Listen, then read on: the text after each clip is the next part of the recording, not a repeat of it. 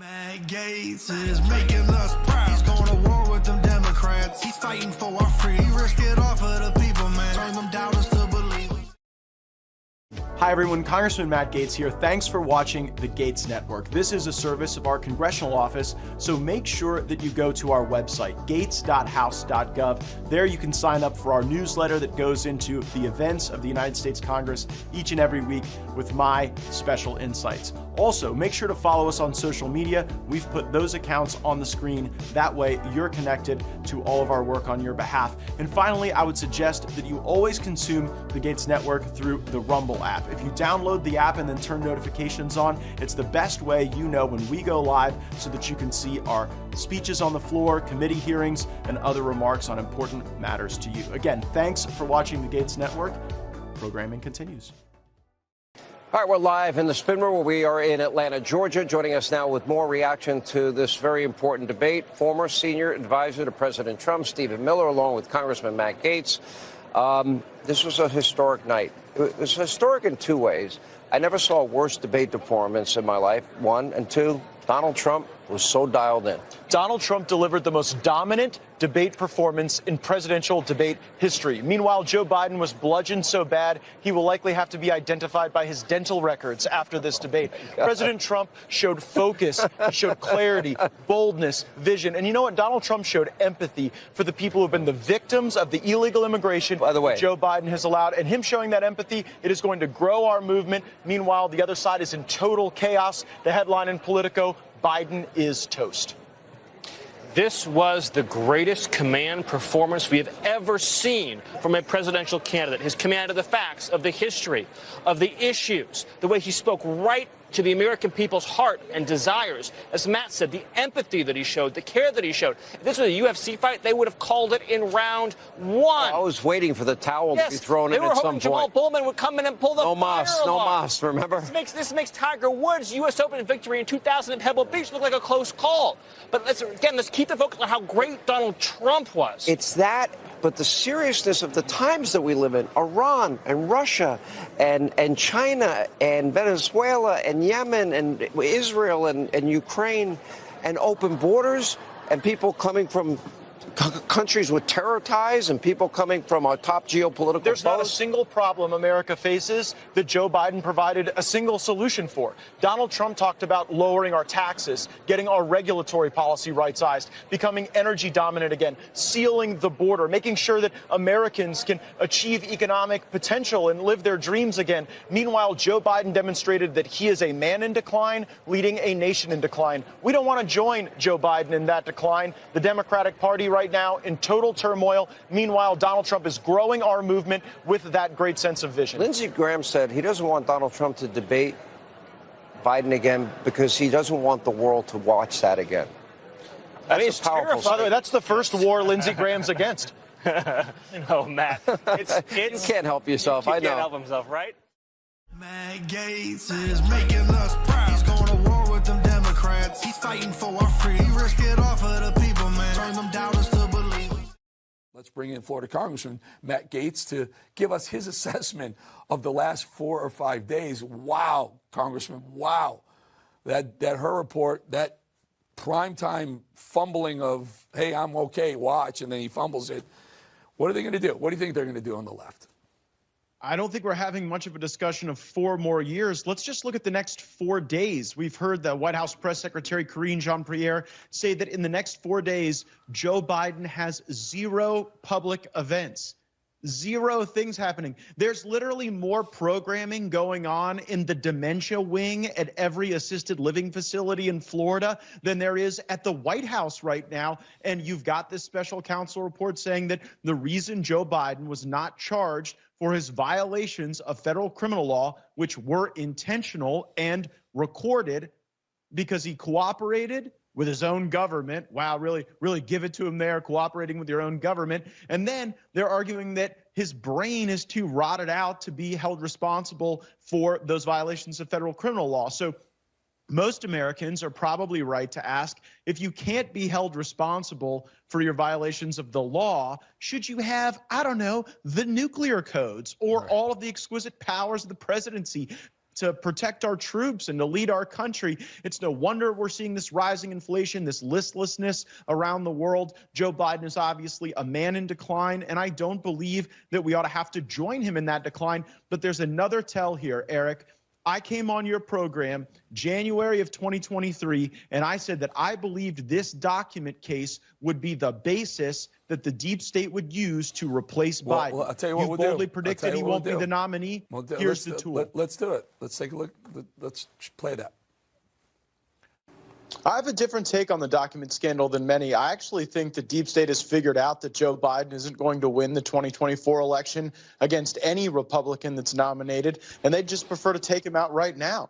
I agree with you. I've said this from the beginning. This isn't a mistake by Biden. This is the insiders who are realizing that he can't win, and they're bouncing him before 2024. I'm sorry to interrupt. Go ahead, sir. No, we all know that the real shot caller in the Biden White House is Ron Klain, and I don't think that it's somehow a coincidence that right aligned with these new discoveries of documents, Ron Klain is leaving. I think he's a professional operator and is getting out of the White House as they send somebody else in to tidy up the Biden presidency and put a bow on it and get ready for their next generation of leadership. I think they do it, Matt. Do you think they wait till the convention and go for it? What's the plan? What are they doing? This is the dispositive proof that if people watch The Balance, they will actually be able to see the future. Exactly what we described there is what's happening. But the reason they've had to wait from then until now is the deep state doesn't want to mess with the formalities of primaries or caucuses. They just want to be able to install their preferred choice at the convention. And so they've got to plant these opportunities for themselves to discredit Biden through this report. But then they can't have it all dissolve now, because you would have people like Newsom and Whitmore and all them getting into the contest. At the end of the day, isn't it going to be pretty hard for them to jump over Kamala Harris? I mean, she's the vice president. Some believe that it's actually her incompetence that functions as some sort of insurance policy for Biden, because it would be hard to skip her. But I think it'll put the Democrats in a lot of disarray. This notion they're going to cleanly come around Michelle Obama or Newsom, I don't know if I buy it. Very precarious position. By the way, you mentioned Karine Jean-Pierre saying that he has nothing on his schedule tomorrow, Wednesday, and Thursday, but also noting right before that, and I'm quoting her, President Biden does more in 1 hour than most people do in a day. And then they were asked, she's got nothing for the next four days on his schedule. Listen to James Carville. Carville's brilliant. I mean, you don't like him. He got Bill Clinton elected. Brilliant guy. But listen to his assessment of what's going to happen with Biden. You don't accept the Super Bowl interview. You're, I don't know, pulling averages, you're 3 points down in a two-way. It's the biggest television audience, not even close. And you get a chance to do a 20, 25-minute interview on that day, and you don't do it, that's a kind of sign that the staff or yourself doesn't have much confidence in you. There's no other way to read this. And he's not going to do debates. He is old. Art, that last part specifically, Congressman, not going to do debates. If you have Trump versus Biden, how do they get around that? They don't have COVID to hide behind anymore.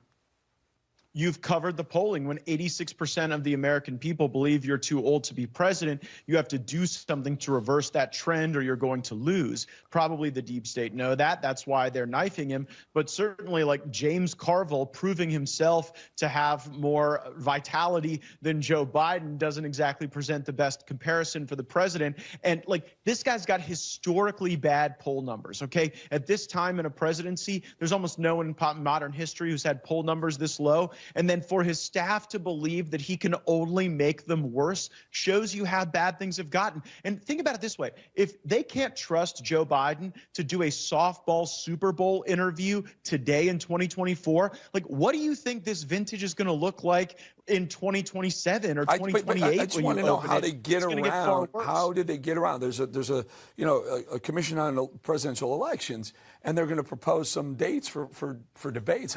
What's their excuse? What could they possibly come up with? Trump's under indictment, so they won't debate someone under indictment? Is that what's going to be? Yeah, I think there'll be some basis. I don't believe that Joe Biden will debate. I mean, again, if he can't do a Super Bowl interview, I certainly don't think he can stand up for 90 minutes with President Trump. And so there'll be some basis of emergency, or, I don't know, if we're facing some other contagion that they say will block it. But I have no expectation that Joe Biden's going to participate in the debates. But it won't really matter, right? Because America lives on split screen. And when you've got Trump doing these energetic hour-long speeches, high-fiving, hanging out with folks, and you've got like Karine Jean-Pierre saying you're not going to see Joe Biden for the next 4 days, it will present an obvious contrast on strength versus weakness, energy versus decline, progress versus a real reversal in America's fortune and in our destiny to succeed. Yeah, I would love to have seen him in that interview.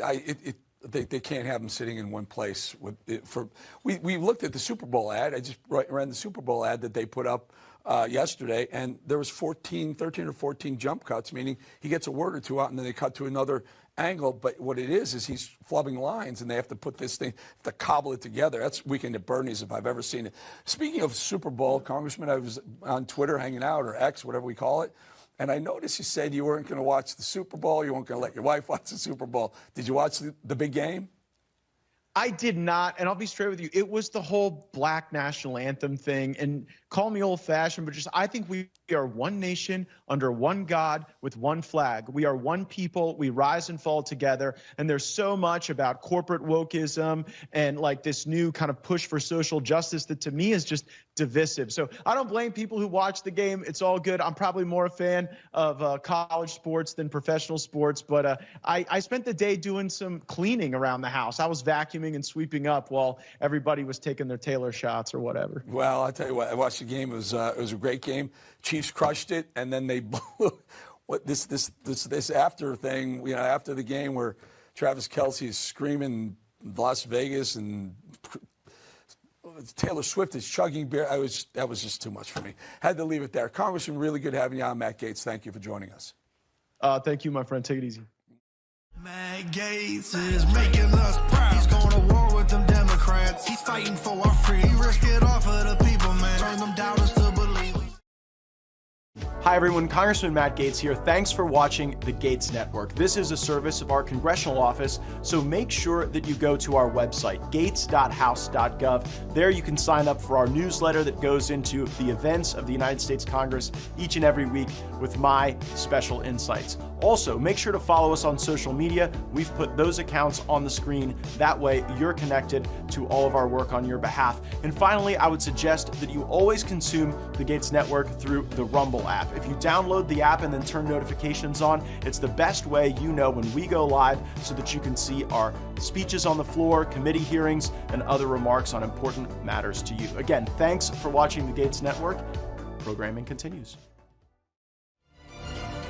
Embattled Congressman Matt Gaetz. Matt Gaetz was one of the very few members in the entire Congress who bothered to stand up against permanent Washington on behalf of his constituents. Matt Gaetz right now, he's a problem for the Democratic Party, and he could cause a lot of hiccups in passing of laws. So we're going to keep running those stories to keep hurting him. If you stand for the flag and kneel in prayer, if you want to build America up and not burn her to the ground, then welcome, my fellow patriots. You are in the right place. This is the movement for you.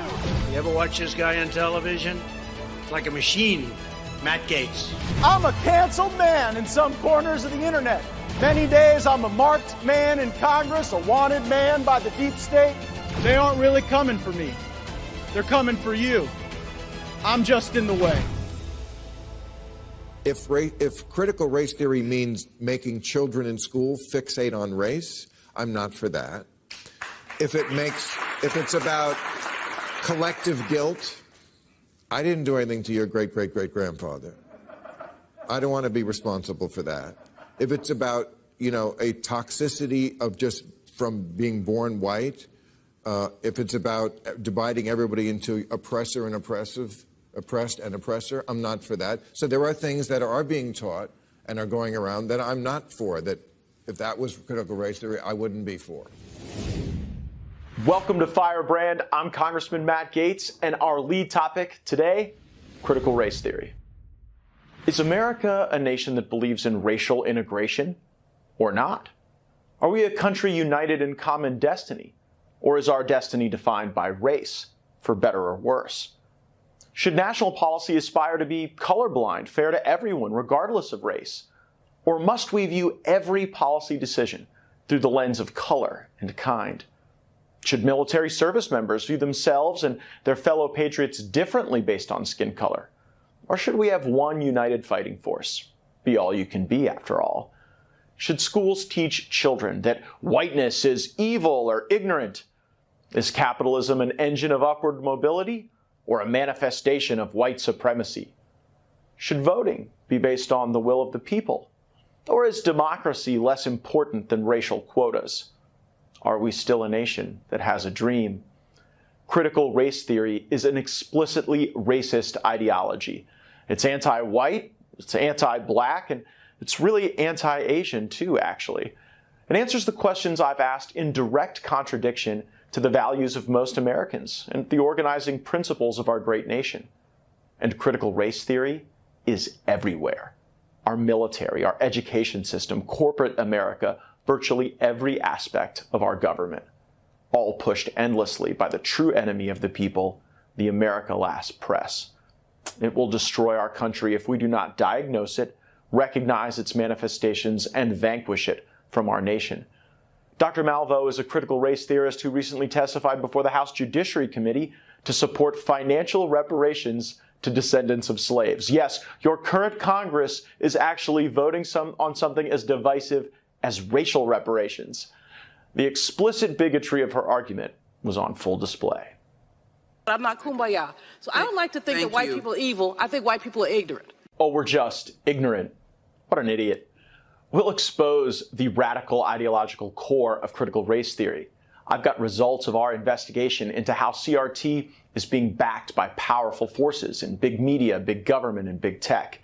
You'll see the legislation in Washington and throughout America that is the antidote to this sickness.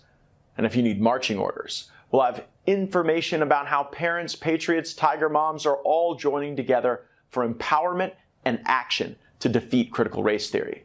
One way the woke media tries to cover for CRT is to say its opponents are simply misinformed. We don't understand. Do these vocal opponents of critical race theory actually understand fully what it is? No. The Republicans invoking it as a cudgel don't seem to actually understand what it is about. First of all, most people who talk about critical race theory don't actually know what it is. And so they've begun to demonize it in a way that they have, whitewashed the public's mind in the way that they've whitewashed our history. And there have been several reports, and I've run into this as well, about legislators not really being able to define what critical race theory is. I would say that I doubt that Rick DeSantis or most Republicans actually know what critical race theory is. His name is Ron DeSantis, governor of the third largest state. At least we know that. We also know a lot about critical race theory, actually. And I'm going to take you through the scholarship and the frightening adoption in our own government.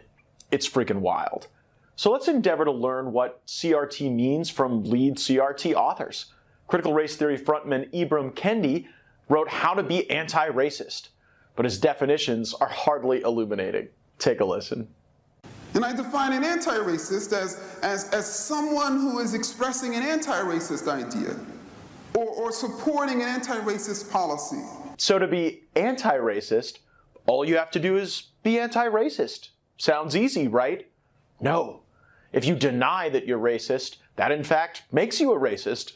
Fundamentally, racism, its heartbeat, has always been denial. And the sound of that heartbeat has always been, I'm not racist. To be more specific, the sound of that heartbeat has always been not racist. By this standard, behold, America's racist president. Corey should apologize. He knows better. There's not a racist bone in my body. I've been involved in civil rights my whole career. Period. Joe Biden has the boomer, period. But what does this all mean? Question mark. If you say you aren't a racist, you are a racist. And the only way to be anti-racist is to admit that you are in fact racist. And that is the distinction between a racist and an anti-racist.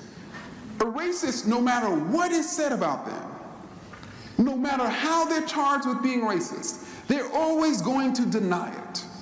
While an anti-racist will take these definitions of a racist idea, of a racist policy, and of a racist, and apply their behavior to it, and say, you know what? I was being a racist. Ironically, Americans who self-identify as not racist, whether they're conservatives, moderates, liberals, radicals, progressives, they don't realize, I think many of us don't realize, that we are connecting ourselves to a history of slave traders. It's decided. The more not racist you feel, the closer to a slave trader you become. Bad news for the big guy. I mean, the one thing you cannot say about Joe is that he's a racist. The prosecutors of the Salem witch trials would be proud. After all, only witches deny being witches. Throw her in the lake and tie her feet together. If she survives, she's obviously a witch.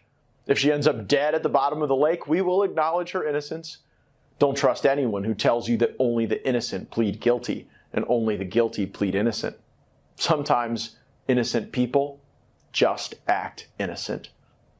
The best way to understand critical race theory is as a criticism and rejection of the two main goals of the civil rights movement, mainly racial integration and colorblind public policy. Dr. King believed that all people of all races should live together and that public policy shouldn't treat different races differently. Because I have a dream that my poor little children will one day live in a nation where they will not be judged by the color of their skin, but by the content of their character. One day right there in Alabama, little black boys and black girls will be able to join hands with little white boys and white girls as sisters and brothers. I have a dream today. When critical race theorists are not making Dr. King's dream more difficult to achieve with their demonization of white people, they're critiquing Dr. King himself directly, asserting their deep dissatisfaction with the civil rights discourse. Critical race theory doesn't call for an integrated, colorblind America imagined by Dr. King.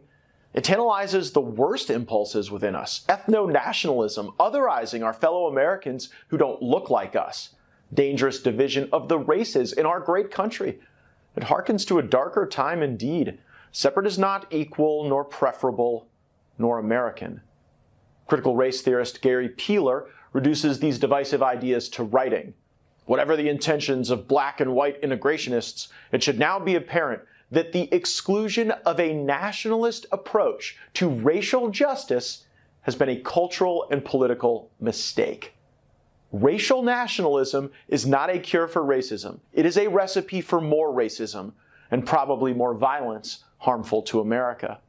Critical race theorists aren't the intellectual successors to Dr. King. They embody the most separatist, harmful ideals of Malcolm X. Dr. King wanted us to be colorblind. The CRT gang would separate us based on race. How we treat each other, how the government treats all of us would be based exclusively on race. And if you aren't the preferred race, look out, hold on, buckle up. It doesn't end well for you or your children. As critical race theorist John O'Callamar warns, the voices that matter in a CRT world are distinctively non-white. CRT is explicitly non-white. Ethno-nationalism, black nationalism.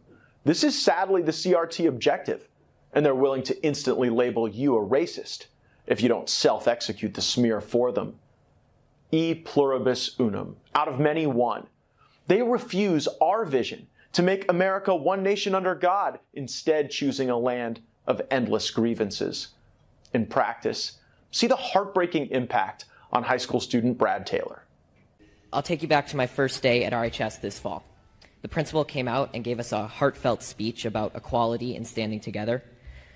He began to list countless races, such as Latino, Asian, expressing how much they matter and how important they are. But never once did he mention a race or identity that reflects me, or half the kids that were in the class.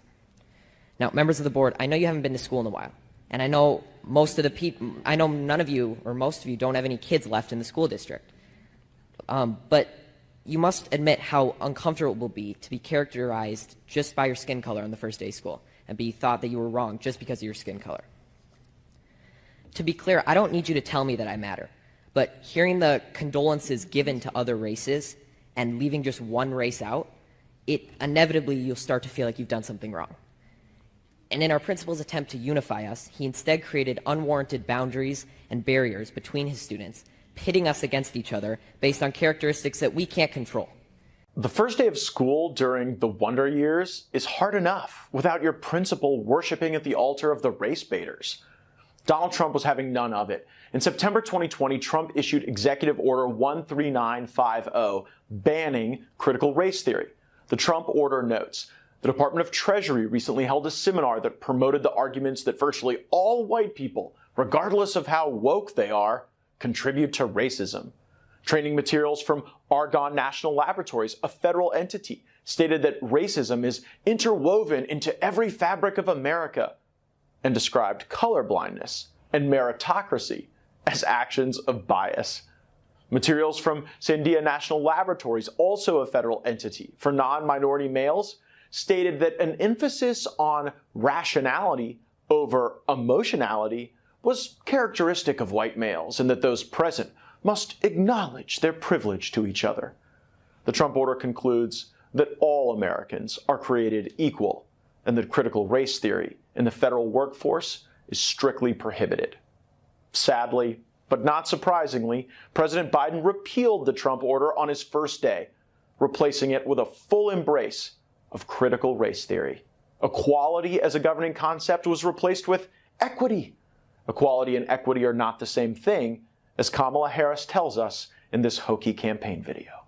So there's a big difference between equality and equity. Equality suggests, oh, everyone should get the same amount. The problem with that, not everybody's starting out from the same place.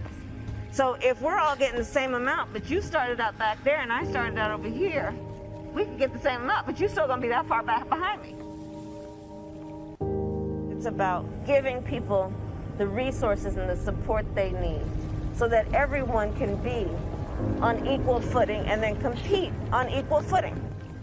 Equitable treatment means we all end up at the same place. If having everyone end up in the same place sounds like an embrace of socialism and a rejection of capitalism, well, that's exactly the point. After all, Kendi tells us that capitalism is essentially racist and racism is essentially capitalist. Kendi also tells us that race-neutral public policy is an illusion. All policy must be either racist or anti-racist. If we eliminated the term race-neutral from the American vocabulary, to recognize that all policies are either racist or anti-racist. So everything is racist or anti-racist, and to get into the anti-racist club, you must begin by stepping into the racism confessional. Imagine having to categorize every policy at every level of government as either racist or anti-racist. Senate Resolution 241 commemorates World Press Freedom Day. Is that racist or anti-racist? In South Dakota, it's illegal to fall asleep in a cheese factory. What's the structural racism there? In Tennessee, it's illegal to share your Netflix password. I feel like I could make the argument that that is both racist and anti-racist. It's not just the bills we vote on. It's the results our people achieve. And if there's a disparity between racial groups, it must be because of racist power and policy. Critical race theory says every single disparity in outcomes among racial groups is the result of racism. There can be no other explanation. In America today, the highest educated and the highest earning racial group, Indian Americans. I guess we must all wonder why they've been just so racist to the rest of us. Clearly, this is nonsense. But why bother with objective logic? Critical race theorists tell us to reject the traditional dictates that implore us to write and study as detached observers whose work is purportedly objective, neutral, and balanced. That's from John O'Callaghan. Objectivity, balance, neutrality. It's all for suckers, if you ask Team CRT. Instead, critical race theorists embrace the subjectivity of perspective and are avowedly political. In other words, they aren't here to study and review and analyze. They're here to seize power, and you cannot defeat them in an argument because objective facts aren't their value premise. They tell you that. Objectivity, neutrality, that's rejected.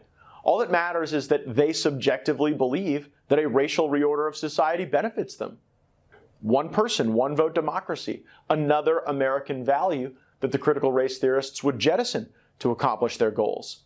Critical race theorist Lanny Guinier writes, "There is a need to talk one man, one vote a little less, and a little more of political equity as a functional component of effective representation." They call it race-conscious districting. But what they really mean is a race-based quota system in government that will truly be not representative. Critical race theory is an attack on our representative form of government. But that doesn't stop the America Last media from giving CRT a loving embrace and endless defense. By the way, ain't no problem with being woke. Can it influence the way that some teachers teach? Yeah, but that's a good thing, right? Because race and racism is literally the building blocks of this country. By the way, critical race theory is enormously useful. It's exactly what we need in the military in this country. We need to talk to each other about the problems that we face. We really do. But Republicans, like Matt Gaetz, they just want to sweep it all under the rug, distract you from revving up the old outrage machine. I think Donald Trump was right. That is the dumbest man on television. I am outraged, and I hope America is too. The New York Times recently published an editorial claiming that the reason supporting critical race theory is so important in schools is to ensure that the next generation of Americans can fully appreciate reparations as a policy matter. Redistribution of wealth, primarily on race, seems to always be their end zone. Americans are waking up and fighting back. In Congress, the thought leader on the Republican side is Republican Burgess Owens from Utah. Take a listen. Only those who say there's no progress, those who do not want progress. The greatest gift that we had with President Obama, with our American people saying, finally, we can close this chapter. Finally, we can move forward. And what have you done since? That has divided us even more with critical race theory being introduced around the same time. We have a community now that lives the American dream. Look around this room and see the middle class that we have developed and more. And yet we tell those who are striving to get where we are that they can't because white people won't let them. That, to me, is treacherous, is traitors. For us to tell others who want the American dream that they can't achieve it because other people with a white skin won't let them do that. If you want to repay the Black American community, give us back our history. It was Karl Marx who said, the first battleground is rewriting of history. And that's exactly what's been happening. You take away our history, you take away pride in our past, appreciation for our present, and a vision for our future. And that's what you're seeing in Chicago, Baltimore, Ferguson. Every place Democrats oversee a Black community is misery. And we're going to blame white people? How about an ideology? How about we take ownership, educate our young people again, give them jobs opportunities again, tell them that the way to get in this country is through free market. Allow them to take away the regulations, allow them to run their own businesses. Don't burn down their businesses every year because a white police shoots a Black person. When you have Black people, 93% of the thousands of Black people being killed are by other Black people. Yeah, traitorous. The first line of offense against critical race theory has come from America's parents who don't want to see their children raised to hate each other or themselves. The media tells us that opposition to critical race theory is motivated primarily by opportunist politicians. Matt Gaetz trying to spark outrage. Is that what this sounds like? My fear is this type of curriculum will actually breed more racism and more divide in our country rather than unity. It saddened me how I have witnessed my own children lose friendships because their friends make assumptions about them. They tell them they are privileged because they're white, or they are bad people because their dad is a police officer. So many of my kids' closest and best friends who were basically like family to us and welcomed in our own home have now totally disregarded my own children. And I can see why kids are being forced into this noxious blame game. Take a look at some of the CRT instructional materials. This was presented in a school district in Iowa. Make America Great Again is racist. Denying white privilege is racist. Denying racism, apparently in any setting, is racist. What the hell is happening to our country? Fortunately, there are real people making the common sense case against critical race theory. When you talk about critical race theory, which is pretty much going to be teaching kids how to hate each other, how to dislike each other, that's pretty much what it's going to, that's pretty much, I don't care to say, it's pretty much what it's going to all come down to. You're going to deliberately teach kids, this white kid right here got it better than you because he white? You're going to purposely tell a white kid, oh, the black people are all down and suppressed. How do I have 2 medical degrees if I'm sitting here oppressed? How did I get, first of all, sign up, because I only got 5 minutes now, 5 minutes. 2 medical degrees. No mom, no dad in the house. Worked my way through college. Sat there and hustled my butt off to get through college. You gonna tell me somebody that looked like all y'all white folks kept me from doing that? Are you serious? What's sickening about this whole thing is what y'all doing right now is already something I do in my community right now to speak out against stuff, because black folks are getting told by other black folks, oh, you know you ain't gonna be able to do nothing out there in the world because them white folks ain't gonna let you get no, oh, you know you're not gonna be able to do it here because you know, the white man gonna keep you down. Well, how did I get where I am right now if some white man kept me down? How am I now directing over folks that look just like you guys in this room right now? How? What kept me down? What oppressed me? I worked for myself from off the streets to where I am right now. You gonna sit here and tell me this lie of critical race theory? Of this the reason why black folks can't get ahead because of white folks? Are you kidding me? This is what we come to now. I can't believe we even talking about this right now. The last thing I'm gonna say right here is something that's crazy. Martin Luther King said he wanted his kids to grow up in a world where they are judged by the contents of their what? Their character, not their skin. If they let this stuff go on right now, it is absolutely doing the complete reverse. Like this caring father. Many parents are now millennials. We embrace the color blindness advanced so bravely by Dr. King, not the racial identity division inherent in CRT. Take this heartwarming family as another example.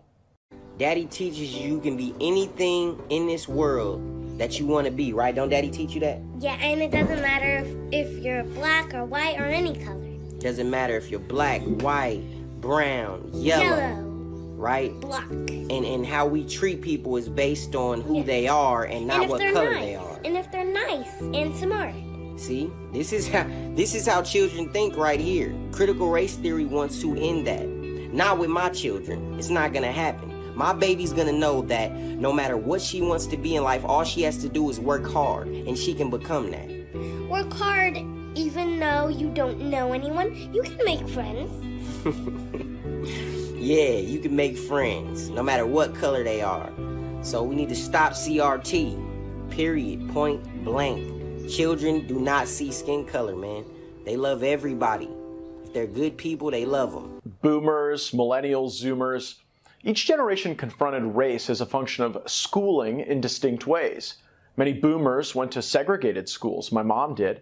Race defined where you could learn, the teachers you would have, the courses you could take, the duration of your bus ride, the clubs you could join, even the sports you could play. Society started by defining people based on race. Everything else was secondary. And it was awful, tragic, unconstitutional, deadly, and yeah, racist. Millennials offered better, color blindness. We were taught that race didn't define opportunity. A just society must treat everyone equally. Race cannot be allowed to limit anyone's access to a lunch counter, a school, a golf course, or a Rhode Island Senators Beach Club, which is less diverse than a Mayflower reunion. Back in 2017, you had expressed concerns about the membership of the all-white Bailey's Beach Club, said that you hoped it would become more diverse.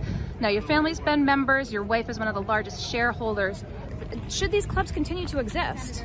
It's a long tradition in Rhode Island, and there are many of them. Pro tip. If your name is White House, you probably shouldn't be lecturing others on racial equality from your lily white social clubs. Anyone could be anything, we were told. Millennials even elected America's first black president. The Zoomers in school now face a hyper-racialized world, an anti-American set of teachers. The National Education Association has recently passed a resolution to push CRT in every American school. They're going to fight against anti-CRT messages. They're going to study white supremacy. But remember, objective facts don't matter. They already told us that. So they will study white supremacy based solely on their perception of its existence and their reparations as remedies. If you're white, Don't deny you're racist. That's what the racists do. Today's critical race theorists tell us we must revert to the days when all decisions, acts, thoughts, and engagements with one another must be analyzed through the lens of race first and race alone. And that is scary, because this is precisely what justified Jim Crow and worse. It's no surprise that schools have become the front line of this fight. Parents are reacting en masse like this. People like me and a line of other people out there who will gladly take your seat and figure it out. You guys, this is an unlawful arrest. I have a First Amendment right. CRT is racist. It is abusive. It discriminates against one's color. Enough of the toxicity and the division and looking at your skin color and your skin color. They've just been tricked into something that not many black people are into. The Western culture and values that brought forth Christianity in the founding documents are being called evil and racist. My child is not oppressed, and don't assume that. As long as you Marxists push your unconstitutional agenda on my child, she will not be returning back to Loudoun County schools. Critical race theory is teaching that white people are bad. That's not true. That would teach my daughter that her mother is evil. You already have an educator within your staff that has pulled my daughter aside and said, well, you're a minority, so you know better than to engage in certain things. Wow. The school is immersed in this leftist ideology. I've noticed a pattern. You treat your bosses, most of us, like children. You treat the woke mob, your employees and teachers unions, like the boss. And you treat children who have not harmed you like pawns in your leftist social experiment. When you give us a timeout for clapping, we hear you saying, look at me, I am the captain now. You're not the captain, we're your bosses, and God willing, we'll return most of you to the private sector very soon. You're teaching children to hate others because of their skin color. And you're forcing them to lie about other kids' gender.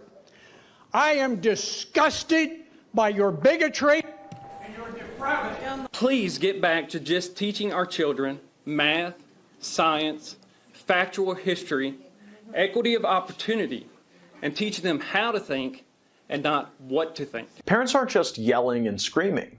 They're also organizing and driving change in state legislatures. These states have state-level anti-CRT bills, or are considering other changes to the law. Go to gaetz.house.gov and click the CRT Updates tab to review state-based legislation and connect to people pushing bills where you live. You can also sign up for our email list, which will always have up-to-date alerts on the latest legislative activity. While progress is being made against CRT at the state level, nothing good is coming out of the swamp of Washington, D.C., where the Woketopians have a strong foothold and are eager to ingrain their worldview. Critical race theorists want a federal department of anti-racism. Here's how it would work. Recently, in an article published by Politico, Ibram Kendi declared that to fix the original sin of racism, Americans should pass an anti-racist amendment to the U.S. Constitution. Without getting bogged down into Kendi's ignorance of the Reconstruction amendments, I want to focus on what is sought after in this new amendment. Kendi says the amendment would establish and permanently fund the Department of Anti-Racism, comprised formally of trained experts on racism and no political appointees. He continues, the Department of Anti-Racism would be responsible for pre-clearing all local, state, and federal public policies to ensure they won't yield racial inequity.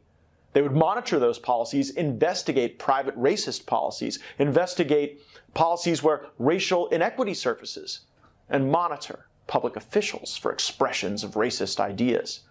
In other words, this amendment seeks to make a few unelected experts the most powerful body in the United States of America.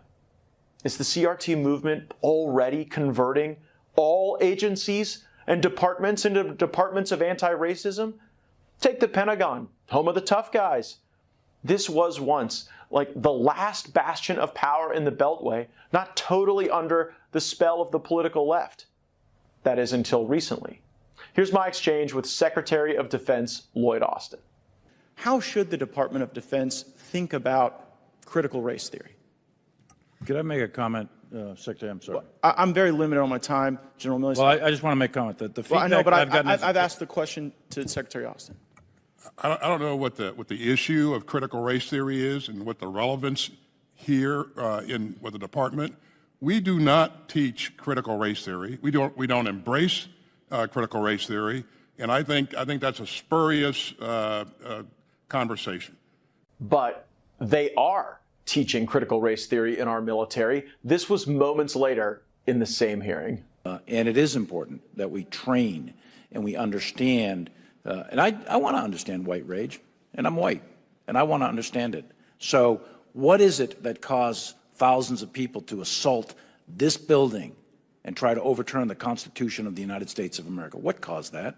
I want to find that out. I want to maintain an open mind here, and I do want to analyze it. It's important that we understand that because our soldiers, sailors, airmen, Marines, and Guardians, they come from the American people. So it is important that the leaders, now and in the future, do understand it. I've read Mao Zedong. I've read Karl Marx. I've read Lenin. That doesn't make me a communist. So what is wrong with understanding, having some situational understanding about the country for which we are here to defend? Not surprisingly, the American mainstream media lavished praise on military leaders for embracing critical race theory. That was fascinating, may I just say. Watching these gentlemen, these well-read, intellectually curious generals, yes, like Secretary Austin, General Milley, trying to swat away Congressman Matt Gaetz. And while the chairman of the Joint Chiefs makes an eloquent defense of the truth and stands up for America's military, embattled Congressman Matt Gaetz lobs a despicable tweet attacking the general, and I quote here, "With generals like this, it's no wonder we've fought considerably more wars than we've won." A congressman denigrating our armed forces.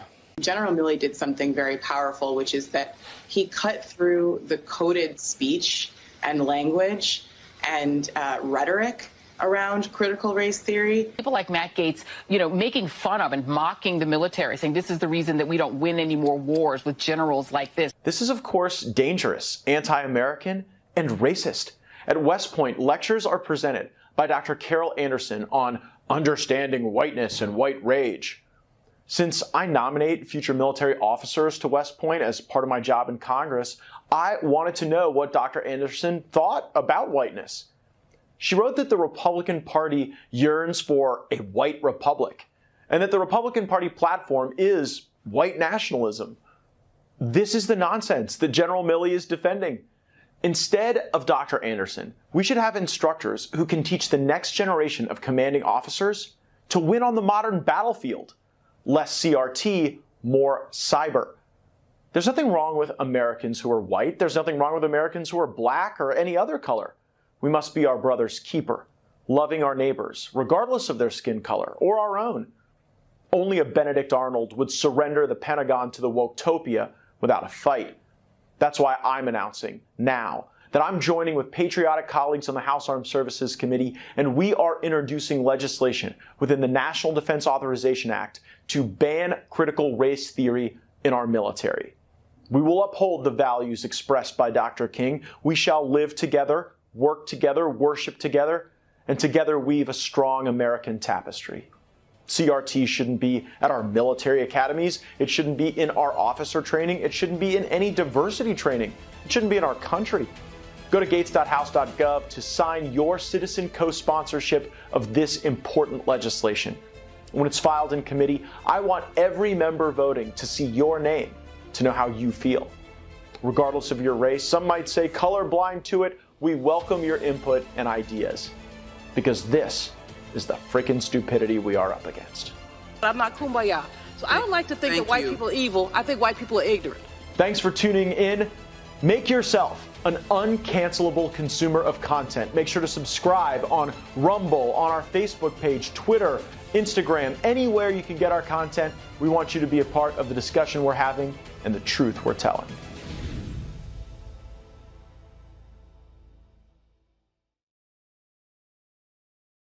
Matt Gaetz is making us proud. He's going to war with them Democrats. He's fighting for our freedom. He risked it all for the people, man. Turn them doubters to believers.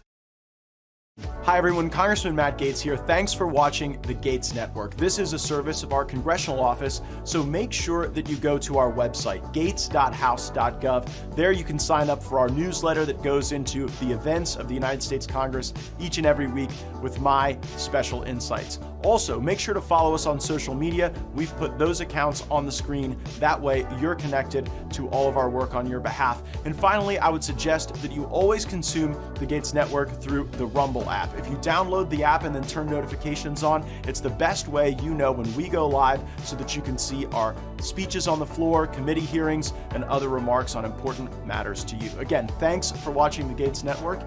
Programming continues. I would like to yield to my friend from Florida for such time as he may use. I thank the gentleman for yielding, and as a Floridian, I just have to take a moment to share my gratitude for the gentleman from Florida, Mr. Mast, and the remarks he just shared during my occupancy of the rostrum. My own eyes welled with tears as I thought of the empty chairs at the table in my own district and all throughout the country as people, as families, have made sacrifice and sent those to fight for us. And I can only be reminded, hearing the gentleman from Florida's remarks, that each and every day in this House, we do fall short of that great patriotism that is reflected by our servicemen and women. We could do better. We could be more worthy of the sacrifice. We could resist the influences of special interests more. We could make the tough decisions that are necessary. We could put America on a better footing forward. And it's my belief and my sincere hope that by hearing the words of my colleague, by raising our gaze to an even broader and more accepting patriotism, that we can do it. And I believe Mr. Mast will be one of the people that lead us in that regard. I thank the gentleman from Texas for yielding, and I yield back. Matt Gaetz is making us proud. He's going to war with them Democrats. He's fighting for our freedom. He risked it all for the people, man. Turn them doubters to believers. Florida Congressman Matt Gaetz has been one of the guys in the White House and one of the White House's strongest and most vocal supporters since day one. Please welcome a man who has obviously never watched The View, Congressman Matt Gaetz. Hello, how do you do? Thanks for having me. Thank you. I do watch. You guys make news every week. Every day. We are the big political show. I was just wondering if you were wearing black as a consequence of, like, the death of the political left in the debate last night. It was quite something to observe. You know, don't count the dead yet, the bodies. Let's give it a little time before we count. Well, Joe Biden, at least. I mean, I was hoping maybe Whoopi's bell could wake up the Biden campaign if you hit it. I thought he was actually, he didn't do any harm to himself last night. What state's he going to win? I mean, this is a man who's, the fundamental premise of the Biden campaign is that he's electable and he can't seem to win elections. So now you have socialist Bernie Sanders against billionaire Michael Bloomberg. Yeah. Well, the Republicans love a billionaire. They love money. So what are you talking about? Well, Michael Bloomberg used to be a Republican. It's fascinating that right now the Democratic Party is likely not going to nominate a Democrat. They're either going to nominate a socialist or someone who some time ago was a Republican. Well, let's talk about... None of them. I don't think any of them are going to beat the president. I think we have a raging economy right now. The American family is seeing revenue pour in as a consequence of higher wages, more productivity, more business investment, more capital coming from overseas into our nation. Donald Trump was a Democrat first. He was. We've all sort of been politically square dancing for a while, and I think that we're in a time of real political realignment. So let's talk about your boss for a second, because yesterday... Well, my boss are the people of Northwest Florida. Yeah, okay. So yesterday, Trump... Well, don't dismiss them. It's the highest concentration of active duty military in the country. And I know Megan's dad served there, so you can attack me if you want, but don't attack my constituents. I'm not attacking you. I'm asking you a question. Okay. Yesterday, Trump announced he's appointing another loyalist of his, Rick Grinnell, as his acting director of national intelligence. But Grinnell, as you know, has absolutely no intelligence experience. And he's overseeing all 17 of our intel agencies. He stands between us and the next ISIS attack. And you know, I don't know that it's a smart idea to put somebody who's inexperienced like that, and is also a yes man, in that position. He's going to have to tell Trump things that he's not going to want to hear. You know how he doesn't like that. Trump doesn't like that.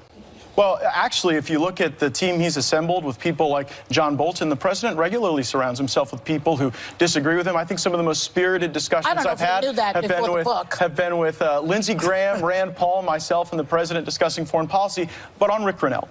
50 years ago, a gay man or a woman would not be able to serve in our intelligence community. There were teams of people that went to find out if you were gay. Wait a second. And they would, we'll get into Grinnell's qualifications, but just for a moment, I would like to take a second to reflect on the fact that it is a good thing in this country that we do not ban gay people from being able to patriotically serve in the intelligence community. Just transgendered people. Well, we shouldn't be banning anybody based on who they are and who they love.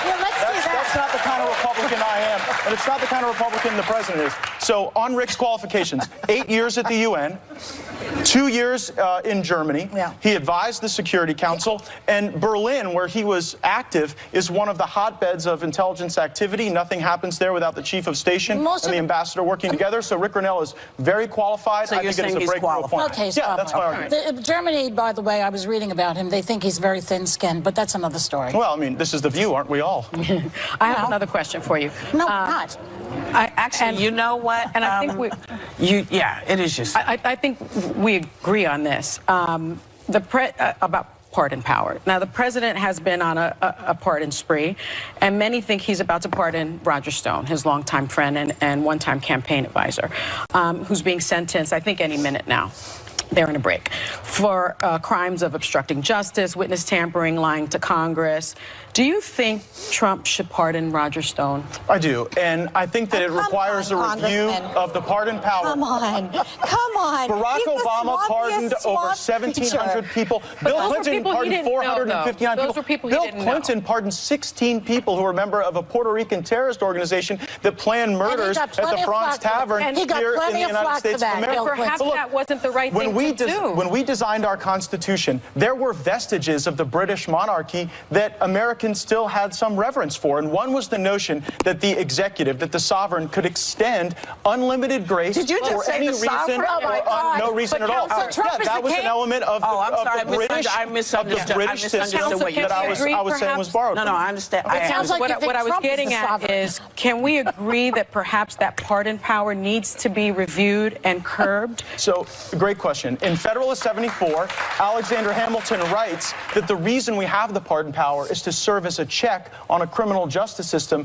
which, if allowed to run wild, could create a great sense of sanguinity in our country. And so I think that if you look at the original intent of the pardon power, it cannot be limited. And again, Trump has pardoned 26 people. Obama pardoned over 1,700. Bill Clinton pardoned 459. So the answer to the question is what?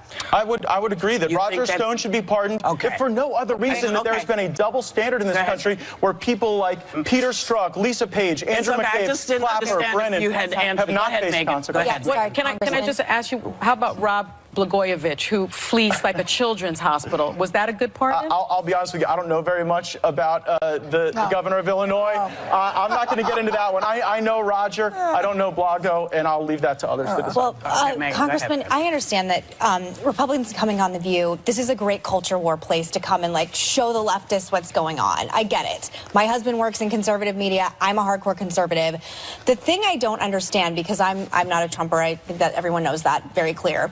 Policy-wise, he's been great on many things that are very important to me. Life, military, the economy.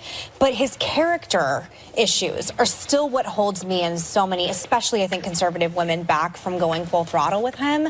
And I think you're going to have a problem specifically with college-educated women coming in to the next election cycle. What would you say to women like me who still hold back on the grab him in the blank, attacking war heroes, attacking the Gold Star families, things like that that just on his wife, hold us back?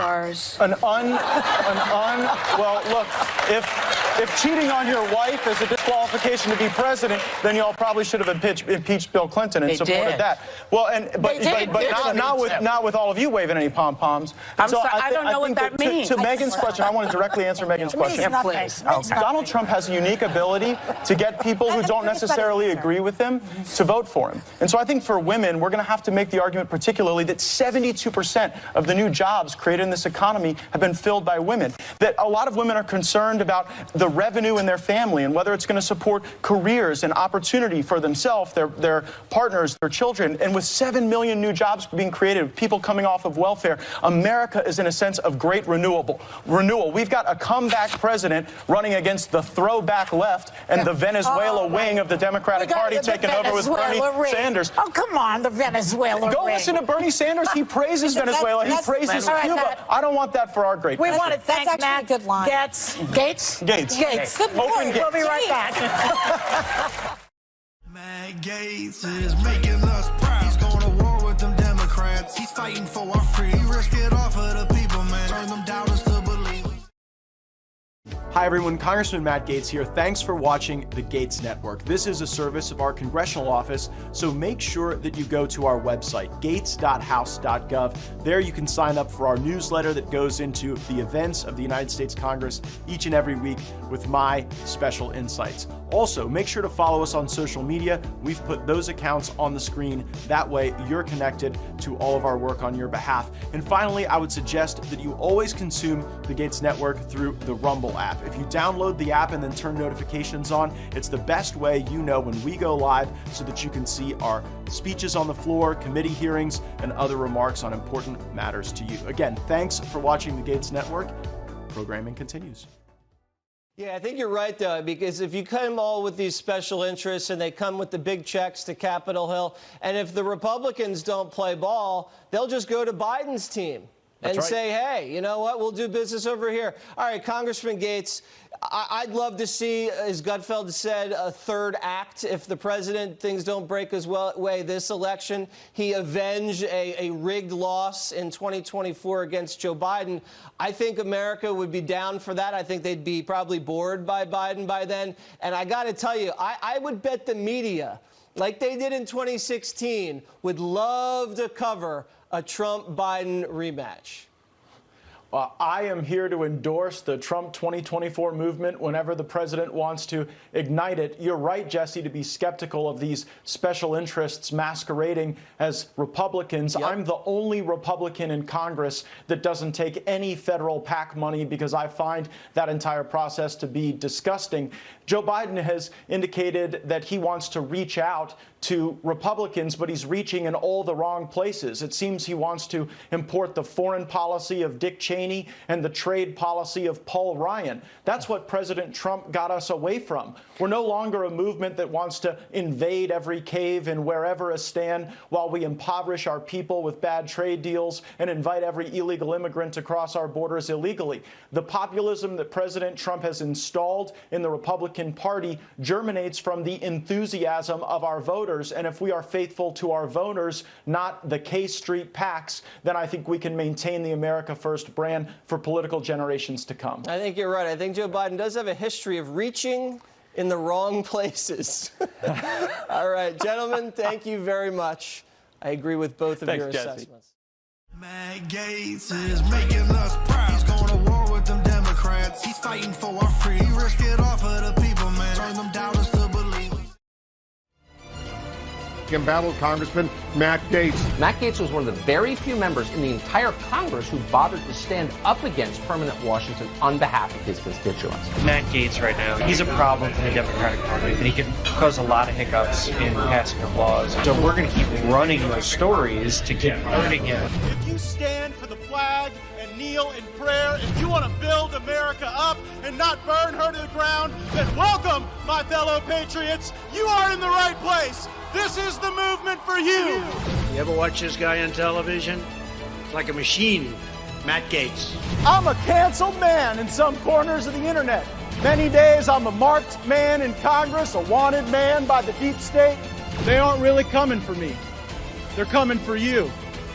I'm just in the way. Do us a favor while you're listening to the episode. Give us that 5-star rating on Apple iTunes if that's your listening platform of choice. And if you're enjoying the video, make sure you've got those notifications turned on so that you get our episode each and every Thursday. Now, this week's episode is going to attack the politics and policy and ethic of fashion, of all things, from my America First perspective.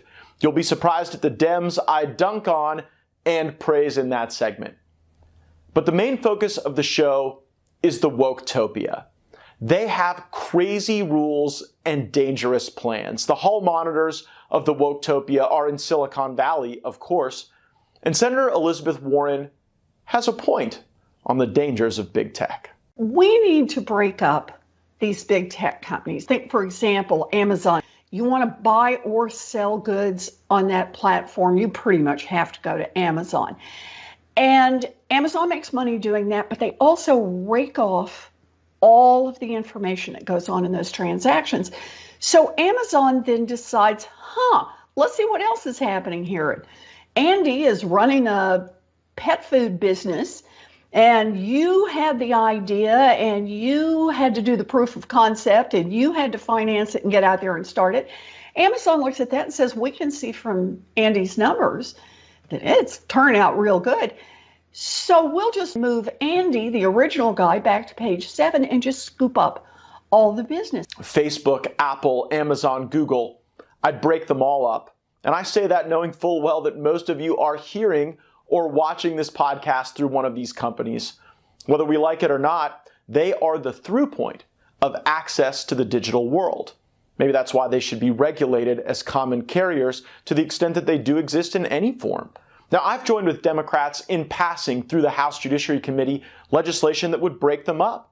Yes, I want to break up big tech so badly that I'm even willing to work with Elizabeth Warren and Hakeem Jeffries to do it. I'm sure they have to hold their nose while working with me too. If my adversary and I seek the same outcome on a particular matter, I'm willing to achieve it despite our different desires for doing so. Big tech hates America. It's a chapter title in my book, Firebrand, and it's true. Just listen to what our bipartisan investigation uncovered regarding how Apple serves as an anti-competitive gatekeeper for those who want to innovate and enter the marketplace. The App Store is a feature of the iPhone, much like the camera is and the chip is. Yeah. And so my point is, and I'm sorry to interrupt, but I want to get to the point. Point is that Apple is the sole decision maker as to whether an app is made available to app users through the Apple Store. Isn't that correct? If it's a native app, yes, sir. In 2010, Apple introduced an online bookstore called the iBookstore, where it offered ebooks. And the only major publisher that didn't agree to join iBookstore was Random House. Random House wanted to offer its own ebooks through its own apps and submitted their apps to be added to the App Store. Amidst continued negotiations between Apple and Random House, Senior VP Eddie Q said, and I'm quoting him, I'm quoting him when he said, it prevented an app from Random House from going live in the App Store. Q himself cited this app rejection as a factor in finally getting Random House to give in and join iBookstore. Okay, all right. So you were concerned about that the app basically undermined kids' privacy. But another app that used this same tool was Appsure, an app owned by the Saudi Arabian government. Do you recall what Apple's position was towards this app? I'm not familiar with that app. Okay, Apple allowed this Saudi app to remain. So there are two types of apps. They use the same tool. Apple kicks one out and said that that was one that was helping parents, but keeps the one owned by a powerful government. If that is correct, Mr. Cook, that apps that supposedly did the same thing, why would you keep the one owned by a powerful government? I'd like to look into this and get back with your office. It sounds like you applied different rules to the same apps. Apple has sole control over who they allow to market their apps in their App Store, enabling them to eliminate opportunity for anti-competitive reasons or really for no reason at all. But it's not the quality of apps that they seek to ensure. It is the quantity of their profit. Those that pose a viable threat, or really any threat, to Apple-developed software, well, they seem to suddenly be taken out of the market. For the children, of course. We were concerned, Congresswoman, about the privacy and security of kids.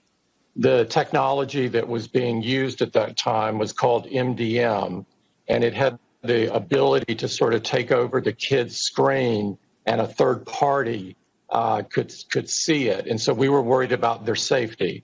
The same technologies that were unacceptable for outside competition were just as swiftly snatched up by Apple and rebranded as their own as soon as they were taken off the Apple Store. sure is a win for companies like Apple. No longer do they need to come up with ideas of their own.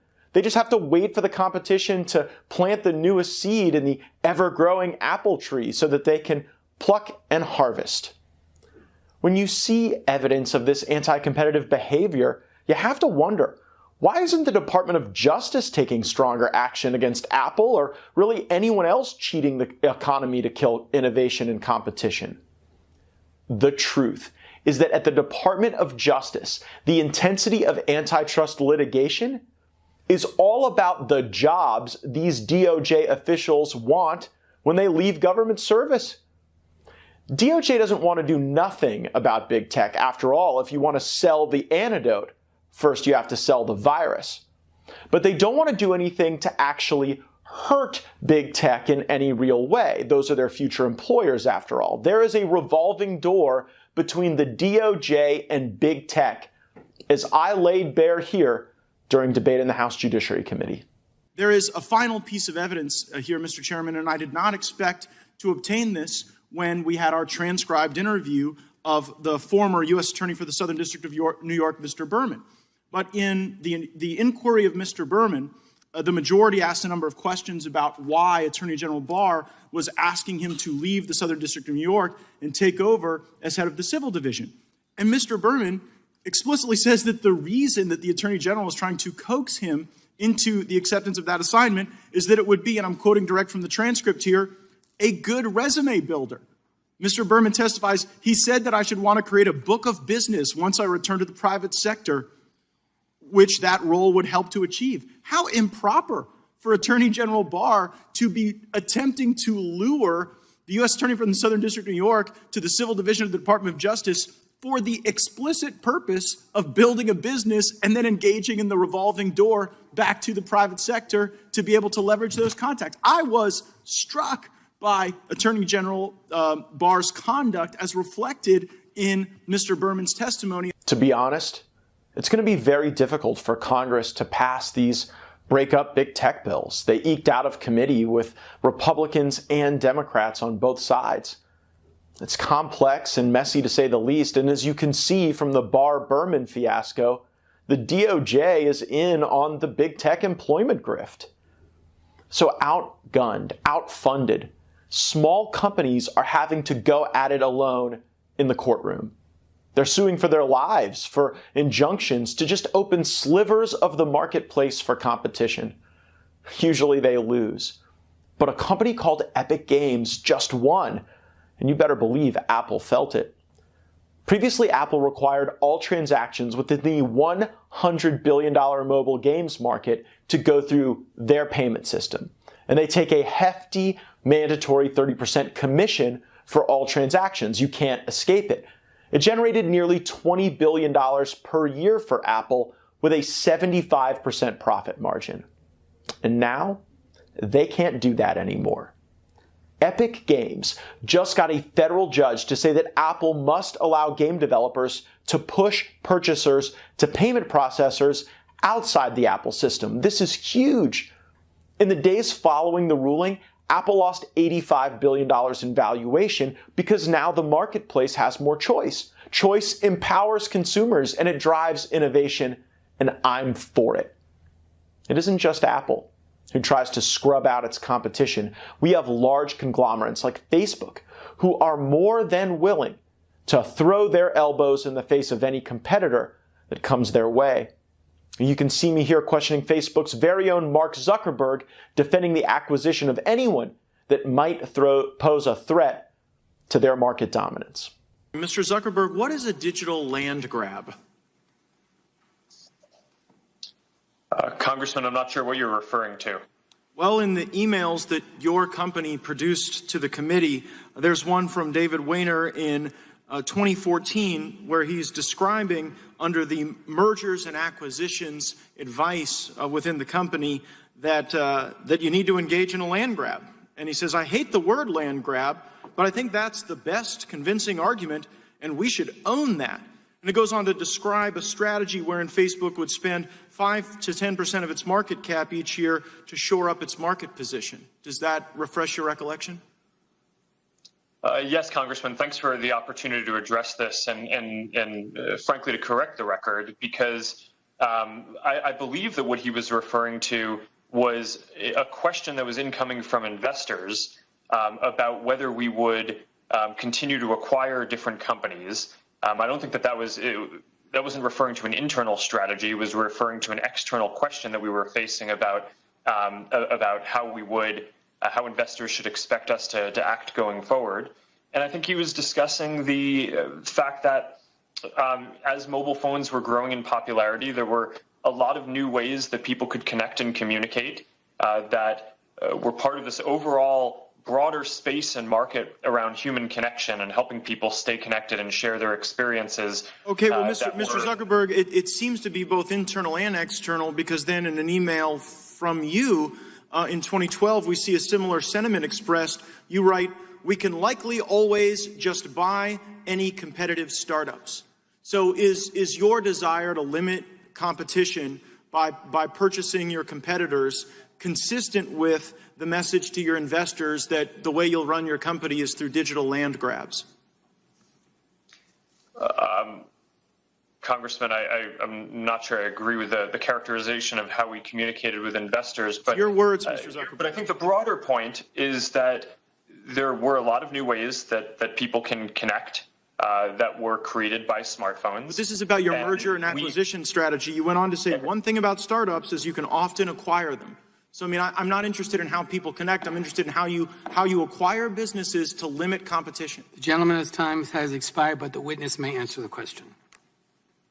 Congressman, in order to serve people better and help people connect in all the ways they want, we innovated and built a lot of new use cases internally, and we acquired others. And that, I think, has been a very successful strategy at serving people well. And a lot of the companies that we've been able to acquire have gone on to reach and help connect many more people than they would have been able to on their own. You've grabbed a lot of land. I would say I yield back, Mr. Chairman. Not only are big tech companies willing to spend their money to remove those who seek to compete against them, they are willing to lose money to do so. $200 million worth, in fact. Take a listen. We saw one of your profit and loss statements, and it appears that in 1 month alone, Amazon was willing to bleed over $200 million in diaper profit losses. Mr. Bezos, how much money was Amazon ultimately willing to lose on this campaign to undermine diapers.com? Thank you for the question. I don't know the direct answer to your question. This is going back in time, I think maybe 10 or 11 years or so. Normally, I view the government as a last resort to solve just about any problem, but this is the last resort. American innovators should not be shut out of a marketplace just because there's a bigger company willing to snuff them out for the monopoly with anti-competitive practices. This is why I support the antitrust legislation that is currently being put forth in Congress. Specifically, bills like the American Innovation and Choice Online Act would prevent companies like Apple and Amazon from giving preference to their own products and stifling those who would compete for the digital space. It is bills like this that will put American innovators first, allowing them the opportunity to prosper and grow American technology. I urge others to support these bills, as does our friend Tucker Carlson. Well, the House Judiciary Committee just passed 6 bipartisan antitrust bills today that could finally, in the end, lead to breaking up the big tech companies and saving the nation. One bill, it's called the American Choice and Innovation Online Act, prohibits big tech companies from giving preference to their own products on their platforms. That's a kind of typical piece of antitrust legislation. It also prevents them from discriminating against their competitors. Another bill is called Ending Platform Monopolies Act, and that bill could force tech companies to break up in the end and sell their assets. That bill passed by a single vote, in part thanks to 2 Republicans, Matt Gaetz and Ken Buck. Republicans have talked about big tech censorship for years. Ooh, we're against censorship. Yet only a handful supported these bills. In fact, most Republicans on the committee opposed them. Why? Well, let's see. Big tech companies like Google, Facebook, and Amazon, and Apple lobbied heavily against these bills. Apple CEO Tim Cook even called Nancy Pelosi personally to complain about them. Who else took the side of big tech to oppose these antitrust efforts? Well, let's see. House Minority Leader Kevin McCarthy did that. He said these bills would give government antitrust agencies too much power. Really, more power than Google has? Probably not. We don't know where he got that talking point. Maybe from Jeff Miller, his old friend. Who's Jeff Miller? Well, he's a Republican consultant and fundraiser. He's been close to McCarthy for decades. He also, not incidentally, is a lobbyist for Apple and Amazon. Those two companies have paid his firm more than $1 million combined since he began representing them 2 years ago. So these bills are out of committee. They still need to be voted on in the House and the Senate. And by the way, they are not perfect. No bill is perfect. But this may be the best chance to pass antitrust legislation that will curb the power of big tech that is strangling our democracy. And so, of course, we're rooting for Congress to do just that. Back in June, the House Judiciary Committee undertook the task of considering this legislation. The Ending Platform Monopolies Act was reported out of committee by a vote of 21 to 20. I'm proud to have been the 21st vote in favor of it. But Nancy Pelosi hasn't signaled that these bills are coming to the floor for a full vote. We must wonder why. During the 2020 election cycle, Google's parent company Alphabet contributed 80% of its $21 million to Democrats. In the same time, Microsoft, and through their employees, contributed 75% of its $17 million in donations to Democrats. Furthermore, Amazon contributed roughly 86% of its $8.9 million in individual donations to Democrat candidates. Facebook, 80% of its $6 million to Democrats. Apple donated $5.7 million, of which nearly 80% went to Democrats. Now, there are other PACs and vehicles that these big tech companies move many more millions of dollars through, but this just gives you a sense of the ratios and where their minds and hearts truly are. Sometimes the best government money can buy is a government that you know won't litigate against you from the DOJ or legislate against you from the DCCC. I recently went on a fact-finding mission to Portland, Oregon. How is life in the Woketopia? Portland is basically Antifa's Batcave. Portlandia, the show, it reminds us that this is the place millennials go to retire. A liberal paradise embodied in a city.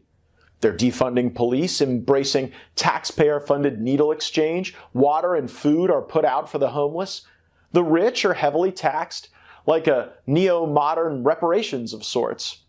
Social services abound, but I have to use the term service rather loosely. All bathrooms are gender neutral, but for customers only, of course. And there are far fewer of those. It's easy to tear down, harder to build. This has been the hallmark of the left since Marx moved into his friend's basement and started writing. As is tradition, development in Portland is absent. Destruction is everywhere. They have to fence and barbed wire their storefronts and streets like it's Sarajevo in the 90s. Here in America, today, in 2021. And if you ask a Portlander why their storefronts are boarded up like Florida anticipating a hurricane, they tell you it's for a good cause. BLM and the oppression and senseless shooting of black Americans by police. When walking the streets of Portland, I can tell you it's not the police you're afraid of. It's the zombies who just got done chasing the dragon. By the way, I guess somebody ought to tell the 15,000 Haitians camped at the southern border in Del Rio, Texas, to turn around and go home, lest they be subjected to our evil, irredeemable country and its systemic racism. Having said this, we did meet some pretty great folks in Portland, especially in law enforcement. But at times, I had to remember that this wasn't a foreign trip to Haiti or Syria. Every day, people in America's cities are living in filth and squalor, often because the utopian-sounding policies pushed by the left result in chaos and failure. I wonder if they named this place Outrage before or after the riots. It would seem that there would be reasonable basis for both. I came across a comic book store that undoubtedly serves as some sort of underworld meeting place in the dark hours. Nothing like Friendly Ladies from the Women and Women First bookstore. Daughter. Yeah, that's awesome. Hi, welcome to Women and Women First. Hi. What happened to your pants? They're frayed. The PSU bookstore sent me here. I'm actually just like getting a bunch of books for class, for my women's studies class. Do you have like a computer system where I can just look it up? No, we're that computer. We're the Okay, different daughters, vaginas, and owner's manual. Hold on, slow down. Different daughters. We carry. If we could order that for you, it'll take a year to get here. It has to be written. They had this amazing poster in the front window. 198 methods of nonviolent action. Many of these methods we support strongly. Like 1, public speeches. 9, books. 20, prayer and worship. 38, marches. 47, assembly of protest or support. Now, the left would be wise to support these principles without selective abandon. After all, they tried to cancel Josh Hawley's book because they didn't like his viewpoint. California venues canceled political assemblies of support for Marjorie Taylor Greene and me because they're triggered by America First content. I covered in an earlier episode that the Democrat governor of New Jersey has me under criminal investigation for giving a political speech. Hundreds of our fellow Americans have been targeted by the FBI for participation in nonviolent activities on January 6th. But if this 198 methods for nonviolent action is a playbook, its various parts incoherent, contradictory, weird, downright grisly, and yes, violent, meaning perfectly Portland. So let's detail the plan the left has devised in their Portland paradise for the rest of us to resolve conflicts for society. Mock awards, 14. Mock elections, 17. And even mock funerals, 43. It sounds quirky to start. Until you get to protest disrobings at 22, please no. Can you imagine a society where when we get mad at each other, one advantage we have to get our way is to be so physically disgusting that the thought of us taking our clothes off would force the other side to relent? If the left is serious about number 22, Republicans maybe have to nominate like Chris Christie just for deterrence. Actually, of those two options, seeing him as the nominee would be worse. Self-exposure to the elements at 158 seems intense. You've got to be all in for that, to say the least. At a MAGA rally, the only thing you have to do to expose yourself to the elements might be enduring a little bit of rain. Rude gestures at 30 or taunting at 32 seem an unlikely way to make America great or kind again. Meanness won't be the way to achieve number 33, fraternization. Is this encouraging sleeping with the enemy? Naughty, naughty, Portland. 54 is turning one's back. We've actually seen that successful before when police turned their back on failed New York City Mayor Bill de Blasio. De Blasio embraced the anti-police Portland agenda. Now, say what you will about Michael Bloomberg, but New York City was a more vibrant place with him in charge. He may have taken away your guns in super gulps, but he didn't surrender the streets like de Blasio. De Blasio went full Portland, and it shows. Never go full Portland. They support embargoes, 92 through 96, and severing diplomatic relations, 154. But not with communist countries like Cuba. Black Lives Matter opposes that blacklisting. The fact that 11.3 million predominantly non-white people are being truly oppressed 90 miles from the United States is less significant to the woketopia than supporting a communist ideology. For the tyrannical left, politics runs deeper than blood or color. Excommunication is method 58. They welcome people pooping on their streets. I observed a man pick up an abandoned half sandwich and then pee into a mailbox. He might be elected the next mayor. A young activist actually approached me to sign a petition recalling the current mayor, wimpy Ted Wheeler, so it might happen sooner than you think. Bad news for Wheeler. I'm sure he thought that he would be big man on campus by standing with and supporting the rioters during the destructive summer of love. I stand with you no matter what. And if they launch the tear gas against you, they are launching the tear gas against me. So you can do all of these destructive things. You can even agree with the people who are being destructive. but disagree politically? Excommunication. It's the Portland way, it seems. It's not just that the Woketopians would excommunicate you. I think they'll excommunicate themselves if you give them time. 60, 61, 64, and 65 call for ending sports and social gatherings, withdrawing from social affairs and institution, refusal to leave home, and total personal non-cooperation. Was the woke playbook co-authored by Ted Kaczynski or something? Sounds like the pandemic lockdowns are a catalyst for this paradise. But it all seems so sad and lonely. The list now starts to get explicit. 119 calls for economic shutdown. They seem to have achieved much of this already in Portland. Businesses can't survive this. But is your family better off with a shutdown of the American economy, all for the sake of woke Marxist control? Would shutdown be good for you? I say we shut down bad ideas, not the American way of life. And we should get the chance to do so if they follow the left's plan dutifully. 123 through 131 call for boycotts of elections and government service. Tell you what, I suggest the left follow these commandments first. And don't forget 121, refusal of public support. Nothing will stick it to the man like you tearing up that government welfare check right in our faces. Portland, be true to your Nike identity on this one. Just do it. Boycott the elections, tear up the government support. Actually, that might lead to better life in Portland. Now, things get spooky at number 69. Collective disappearance. Is this some sort of cult death pact like Jim Jones and the Kool-Aid stuff? Real grim. If the woke mob collectively disappeared, just how would the rest of us cope? The list goes on to showcase the real goal. And it's not disappearing. Social disobedience, 63. Non-obedience, 134. Disobedience of laws, 141. Blocking lines of command, 143. Obstruction, 144. Ignoring court orders, 146. You see, they are playing for keeps. Are you paying attention? It starts to feel more like I'm walking into shocking art supplies.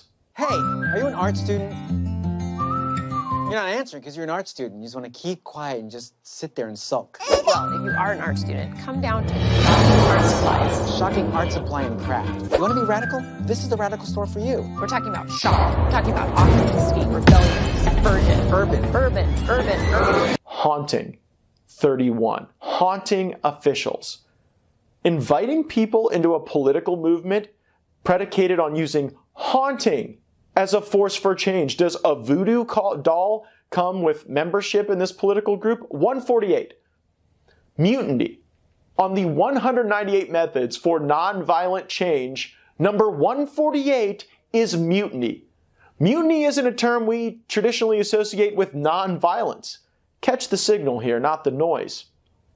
They also put the word nonviolent in front of a bunch of stuff that would typically ignite violence, and they know it. Harassment, 161. Raids, 168. Air raids, 169. What in the world is a nonviolent air raid?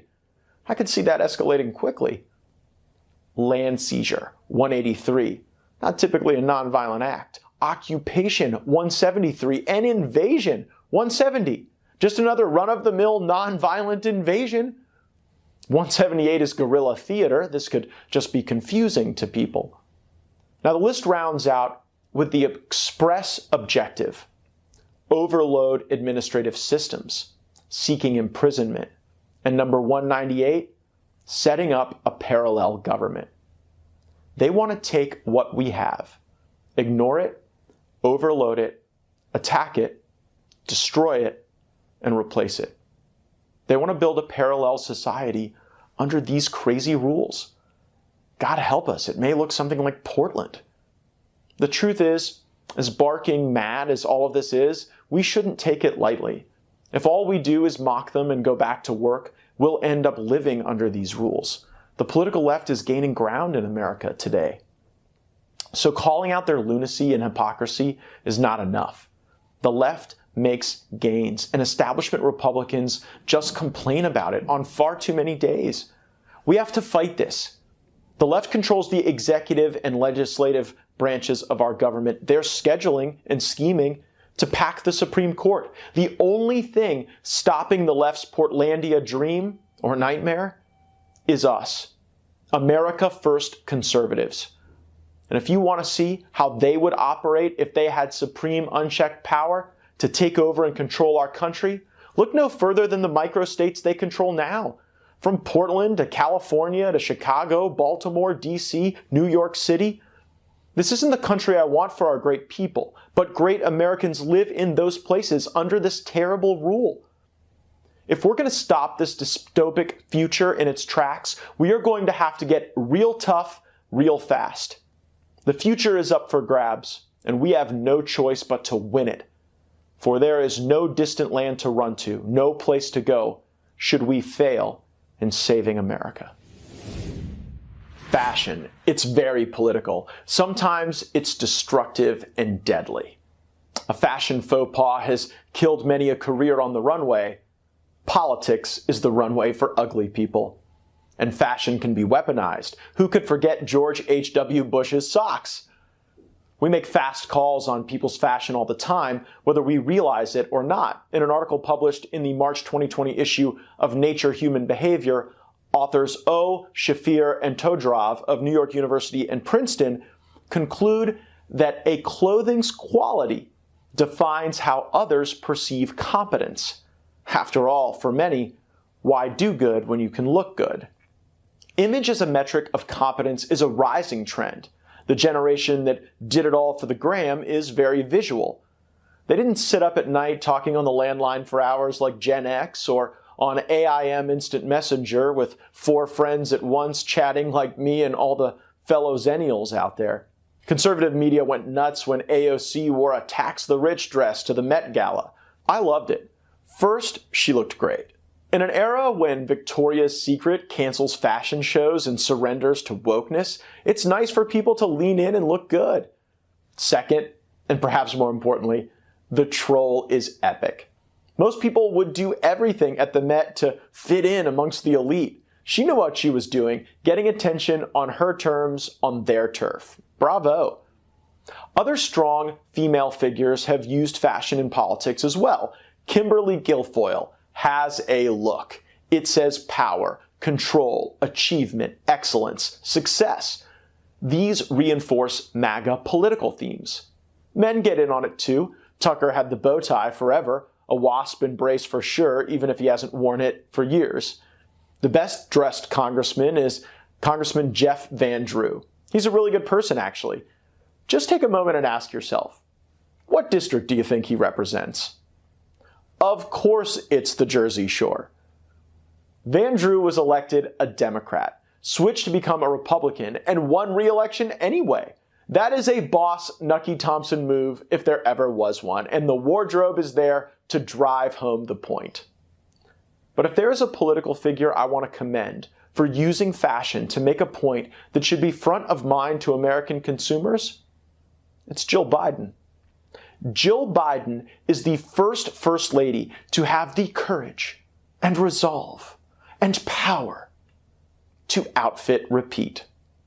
While she changed up her mask and accessories to freshen the look, Jill Biden wore this classy and stylish Narcisco Rodriguez piece to the Tokyo Olympics and in Florida with well-known American tyrant Dr. Anthony Fauci. This wasn't the First Lady economizing choices to accommodate a carry-on. She isn't budget restricted. She was making a point, and it's one America First nationalists, populist localists, and woke environmentalists alike need to hear. Fast fashion sucks. There's nothing chic about waste. A culture which throws away its things will itself be tossed away. The average piece of clothing in America is worn 7 times and discarded. 7 times!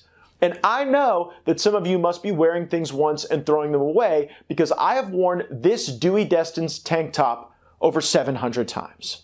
We haven't made the clothes we actually wear in our country for a long time.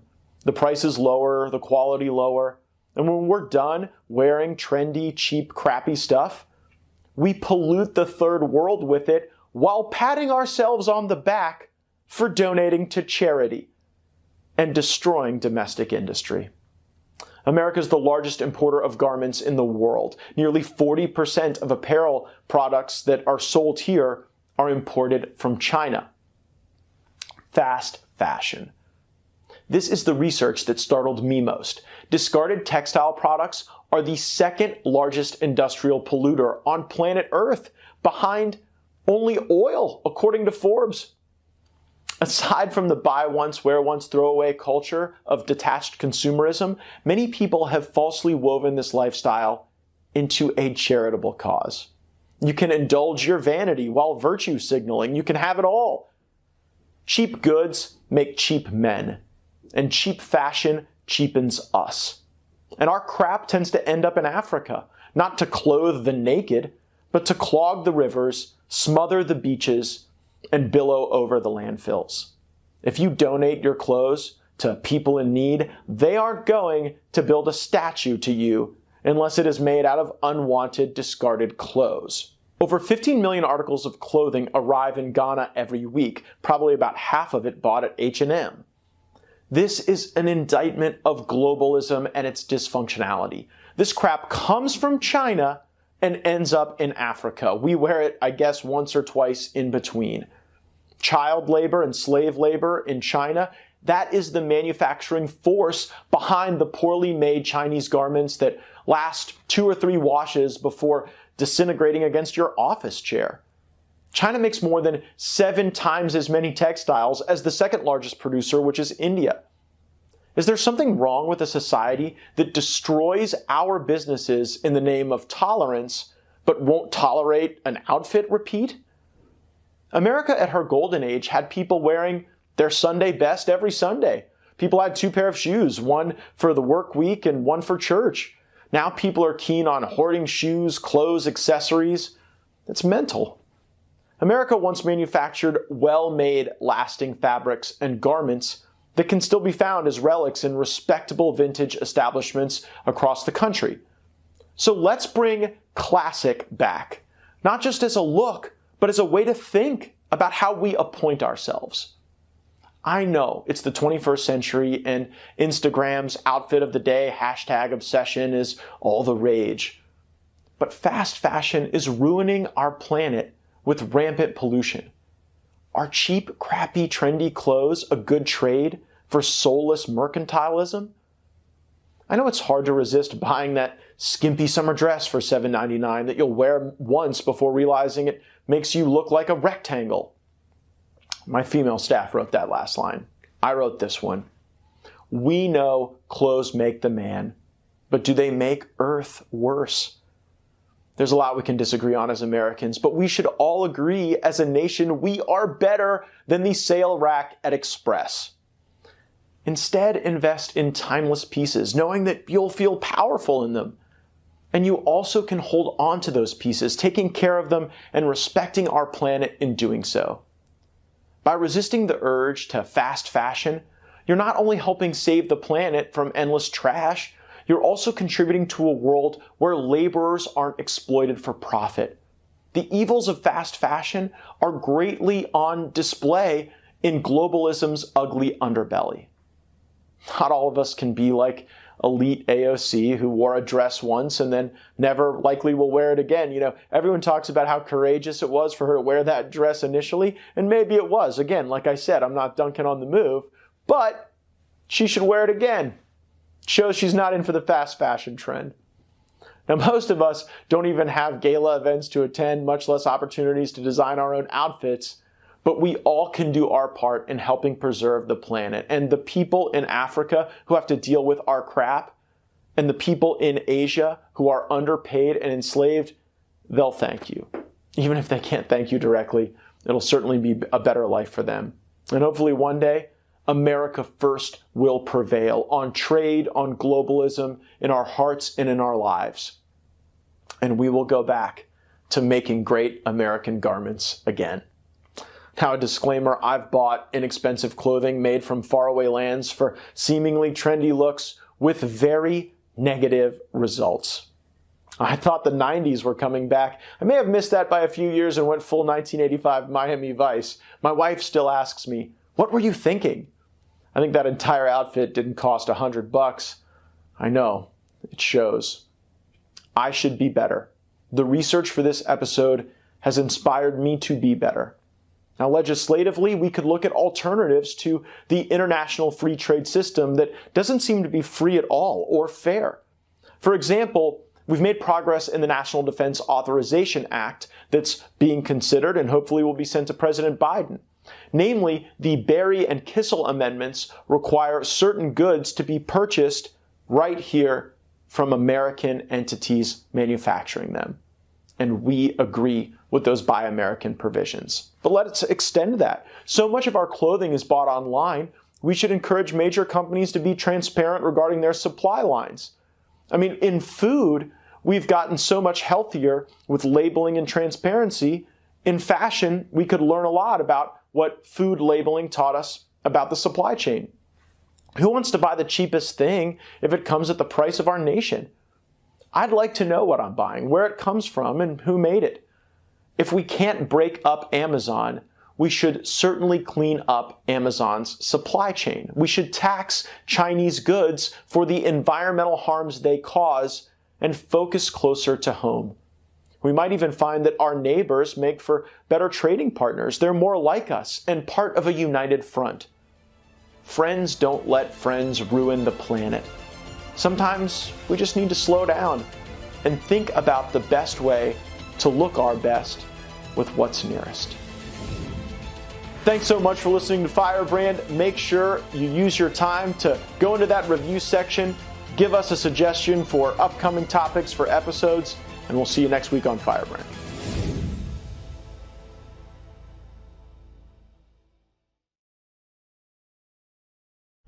Gaetz is making us proud. He's going to war with them Democrats. He's fighting for our freedom. He risked it all for the people, man. Turn them doubters to believers.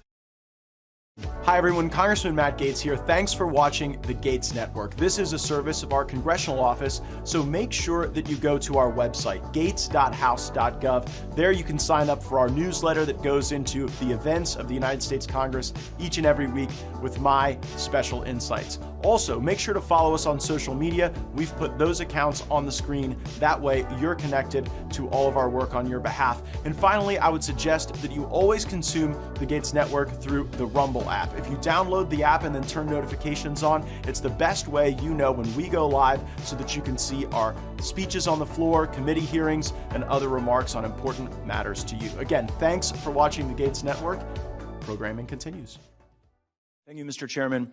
I'm very concerned about the influence of lobbyists in Washington, D.C. There's no prohibition against the Department of Justice hiring lobbyists to be prosecutors, is there? You mean former lobbyists, I hope? Yes, that's correct. Oh, there's no prohibition. And can you describe for us the specific vetting that the department does when professional influence peddlers are hired and given prosecuting authorities? Well, the hiring of assistant U.S. attorneys this is a career hire made in the different U.S. attorneys' offices. I mean for the Washington. I mean in Washington at DOJ, are there any special procedures that vet lobbying contracts or maybe who a lobbyist worked for before they're given prosecutorial authority? So again, I'm not sure what kind of person you're speaking with. If you're talking about line prosecutors, there is a background check. Everybody, I'm sure here is familiar with the SF-86, has to be filled out, includes all the people that you work for. The same is true in Maine Justice. But there's no special review for lobbyists as opposed to people who've been engineers or had any other career? I don't know, but I don't believe there's a difference, but obviously lobbying may Let's raise ask about conflicts. Political consultants. Political consultants are people who get paid to ensure that a candidate wins or loses an election, that a political movement is successful or unsuccessful. Is there any prohibition against hiring political consultants as prosecutors at the department? Again, I don't think that we're allowed to even look at people's politics. The question. No. It's not their politics. It's the profession of being a political consultant. There's no special vetting for them. I don't think that there's a specific prohibition. There is a requirement that once somebody becomes a prosecutor, just like when somebody becomes a judge, that they get rid of whatever preconceptions they had before and that they go forward under their new responsibilities and are subject to the ethics rules of their new We would hope that would be the case, Mr. Attorney General, but I tend to think that if people are in the influence peddling game or they're prosecutors, it can be kind of dangerous to mix those, to be an influence peddler for hire one day, to be a prosecutor the next, maybe to rotate back and forth among those careers. And it sounds like there's no special vetting for lobbyists or political consultants. Let me ask the question about partisan committee staff. We have partisan committee staff that you see here. Their job is to ensure that one party or another preserves or captures the majority, that legislative proposals are successful or not successful. No prohibition against the department hiring partisan committee staff as prosecutors, is there? As I understand it, every administration, including the one preceding this one, has hired people who have been committee staff. I don't think there's a statutory limitation. If the House of Representatives and the Senate think that partisan, or I'm not sure what. That's how Preparara got his job. He worked for Schumer, and then he ended up in the Southern District. So we have people who can be lobbyists and then prosecutors. We have people who can be political consultants and then prosecutors. We have people who can be partisan committee staff and then prosecutors. The public integrity section has jurisdiction over election integrity, correct? It has jurisdiction over election crimes, yes. Yes. So is there any prohibition against people who've been lobbyists, partisan committee staff, or political consultants actually going in and serving in the public integrity section, or is that allowed? Just say again, the hiring in the public integrity section is a career hire made under the civil service. It's not made. I know. I'm worried about their prior career, though. See, what I think is that if someone has been a political operative, to then put them in charge of election crimes, it's kind of like having the fox guard the hen house, don't you think? Oh, if you think that, that would be a perfect example of something the House should pass a statute barring people from particular professions from working in the Justice Department. And would you support that legislation? I'd have to look at what it is, and I have to look at whether it itself violates the First Amendment. But I don't think there have ever been any restrictions like that before. I appreciate your open-mindedness, and I hope that persists during your time at the department. Would you provide the committee a list of lobbyists, former lobbyists, or just former political consultants who work in the public integrity section, so that we might inform on the legislation that you've suggested we might consider? I don't intend to create a list of career officials and what their previous jobs were. So if there are people who literally were political operatives who have prosecuting authority in the area that oversees elections, you won't give us the list. I don't have any idea whether there is any such person. Time of the gentleman has expired. Matt Gaetz is making us proud. He's going to war with them Democrats. He's fighting for our freedom. He risked it all for the people, man. Turn them doubters to believers. The debate continues to rage across the country on how and if schools should reopen. With me now, Florida Congressman Matt Gaetz, whose home state is at the center of the reopening debate. Good evening, Congressman. Thanks for being with us tonight. Good evening. So, in Florida, there is this debate going on, and the president, of course, is calling for schools to reopen. Florida now is apparently in the midst of a rise in the coronavirus cases. How does this thing get resolved?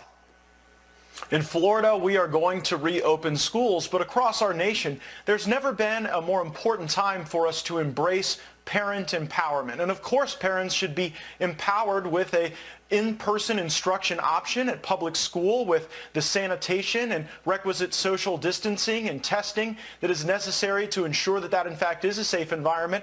But we should also do more to make sure that parents can keep more of their own money to raise and educate their own kids how they choose. Education should not be a government-run monopoly, and we should end the war that's gone on between public instruction and homeschooling for far too long. Well, but how do we do it if someone is going to a public school and they're talking about either not opening the schools or they're talking about, what is it, blended courses? What does that mean? You go part-time and then other kids go the rest of the time? How does this impact kids in their learning? we've seen a real impact to learning and learning gains as a consequence of coronavirus. Digital learning is not an end-all be-all, and when you don't have in-person instruction for some students, there really is an impact. So we've seen innovations like block scheduling, for example, used before, but in Florida, we're going to use sentinel testing and surveillance testing to make sure that we catch outbreaks sooner, and then we're going to improve the physical plant of schools so that we have more hand washing stations and sanitation stations, because ultimately we've got to protect not only the students, but we've got to protect the teachers and instructors as well. But the answer isn't just to wave the white flag of surrender. Instead, we should innovate. We should ensure that we've got more access to charter schools and private schools and even homeschooling. That'll take some of the pressure off of public schools and allow us to achieve our learning objectives. What about the teachers? There's a resistance, obviously, from the teachers union, which has historically aligned itself with the Democrats. How is that going to impact this whole fight? There may be some teachers that need the opportunity to retire early. Of course, we don't want people to make choices that they feel are unsafe. But I think with the right amount of testing on the front end, with the right amount of, I think, sanitation and social distance where applicable, we can keep teachers safe and we can ensure that students are not vectors for the disease. One thing we've learned during coronavirus is that young people who do not fear the disease are not going to comply with lockdowns and shelter-in-place orders. And so if they're going to be out and about, let's make sure they're learning and getting something as a value as a consequence. You know, I believe it was Nancy Pelosi this week who said about the toppling of statues, she didn't take them that seriously. I don't know if we have any sound on that, but you're familiar with the statement she made, correct? They're tearing down Lincoln, Winston Churchill, and Frederick Douglass. So this isn't about slavery or fascism or even race. There is an attempted cultural genocide going on in America right now, and it calls for patriots to stand up and say, this is a great country. It is worthy of our pride and our defense. The left wants us to be ashamed of America so that they can replace America. I love this country, and I think that we ought to do a lot more to push back against the hate that we're seeing. Well, what can we do to push back? I mean, you know, you just saw in the what's posted there that there are statues that are toppled, there are statues that are spray painted red. I mean, it's like this thing happens in the middle of the night, and there's absolutely no discussion. These looters, these anarchists come out, and I believe that's a church right there. They just come out and decide they're going to destroy something. Where do they get the right? They don't have the right, obviously, but how do we stop this?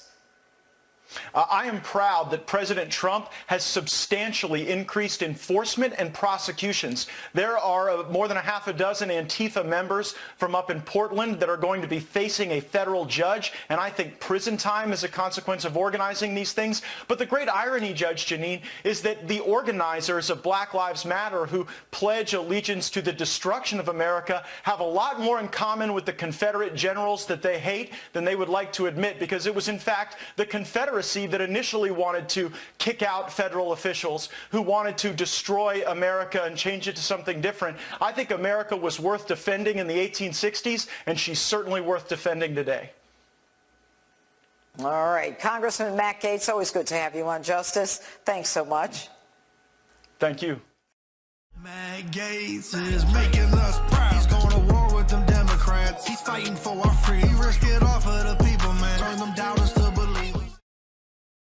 Hi everyone, Congressman Matt Gaetz here. Thanks for watching the Gaetz Network. This is a service of our congressional office, so make sure that you go to our website, gaetz.house.gov. There you can sign up for our newsletter that goes into the events of the United States Congress each and every week with my special insights. Also, make sure to follow us on social media. We've put those accounts on the screen. That way you're connected to all of our work on your behalf. And finally, I would suggest that you always consume the Gaetz Network through the Rumble app. If you download the app and then turn notifications on, it's the best way you know when we go live, so that you can see our speeches on the floor, committee hearings, and other remarks on important matters to you. Again, thanks for watching the Gaetz Network.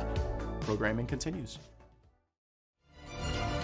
embattled Congressman Matt Gaetz. Matt Gaetz was one of the very few members in the entire Congress who bothered to stand up against permanent Washington on behalf of his constituents. Matt Gaetz right now, he's a problem for the Democratic Party, and he can cause a lot of hiccups in passing of laws. So we're going to keep running those stories to keep hurting him. If you stand for the flag and kneel in prayer, if you want to build America up and not burn her to the ground, then welcome, my fellow patriots. You are in the right place. This is the movement for you. You ever watch this guy on television? It's like a machine. Matt Gaetz. I'm a canceled man in some corners of the internet. Many days I'm a marked man in Congress, a wanted man by the deep state. They aren't really coming for me. They're coming for you. I'm just in the way. You know, just this week, Andy, in the House Armed Services Committee, the Biden administration sent Dr. Celeste Wallander, who is a top official at the Department of Defense, to walk us through the force posture that America ought to consider in Europe. And just get ready for the level of discomfort she had answering basic questions about what you just described, the lack of competence in the United States president. Take a listen. For God's sake, this man cannot remain in power. And you're going to see when you're there, and some of you have been there, you're going to see women, young people stand in the middle in front of a damn tank. And to clarify on chemical weapons, if chemical weapons were used in Ukraine, would that trigger a military response from NATO? It would trigger a response in kind. Dr. Wallander, we're not sending the 82nd Airborne into Ukraine, right? Correct. And regime change in Russia is not the policy of the United States, is it? Correct. And God forbid, if the Russians use chemical weapons, we would not respond by using chemical weapons against the Russian people, right? Correct. So why does the president keep speaking out against U.S. policy? Congressman, the president has made clear that he has not changed U.S. policy on regime change. No, but why does he speak against it? That he is appalled by the horrors, as I think we all are, of what Russia is wreaking in Ukraine. But how could it not confuse our allies and our fellow Americans to have the president saying the exact opposite of what you just correctly defined as U.S. policy? My understanding from allies is that they value U.S. leadership. They are confident in American commitment to the NATO alliance, and in particular, the president's words that the United States will deter Russian attack against NATO and defend every inch of NATO territory. That's all fascinating, but it doesn't get to the question of speaking directly against our policies. Does the Department of Defense assess that the president is likely going forward to speak against U.S. policy on other matters? Congressman, I can't speak to that. I don't believe that there's any such assessment. Do we have a plan in place for the next moment, right? Because this didn't happen once, it didn't happen twice, it happened 3 times on highly consequential stuff like regime change and chemical weapons and sending our service members into Ukraine. And so I sort of wonder whether or not we have to have contingency plans for a president who seems to be a little confused on those matters. And you're saying there is no such contingency plan? I'm telling you, Congressman, that the Department of Defense leadership is focused on sustaining and advancing American national security policy of this administration. Is the Department of Defense leadership frustrated by the president's statements against U.S. policy? Congressman, I think that is an inappropriate characterization of But it's the not a Defense characterization, Department's it's a question. commitment. Is the department leadership frustrated? I'm not characterizing. I'm trying to ascertain how hard this job must be to get our force posture aligned, to get our information operations that Mr. Giramendi asked about in line, when you've got a president who seems to be misaligned on these key questions. Congressman, I can only speak for myself. I think it's appropriate, and you have the right to ask the question. And so, speaking for myself, I'm sorry, but you can't badger the witness. If you ask a question, you got to give her at least 5 seconds to say something before you then interrupt. Badgering the witness, Andy. Was that badgering to you to ask the Department of Defense how they intend to deal with what is likely to occur in the future? I mean, we've seen it on 3 big things, but Do you think we've seen the last of Joe Biden speaking against U.S. policy? No. First of all, you were not badgering the witness. I thought you were overly kind to the witness, to be honest with you. I mean, she clearly did not want to answer an incredibly uncomfortable question like, yeah, we think our boss is losing it, okay? I mean, that's really what you're asking in a very nice diplomatic way, and she didn't want to answer that. But yeah, you're going to see more. I just wrote a piece about how would you like to be the cleanup team behind Joe Biden, and then when you go out there, he says, we're walking it back, and then he says, I'm not walking it back. But when you talk about this, clean up on aisle Biden is sort of the everyday standard. Yeah, they got that mop bucket on wheels rolling it around. But do we need better preparation and planning for the likelihood this is going to continue? Because I think you see just a series of these foreign policy failures, from Afghanistan to the inability to contain Vladimir Putin. We all know that big problems are coming with China. We focus on those issues a great deal. And so how should our own government think about preparing for the inevitability of these Biden gaffes and walkbacks? Well, they're going to happen. So I think the American people now know that he's degenerating, okay? He's mentally having difficulties. He can't get it out. So when I look at it, I'm much more concerned about what you just mentioned, which is, what do our opponents think? What do our foes, our enemies think? What does Putin think? I think the fact that Afghanistan went so bad and that Biden appears to be so incompetent and weak emboldened Putin. I think the same thing with Xi Jinping. I mean, these things we knew were potential, but they were at bay under a very strong leader in President Trump. But under a weak leader, you got Kim Jong-un, who's firing ICBMs over Japan on a regular basis now. You've got India being forced and pushed into the arms of China now, when they had a shooting war going on the border between India and China. And Biden says, we're going to sanction you. When you start looking at the international policy perspective, there's probably been, I can't think of a more, quite frankly, incompetent leader than Joe Biden, American leader than Joe Biden. I can think of a few other foreign leaders, but not a more incompetent American leader. And speaking of a lack of competence, we really are watching in Ukraine, Russia unable to bring all of the elements to the fight together at once. You know, I mean, we understand that when America goes into the fight, you've got your ground assets, your air assets, your cyber assets, your information assets, that you have to coordinate their entry to the fight. And the lack of command and control, the lack of materiel support seems to maybe have led us to the belief that we could have overestimated Russia. In that same armed services hearing, we saw Congressman Norcross, a Democrat, ask the question of General Waller, who commands American forces in Europe, have we misunderstood Russia? Take a listen.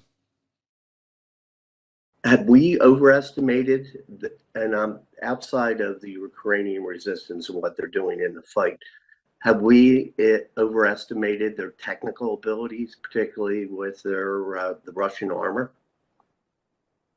We may have, Congressman, and I think once we get to the post-conflict phase, we need to go back to these very areas and make sure that we conduct a comprehensive all-domain after-action review and find out where our miscalculations were in our forecast.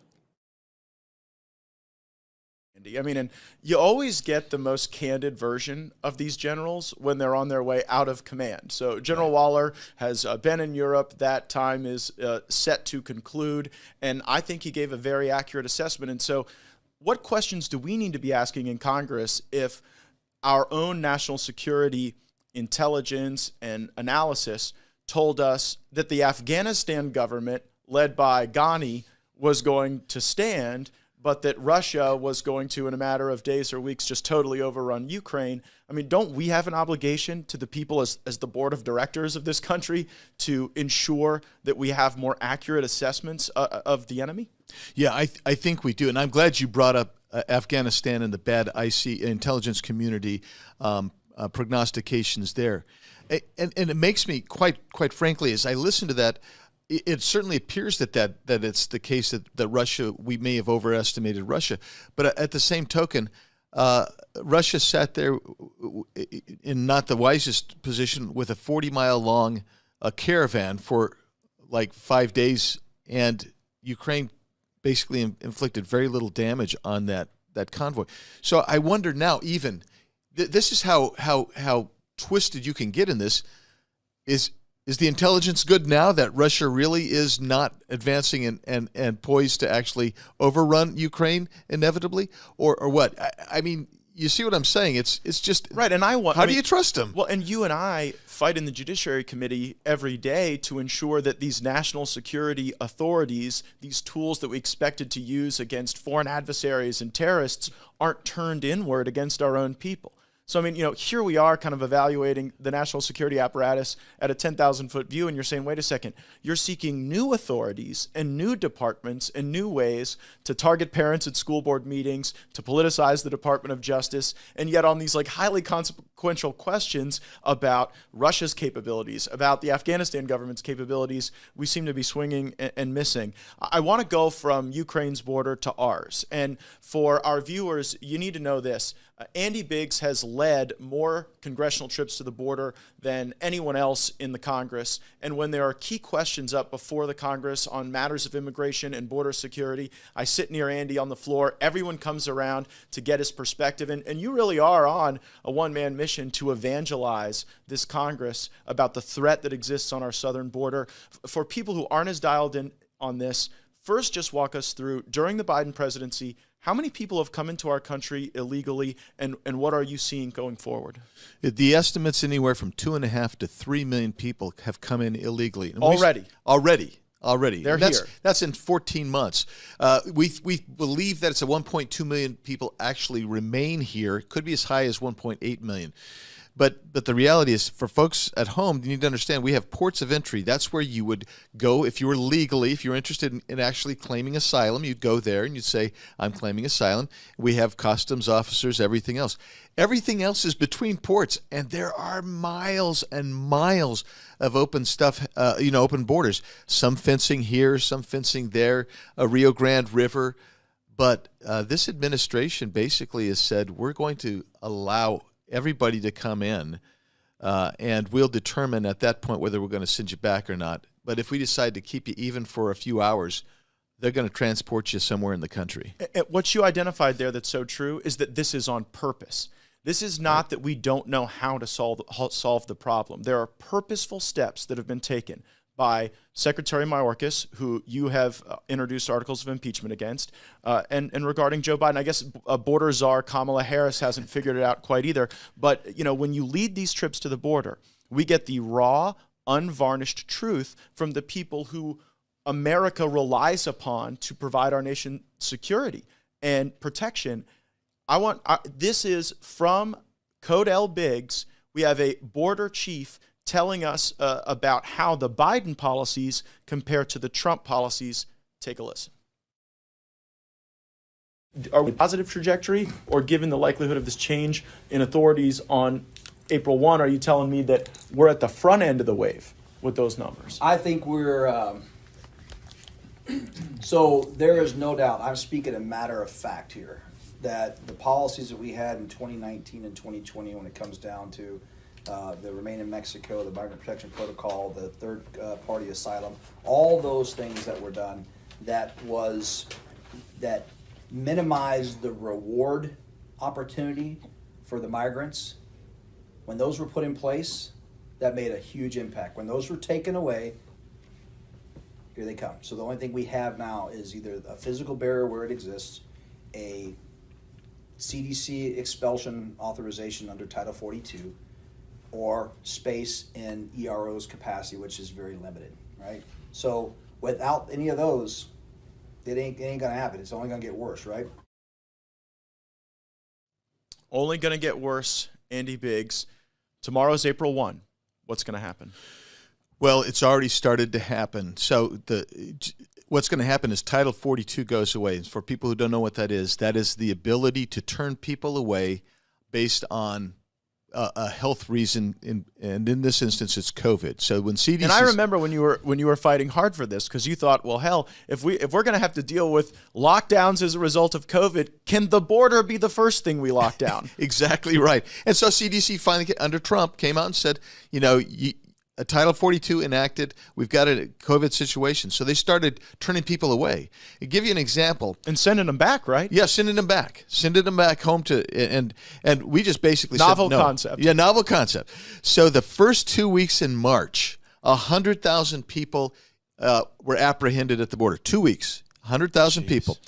Of those 100,000 people, we turned away about 49,000 of them under Title 42. We just sent them away. We brought in about 50,000, a little over 50,000 under Title 8, which is, we won't get into that.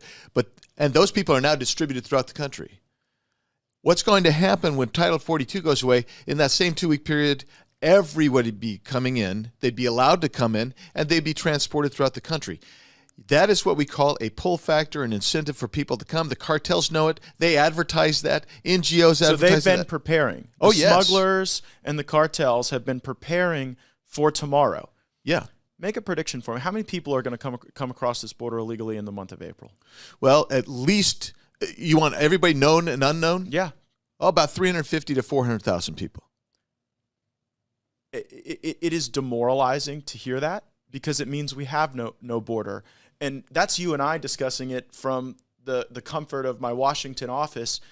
The morale of the heroes who are out there wanting to work for CBP is degrading in very dangerous ways. They have people like AOC in the squad calling them racist and evil, but these are patriots. And I want you to hear from one of them and react. You know, it's different when we're catching 100,000 pounds of marijuana and 50,000 pounds of kilo or coke, and we're putting people in jail. That's a whole different busy. That's a fun busy. That's calling your wife saying I'm working a double shift busy, not I'm doing my 8 and I'm getting out of here busy.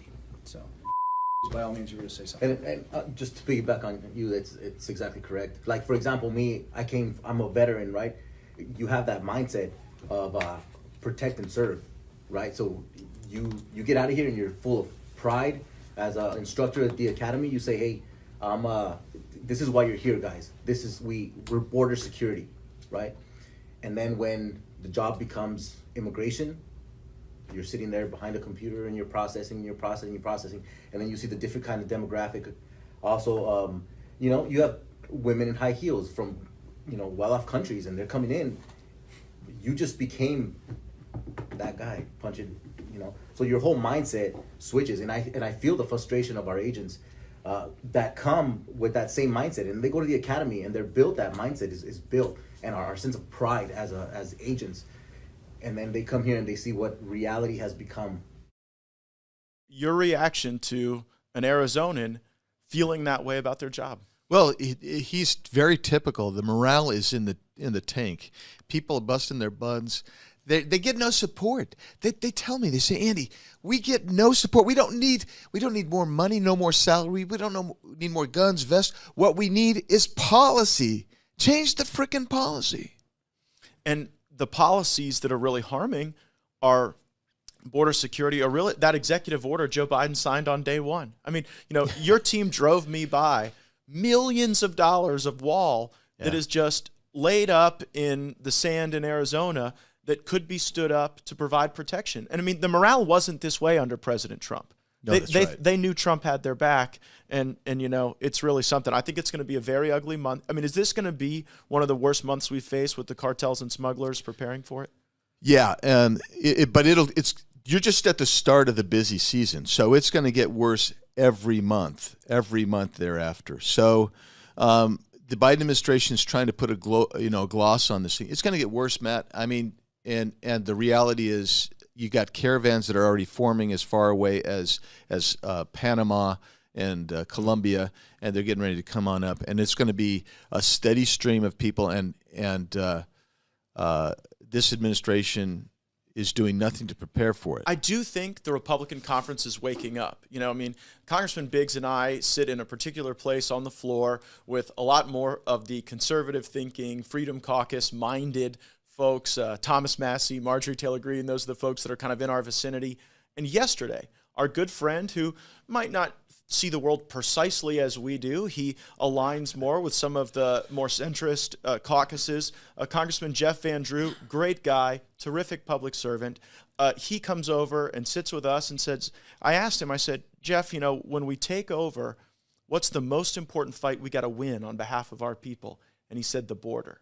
And what does it tell you that a former Democrat, more moderate-leaning Republican, from New Jersey, no less, understands this is the most important fight, and we did not prompt him on that. Yeah, I mean, the reality, Matt, is I'm reading stories even that moderate Democrats are complaining to Biden. You've got Arizona's senators who are not necessarily moderate, who are asking Biden, please do something.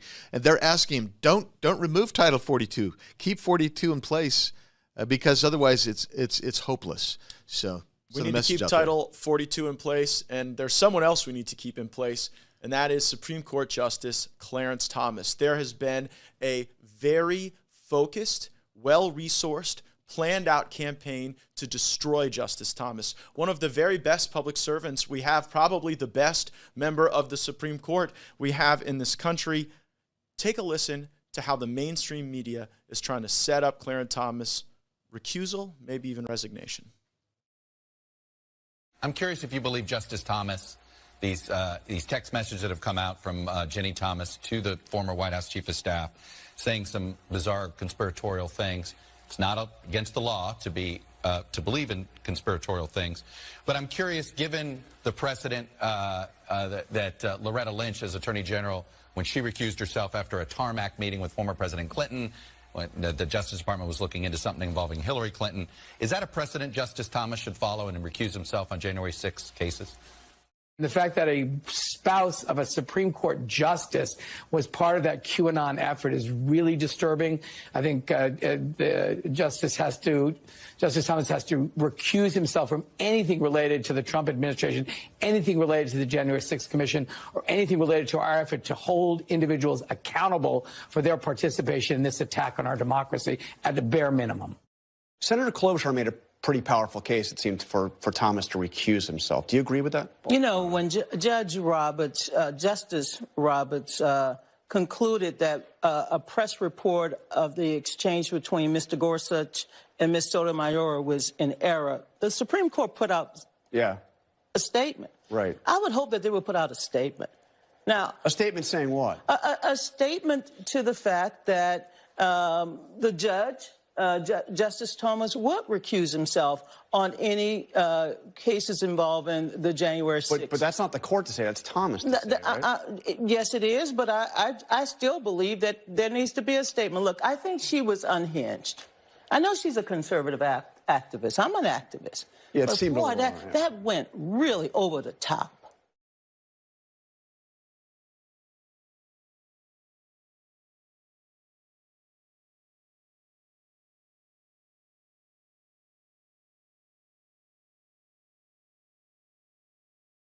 Andy, this is not just a smear attempt. This is a smear attempt with a very specific and focused goal: to get Clarence Thomas off the court. Your reaction? Well, they want to basically impeach him is the ultimate thing, because they want him off the court, and you're exactly right. Why do they want him off the court? I came to the conclusion many years ago that there's nothing more important to the left in America than abortion and protecting Roe v. Wade. And they're scared to death that Clarence Thomas, if he stays, that there's a potential that Roe You think this is about Roe. You don't think this is about January 6th. You No, think this not is at really all. about abortion. Absolutely right. Wow. That's a hot take, Andy. It is a hot take, but I think that's where it is. Look, they don't care. They don't care about the January 6th thing. January 6th, you're arguing is a veneer, that it is just that it is the tool that they are using to try to block changes that they ultimately think are coming from a court that is likely to overturn Roe. Exactly right. I mean, look, think about January 6th. You got an illegitimate committee in Congress. They have no real authority. The Supreme Court is not probably going to ever weigh into that political issue. They're using it as a distraction so that they can bring him in and say, oh, see here, we want to get rid of you. So he's not there on Roe v. Wade issues. That's what I believe. That would be deeply sinister, but it shows the depths that the left is willing to go to with a total assist from the mainstream media. I mean, you saw Chuck Todd, Donna Brazile, they were lined up ready to kind of set up Ocasio-Cortez and the left to make this impeachment push. If that impeachment comes, it'll be in the House Judiciary Committee. You could bet Andy Biggs and I will be there to defend Justice Thomas. Absolutely, 100%. Joe Biden released his budget. This is something that I think shows the values, priorities, goals, and objectives of his administration. Some key points that stood out to me: raising the corporate income tax rate from 21% to 28%, driving American dollars offshore. Of course, President Trump inherited the largest corporate tax rate in the world at 35%. We also see gun control in the Biden budget, $1.7 billion for ATF to continue their tracking and tracing of the gun sales that occur in our country that are not the business of the federal government. And then you and I are very America first when it comes to foreign policy. We stand frequently against the corrosive effects of globalism. $2.6 billion in the Biden budget for global gender equity, $200 million for the Gender Equity and Equality Action Fund, $1.8 billion for USAID. Andy Biggs, your reaction to the Biden budget? Well, the Biden budget is a total fiscal non-starter. It's malpractice all the way through. I can't let this go without just mentioning, because you mentioned some what I consider to be some of the most horrific parts of it, but the waste and fraud and the improper payments will continue to go out. And if they were a single funding unit of this budget, they would be the fifth largest funding portion of this budget. In other words, explain to people how fraud is actually number 5 in terms of what the American budget funds under the Biden plan. Yeah, so you're going to fund things like Medicare, Medicaid. You're going to fund the Defense Department. You're going to fund, then you start getting to things like our debt, and then you get into fraud and waste. Wow. And that's where it is. Right after debt service? Yeah, basically, yeah. Unbelievable. How much money in the budget should go to USAID? Zero. How much money should go to the UN? Oh, no, we should not be a member of the UN. The UN is... Oh, the Biden budget fully funds the UN commitment. Yeah, and well, they probably fully fund WHO and all these other multilateral institutions. World Bank, yeah, $1.4 billion for the World Bank. You think that's building anything in your neighborhood? No, it ain't touching. It ain't helping America. Let's put it that way. None of those multilaterals give a rip about America except for they want our money. When we get the majority back, will we write a budget that balances? Heavens no. Now, you and I are going to want to. But you have such low confidence in Republicans in the majority that you do not believe that they will present a balanced budget. No, they'll say we're going to balance it in 8, 10, 12 years, and this is how we're going to get there, blah, blah, blah, blah, blah. Aspirational balance. Aspirational balance. But they never want to make the hard decisions, and that's what it takes. I remember when Paul Ryan told us that the budget wasn't real. Yeah, I do too. And so we should just be willing to vote for an unbalanced budget. And we asked the question of Paul Ryan, the former budget chair, well, if the budget isn't real, could it at least balance? Exactly right. We couldn't even get the not real budget to balance. Yeah, and I don't want to get in the roots of this thing, but I mean, when you and I were there, and he said that, I could not believe what I was hearing. But the idea was because we needed to do it with all these crazy procedures and processes to do another bad bill that they wanted to do because he said the Senate won't do it. I am so sick and tired of that excuse, well, the Senate's not going to do it. How about we and members of the House do our job? Amen. And then put the pressure on those guys. Members of the House, do your job. Andy Biggs told you how to do it. Secure the border, balance the budget, protect folks like Clarence Thomas who are advancing the interests of American liberty, and let's make sure that in Ukraine we don't have a president who is falling and stumbling all over himself, all over the world. Andy, thanks for being here for this historic moment. I want to thank our congressional staff, particularly our communications team led by Joel Valdez, for putting together the show. You can always listen on your podcast listening platform of choice. Make sure to subscribe and be on those video channels so that you get our live updates. We'll be back tomorrow with a live deep dive into the Hunter Biden laptop, the chain of custody, how it was introduced to the Judiciary Committee. You won't want to miss it. Thanks for joining. Matt Gaetz is making us proud. He's going to war with them Democrats. He's fighting for our freedom. He risked it all for the people, man. Turn them doubters to believers. Thank the gentleman for yielding. Well, we have heard the plan from Democrats. This is not a modest trimming around the edges of gun laws. It has been a full-throated assault on the Second Amendment, a desire to deprive people of the weapons that they choose at the age that they achieve majority. And we've heard countless examples of where the good guy with the gun has been the difference between more or less bloodshed. But this is particularly an aggrieved time to bring this legislation forward, because we heard the Speaker of the House recently say that members of the Republican Party were members of a cult. So you now have House Democrats demeaning, defaming, calling extremists tens of millions of Americans while they try to disarm you and then subsequently defund the police. And so no good guys are coming when the woke mob ends up at your door. That's their plan for America, and gun control, unrestrained gun control, is a key part of it. And just like they said, they'll pack the court, they'll blow up the filibuster, they'll abuse every more of this place for the opportunity to take down the Second Amendment. That's what's at issue. That's what we're fighting for. And Republicans in the United States Senate should not sign up for this charade. They should stand with our fellow Americans for the Constitution and with American gun owners. I yield back to the gentleman from Ohio. Matt Gaetz is making us proud. He's going to war with them Democrats. He's fighting for our freedom. He risked it all for the people, man. Turn them doubters to believe. Hi everyone, Congressman Matt Gaetz here. Thanks for watching the Gaetz Network. This is a service of our congressional office, so make sure that you go to our website, gaetz.house.gov. There you can sign up for our newsletter that goes into the events of the United States Congress each and every week with my special insights. Also, make sure to follow us on social media. We've put those accounts on the screen. That way, you're connected to all of our work on your behalf. And finally, I would suggest that you always consume the Gaetz Network through the Rumble app. If you download the app and then turn notifications on, it's the best way you know when we go live, so that you can see our speeches on the floor, committee hearings, and other remarks on important matters to you. Again, thanks for watching the Gaetz Network. Programming continues. Embattled Congressman Matt Gaetz. Matt Gaetz was one of the very few members in the entire Congress who bothered to stand up against permanent Washington on behalf of his constituents. Matt Gaetz right now, he's a problem for the Democratic Party, and he can cause a lot of hiccups in passing of laws. So we're going to keep running those stories to keep hurting him. If you stand for the flag and kneel in prayer, if you want to build America up and not burn her to the ground, then welcome, my fellow patriots. You are in the right place. This is the movement for you. You ever watch this guy on television? It's like a machine. Matt Gaetz. I'm a canceled man in some corners of the internet. Many days I'm a marked man in Congress, a wanted man by the deep state. They aren't really coming for me. They're coming for you. I'm just in the way.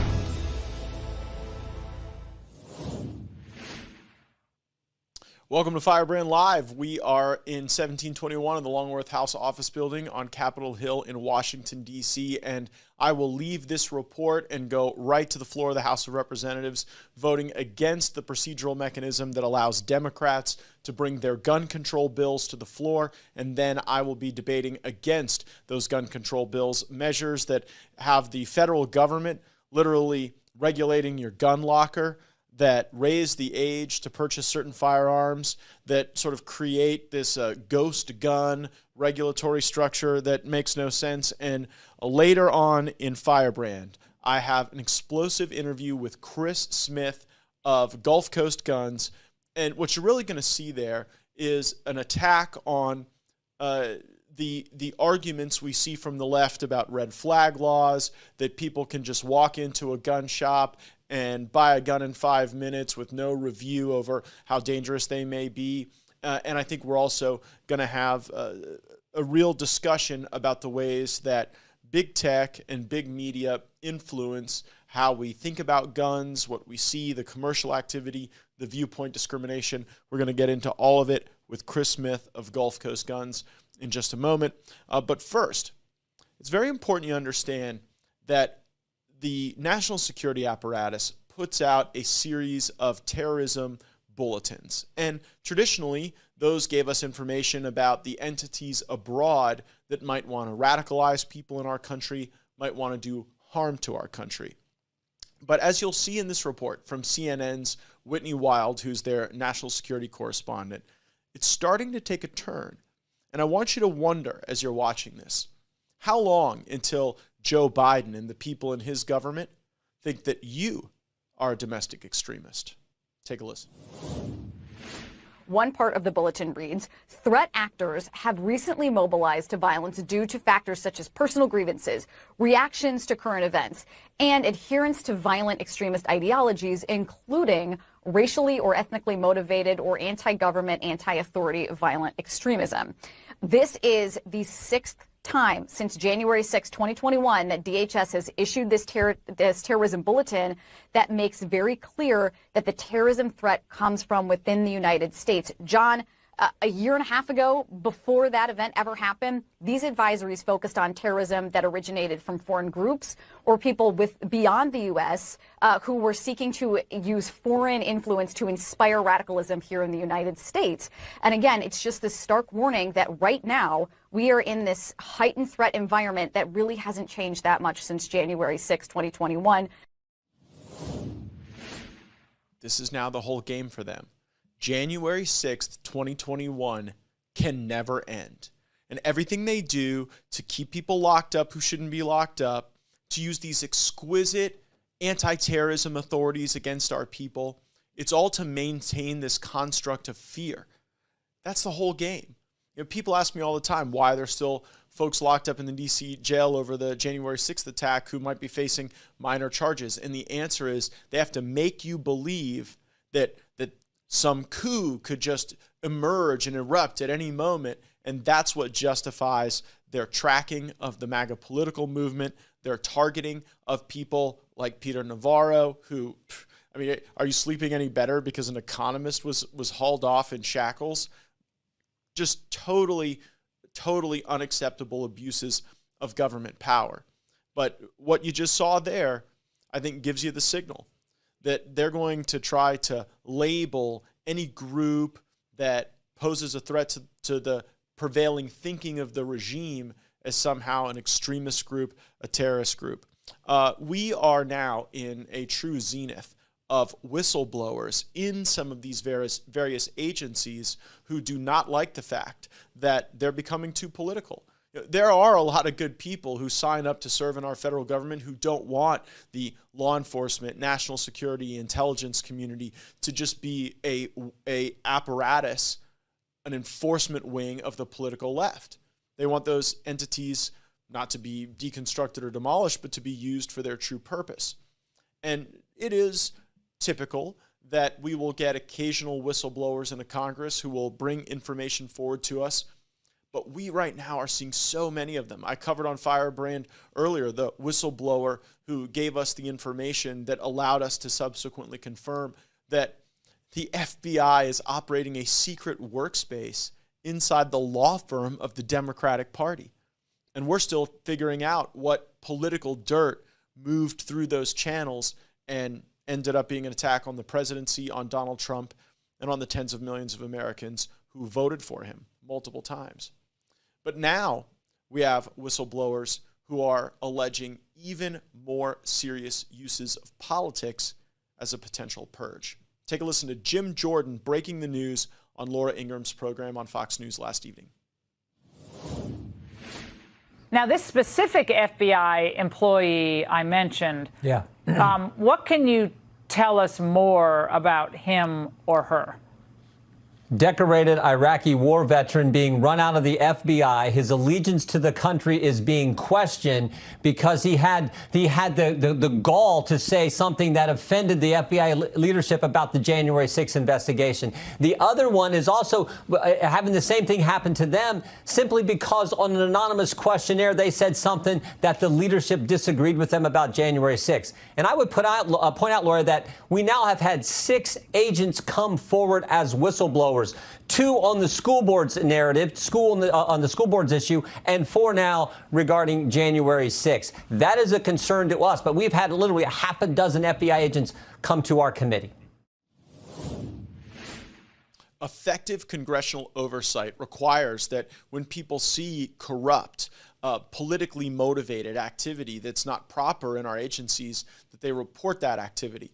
And Jim Jordan and I, we take incredibly seriously the trust that's been placed in us by those who have already come forward. And if there are others, we will be here to receive your story, to evaluate it, and to certainly see that we ask the tough questions that are necessary so that we do not fall into a tyranny in this country.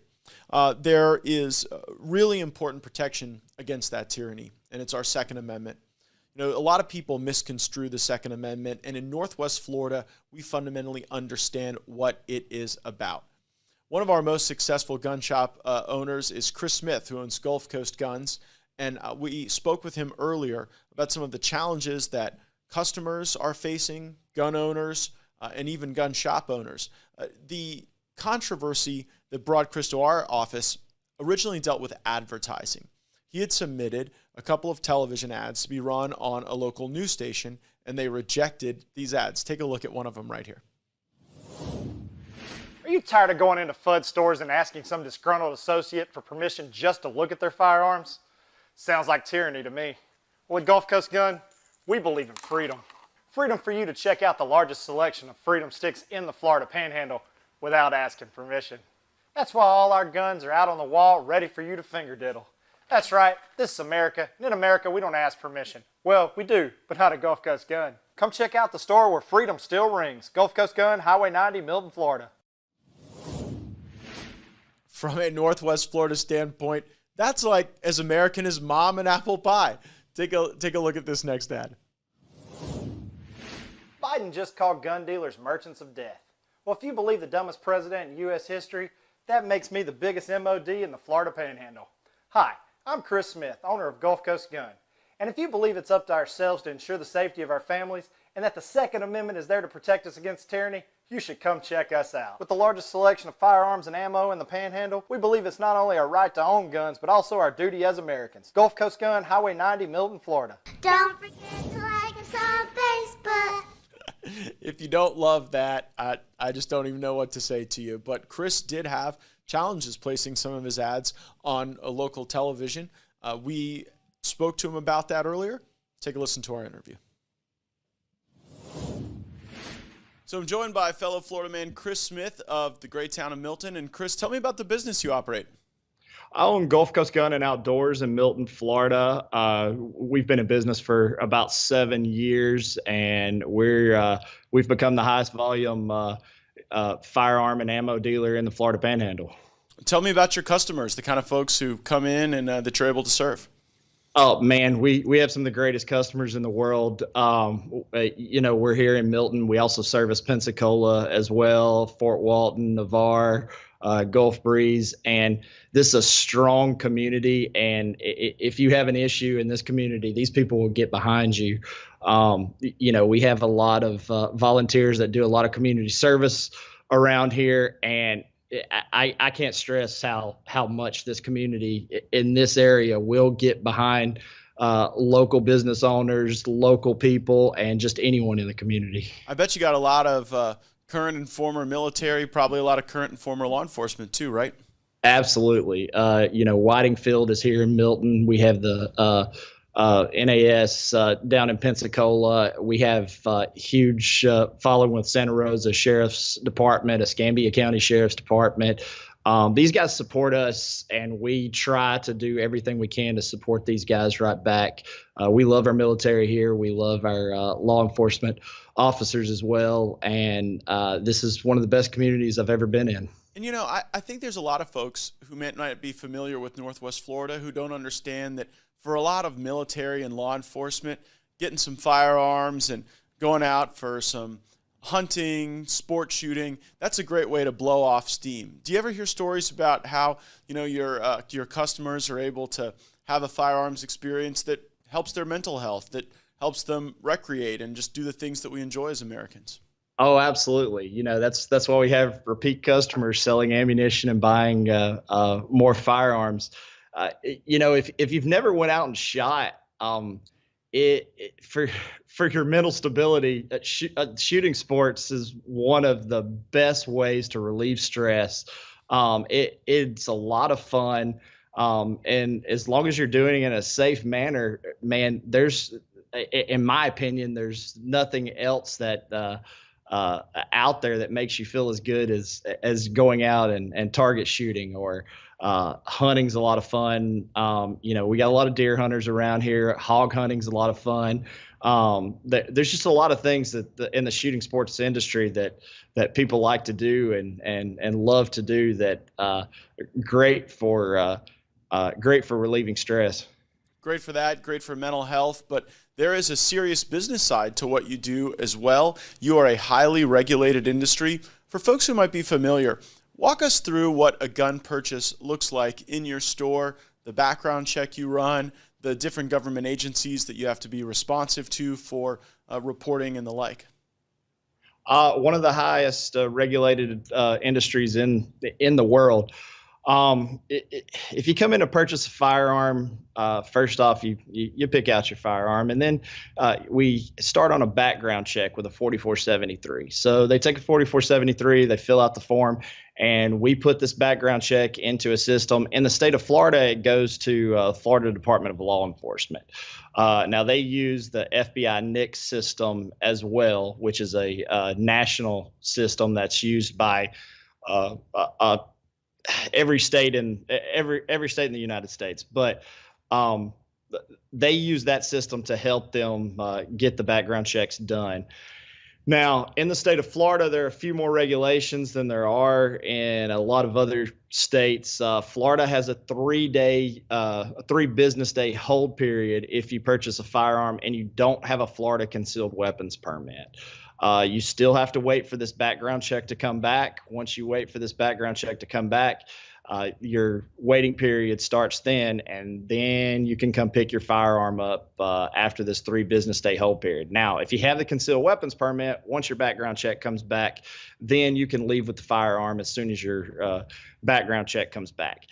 Sometimes those background checks take a while. Yesterday we were seeing 3-4 hour waiting times on background checks. So like some of the liberal media says, you don't just walk in to a gun store and walk right out in 5 minutes with a firearm. That's just not the case. And so you've got this business, you've been operating for years, you've been serving our local military community, our veteran community, our law enforcement community. You're complying with all of these layers of regulations to meet the needs of the state, but also the needs of your customers. And you create an advertisement to, as just about any business would do, whether you're selling firearms or paper clips, I guess you need advertising, right? And tell us about the challenges you've had in placing that advertising in our community. Well, it's tough already. We have a big Facebook following already. I've gained that Facebook following through lots and lots of promos, through lots of giveaways, through lots of things we've done for the community. But first off, Facebook is censoring us hard now. We have 32,000 Facebook followers. A lot of our posts are only reaching 200 or 300 people. They're shadow banning our posts. We've been doing radio ads. We've been doing television ads. We're spending good money on television ads, and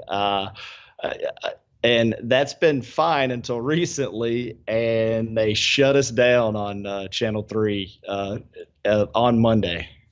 So the email that I received said that they were following guidelines from the Brady Center to Prevent Gun Violence. Anybody that's ever checked out this nonprofit organization, this is not a federal organization. It is a nonprofit. It is a far left anti-gun lobbyist group. And the fact that they were using their guidelines for their publications is absurd. I mean, I asked them as well, why not just use the NRA or Gun Owners of America's guidelines? Because it's the same scenario, but it's a completely opposite end of the spectrum. Well, and whether it's big tech, farming out the ability to give shadow banning authorities to far left-wing groups, or even a local TV station. And the local TV station doesn't own the airwaves. The public, the American people, own the airwaves. They simply have the right to transmit content on those airwaves in exchange for them providing the public service of being a network that people are able to access. And so how do you feel that, the airwaves that are owned by the public are now controlled by the Brady lobby, and they get to filter what the public sees as far as advertising? Oh, I'm very upset about it, of course. If you watch any of Gulf Coast Guns Facebook spots or anything that we've done in the local community, we're very vocal about the Second Amendment. We're very vocal about the First Amendment as well. And the fact that they're censoring anything, and like you said, they don't own the airwaves.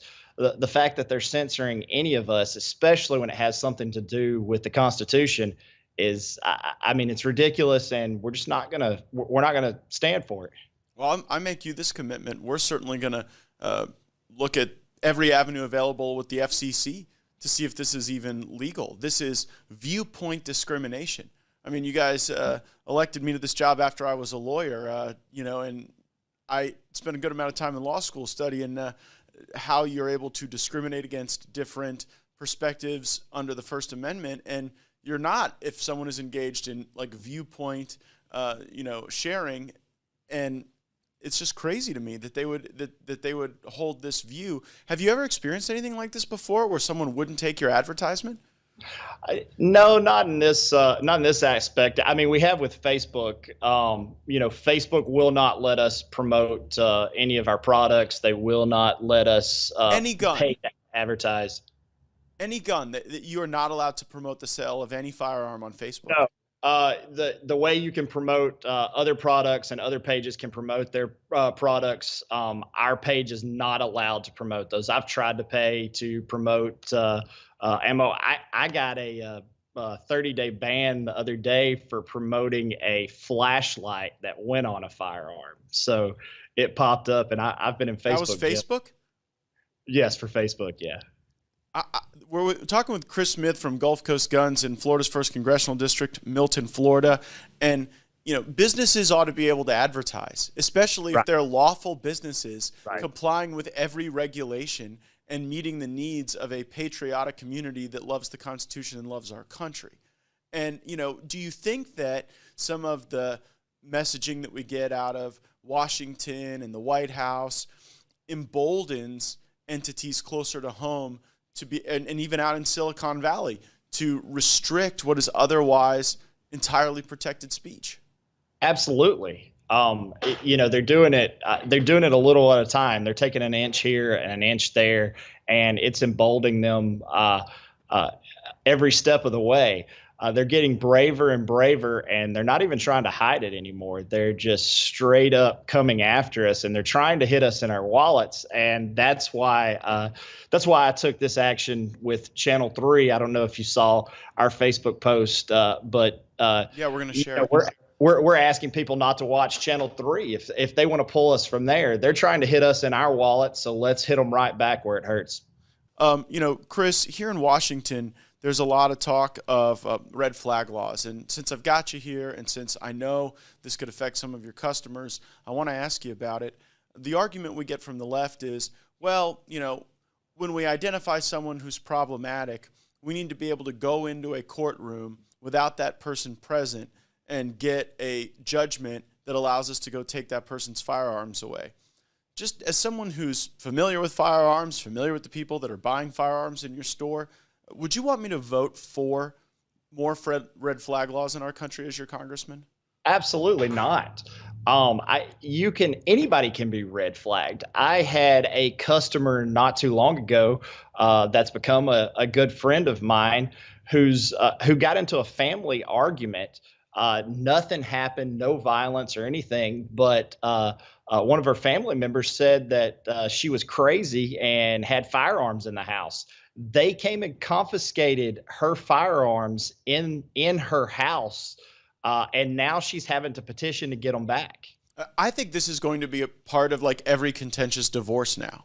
I think that like when people are getting divorced, this is just going to be a thing that's used to create leverage for custody or alimony or whatever, and our rights shouldn't be subjected to that. In addition to the Facebook post that you made that we're going to share with our audience here, what's your strategy now for dealing with this coordinated effort from big tech and big media to silence the existence of your law-abiding business? So, we're looking at every avenue. There's other social media platforms out there that we are trying to get a following on as well. It's tough. It took us years to build up our Facebook following. It's going to take us years to build up followings on these other social media platforms. But, we're getting out there in local news. We have our name out there in the community. We do lots of community outreach here. We help with a lot of charities around here, and we don't do that for publicity, but that has gotten our name out in the community as well. And people are starting to give us their information to contact them directly. People are sick of these news sources, these channels that are discriminating against the First and Second Amendment. They're sick of social media that's discriminating against the First Amendment, the Second Amendment, and they're getting fed up. So they are coming to us now. They're wanting to be reached by text message. They're wanting to be reached through email.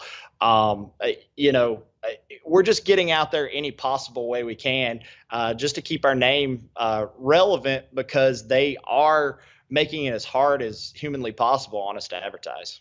My prediction is that this spasm into more gun control in Washington, D.C. is actually going to create a whole lot of customer interest in Northwest Florida for your business. Because I think people are going to see this and they're going to say, wait a second, are certain firearms going to just be banned capriciously? I mean, that's what they're talking about, just banning the AR-15, without really a whole lot of thought behind it, or really an understanding of how people use AR-15s.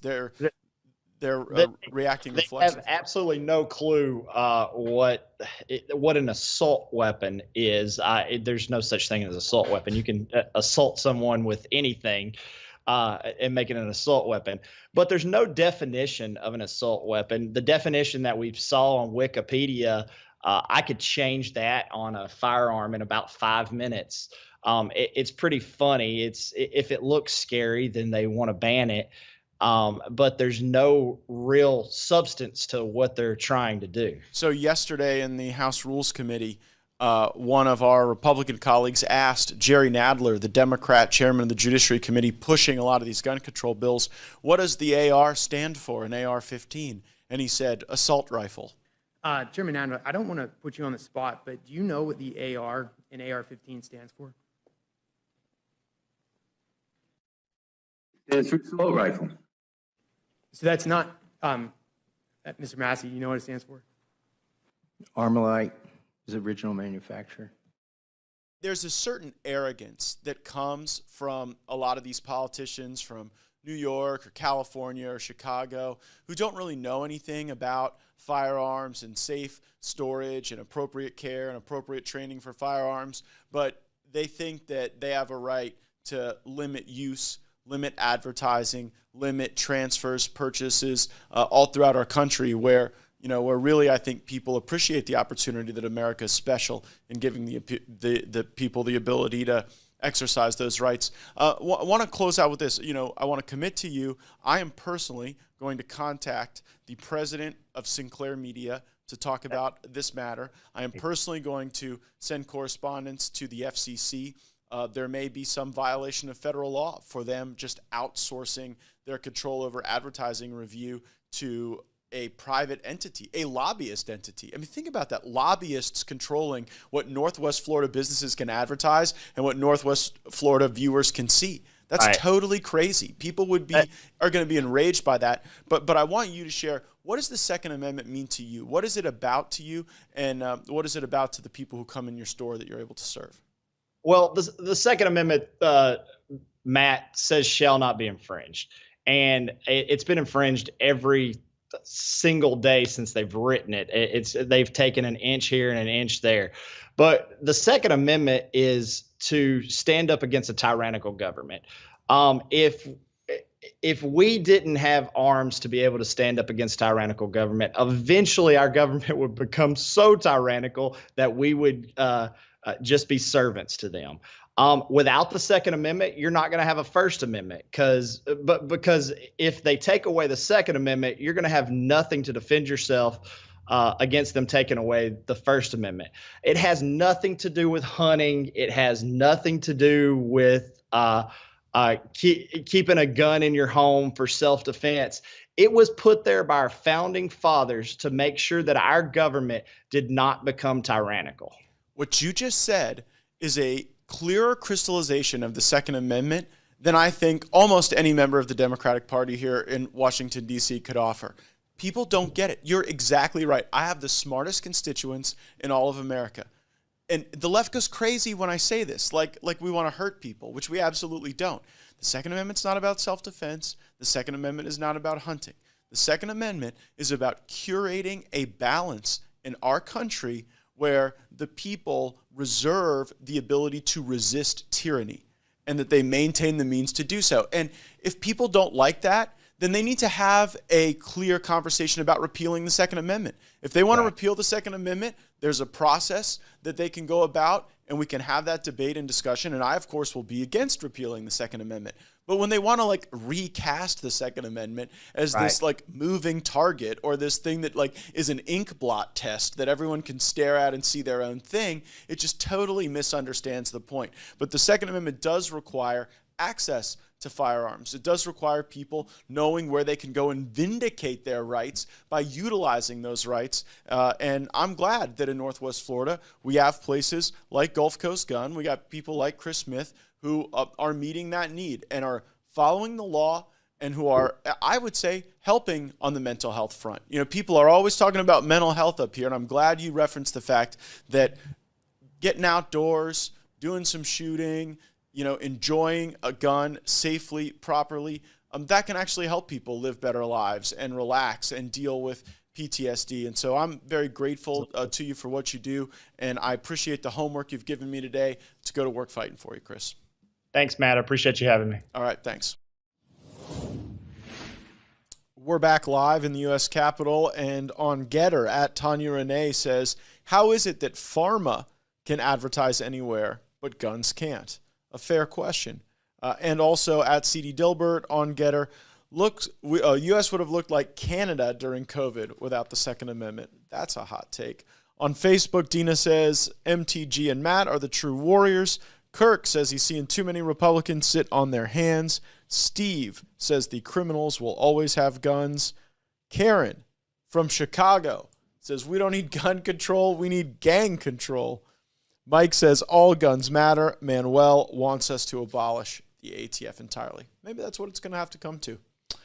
I have good news. As I committed in my discussion with Chris, I spoke with the senior leadership at Sinclair, which is the parent company that owns WEAR Channel 3, that did not run these particular ads that I showed you earlier in the program based on their adherence to the Brady standards. And here is the feedback that I got back from Sinclair. First of all, they want to reiterate, they are pro-Constitution and they are pro-Second Amendment. They said that there are many networks, there are many news organizations, there are many cable channels that will not accept any advertising at all under any circumstance for firearms or ammunition or gun stores, even things like body armor. And they do not hold that paradigm. And frankly, that paradigm is pretty anti-American from my standpoint.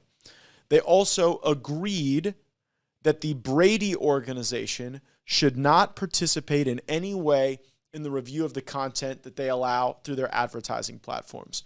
I believe that that policy is going to change now at Sinclair Media, and I believe that Chris Smith at Gulf Coast Guns being involved, being active, putting his story out there is one reason why this positive change is very likely to take place. And I think that when we criticize bad decisions or bad employment of the rules, we also ought to congratulate and be, I think, appropriately laudatory when people see the error of prior ways. And it is true that the Brady organization has become increasingly more of a lobbying organization, more of a political organization, more of a leftist organization now than probably they were decades ago. And so it's good to see Sinclair make that realization. And it's my hope that with Sinclair realizing that the Brady organization shouldn't be involved in the decision-making, taking another look at kind of the theme and tone and context of these ads that we'll see them on TV, or a version very similar to them in Northwest Florida. But I am grateful to Sinclair for seeing that this was sort of a flaw in their regulation on content, and that flaw is going to change. Keep in mind, Sinclair, they get called alt-right about every other day because they typically don't filter as much as some of the other organizations that own local news. I mean, in my experience with Sinclair, a lot of times they give you the microphone, and what you say is what you say, and that's the news that they want to report. And that's a healthy thing for our democracy, to not have entities like MSNBC and CNN or ABC or CBS News that want to act like they're neutral and unbiased. But in fact, it's quite the opposite. They are but the communications wing of the political left in many cases. The same cannot be said of Sinclair. And so I'm hopeful that we're able to get this resolved, and it sounds like there's a policy change coming. Thank you guys so much for tuning in to Firebrand. I'm going to get down to the floor, vote against this gun control, debate against this gun control, and hopefully show a brighter path ahead for America. Thanks so much. Subscribe, have those notifications turned on. And, red flag law is one of the things we're going to be talking about soon in the Congress, and I think persistently over the next few weeks. So if you've got good arguments on the red flag issue, why don't you leave that in the comments section, either on Apple Podcasts, Spotify, or whatever your viewing or listening platform is of choice. Roll the credits. Matt Gaetz is making us proud. He's going to war with them Democrats. He's fighting for our freedom. He risked it all for the people, man. Turn them doubters to believers.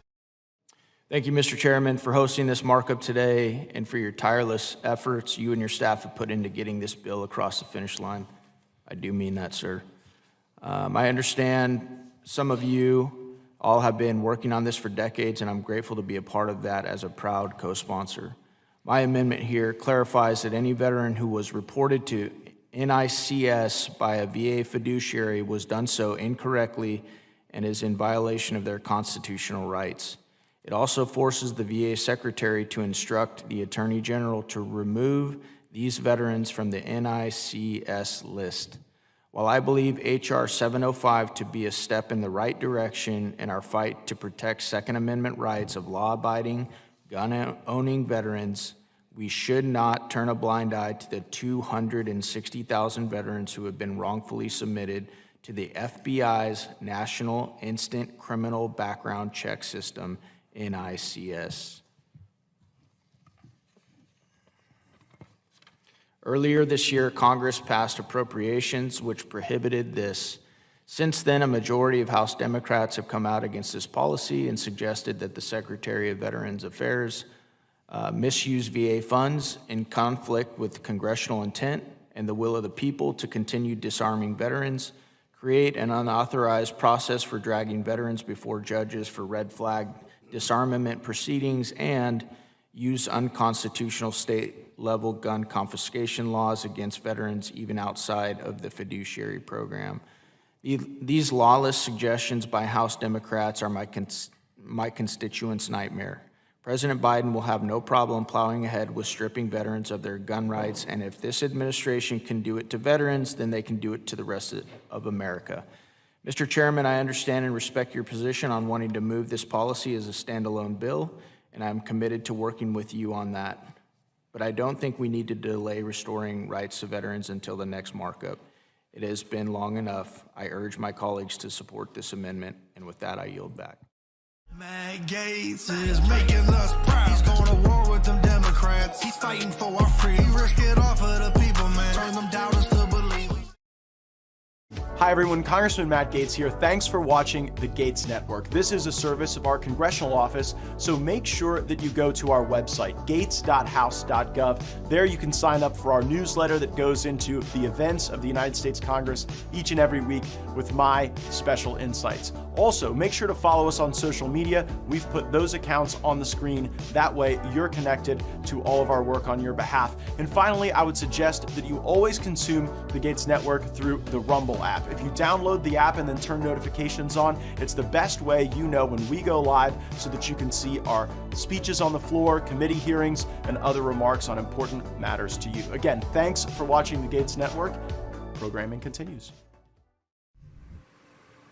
All right, folks, the fake news media is at it again. Leftists are now targeting Congressman Matt Gaetz over comments at an America First rally in Dalton, Georgia yesterday. But the thing is, some devious liberal deceptively edited the speech to make it look like Gaetz was calling on people to shoot Silicon Valley employees.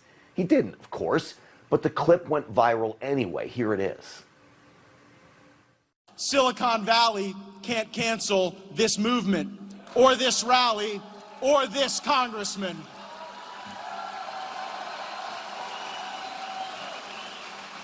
We have a Second Amendment in this country, and I think we have an obligation to use it. All right, see, he's talking about two different things there. Of course, it was taken out of context when you edit it that way. He was talking about the First Amendment with respect to Silicon Valley. Then he pivoted to the Second Amendment and its history. We'll play you the full clip, okay? The clip the news will not play for you. Watch for yourselves here. We have a First Amendment right to speak and assemble, and we better use it. Silicon Valley can't cancel this movement or this rally or this congressman.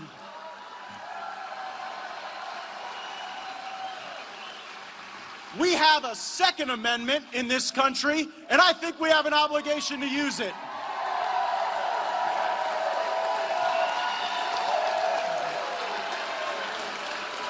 The Second Amendment, this is a little history lesson for all the fake news media. The Second Amendment is not about hunting, it's not about recreation, it's not about sports. The Second Amendment is about maintaining within the citizenry the ability to maintain an armed rebellion against the government if that becomes necessary. I hope it never does. All right, so context, folks, is everything. Leaving out the beginning and the end of that comment amounts to nothing short of deception. Well, joining me now is Republican Congressman of Florida, Matt Gaetz. Congressman, welcome to the program. Thanks so much for having me, Grant. Another day, another series of mainstream media lies about me. It's as if they've gone straight from Trump derangement syndrome to Gaetz derangement syndrome. Marjorie Taylor Greene and I are hosting these America First rallies all over the country.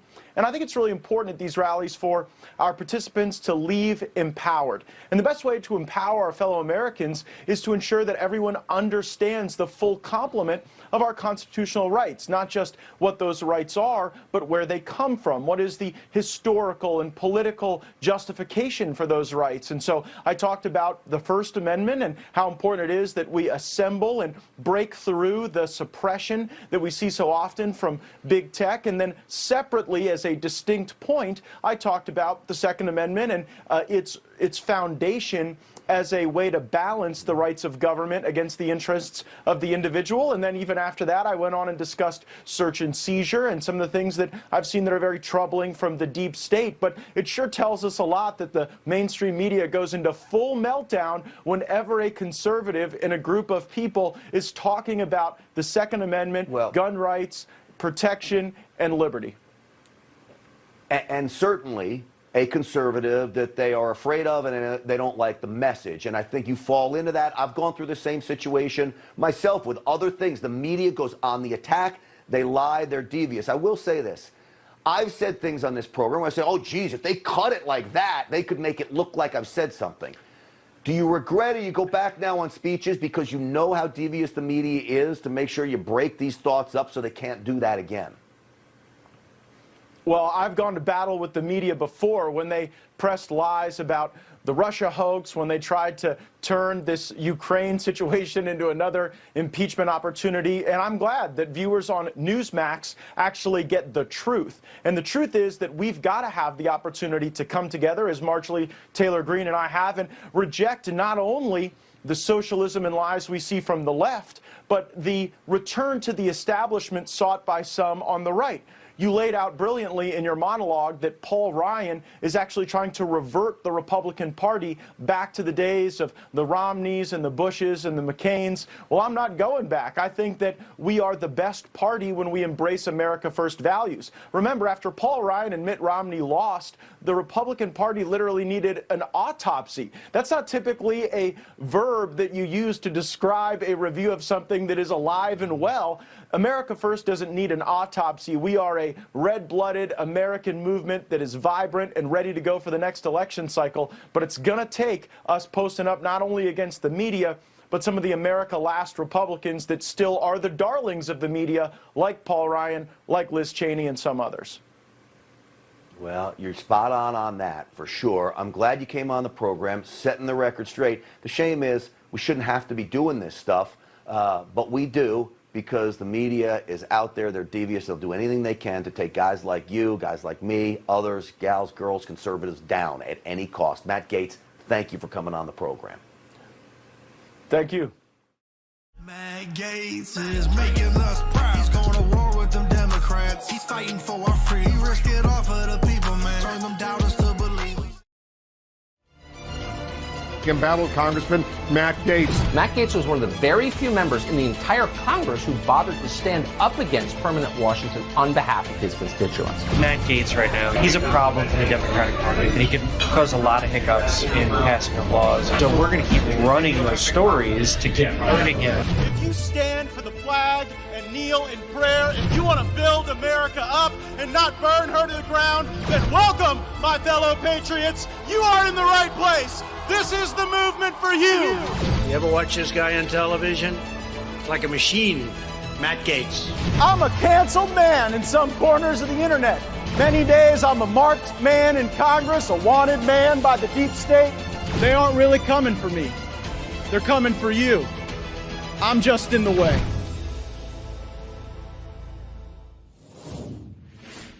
If I hear one of my MAGA friends once again talk about debt and deficits, I'm going to be good. Look, this is not your father's Republican Party. This is a different deal. It really is. I've worked with a lot of honorable Republicans, very conservative Republicans over the year when I was a senator. But this is the MAGA gang. This is the MAGA crowd. I really mean it. They have a fundamentally different view of the role of government and who should pay what.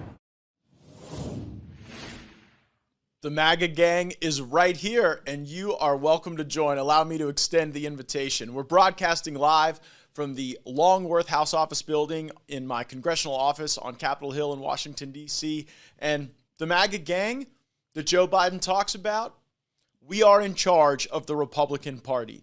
That is the thesis in a huge piece just published by Time Magazine this morning. Molly Ball has the byline, How the MAGA Squad is Building Power to Control the Next Congress.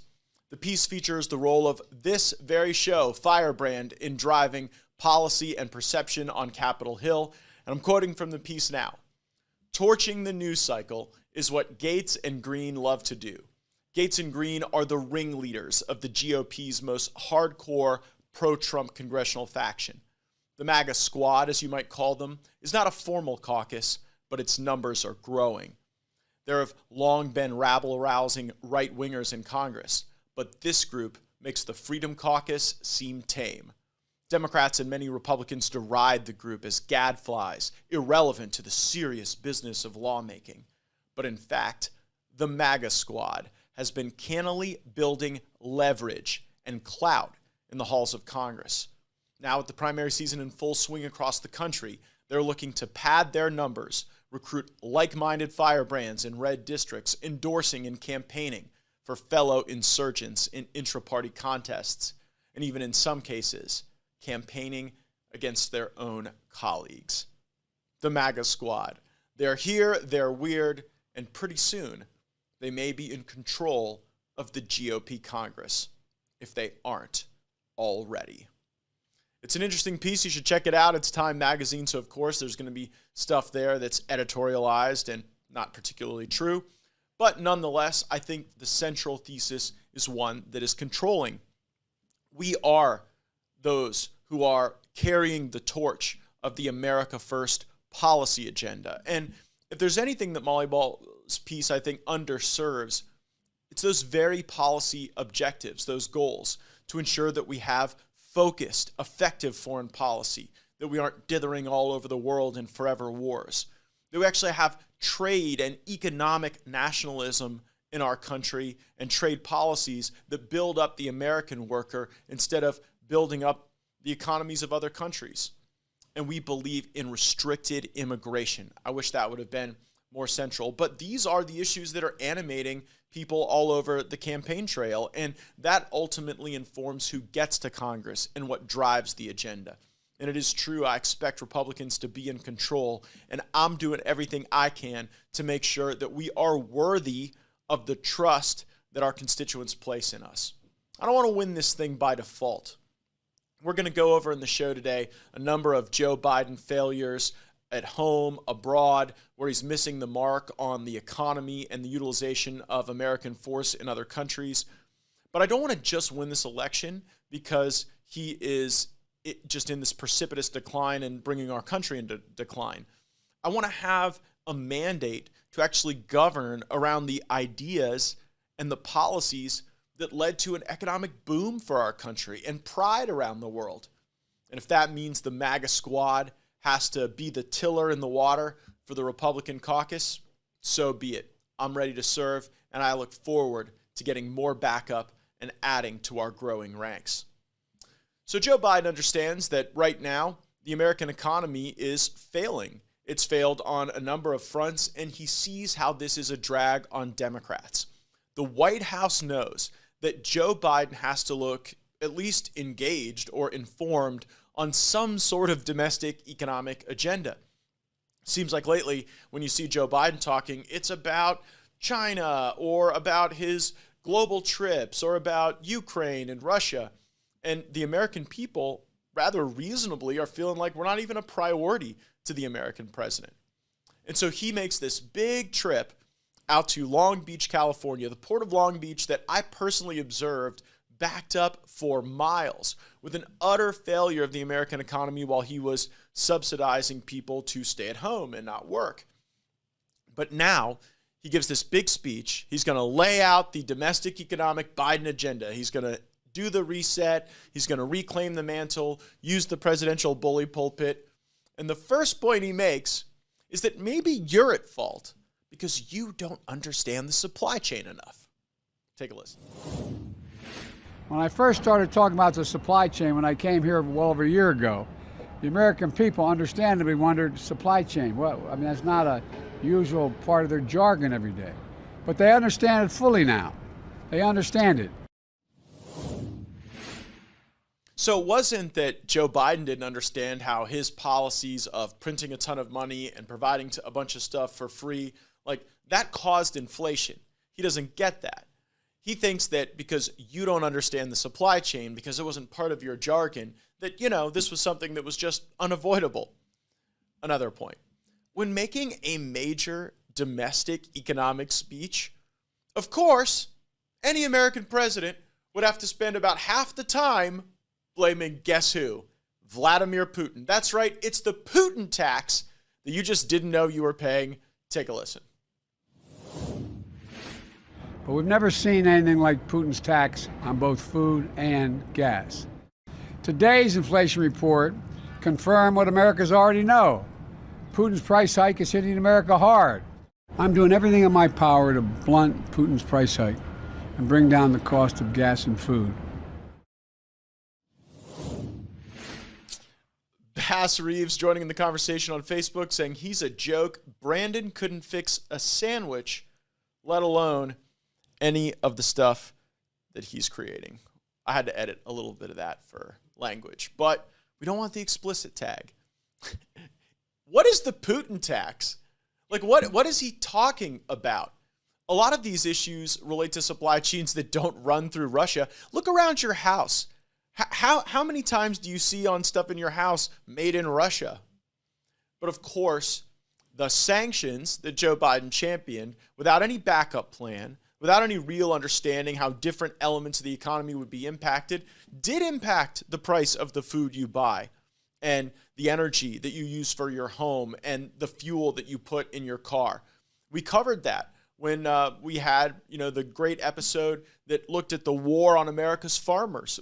We actually went out and talked to folks in Northwest Florida working on those razor-thin margins, and they wish Joe Biden actually had a plan to deal with Putin, but the Putin plan is a politics plan. So when things go wrong in Joe Biden's economy, when his own Secretary of the Treasury, Janet Yellen, says, gosh, I really blew that inflation call, well, now they reframe that and say it's the Putin tax. But when Joe Biden's not blaming Putin, you know who he's blaming. That's right, MAGA. Take a listen. If I hear one of my MAGA friends once again talk about debt and deficits, I'm going to be good. Look, this is not your father's Republican Party. This is a different deal. It really is. I've worked with a lot of honorable Republicans, very conservative Republicans over the year when I was a senator. But this is the MAGA gang. This is the MAGA crowd. I really mean it. They have a fundamentally different view of the role of government and who should pay what. Well, under Joe Biden's view of the government, you should just all pay more. Like, that's the problem with his argument. It is nonsensical to suggest that the MAGA wing of the Republican Party is trying to shift the burden to low and middle income people. You know how low and middle income people are hurt? Inflation, because inflation is excessively regressive in the way that it impacts the American economy. Gary on Facebook says their plan is to put us under their control. And in a lot of ways, this failing Biden economy makes the American people more susceptible to that control, to the false promises of socialism that have failed in so many other lands. Maybe we should blame the America Last policies of the establishment for these failures rather than MAGA. The policies that offshored making things that we need in our country.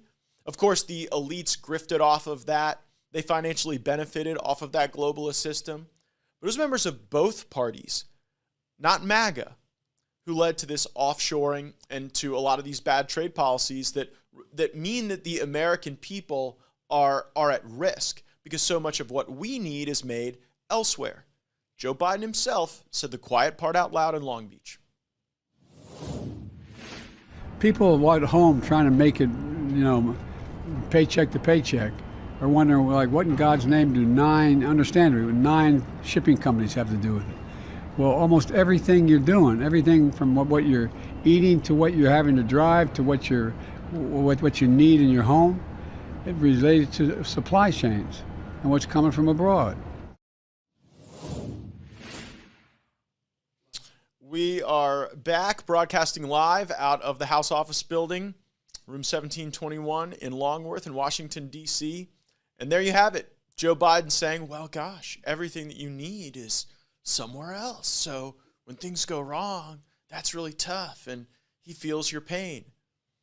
Look, our vision for economic nationalism ensures that we are more resilient against the fragility of a supply chain that seems to put the American people under the thumb of the Chinese Communist Party.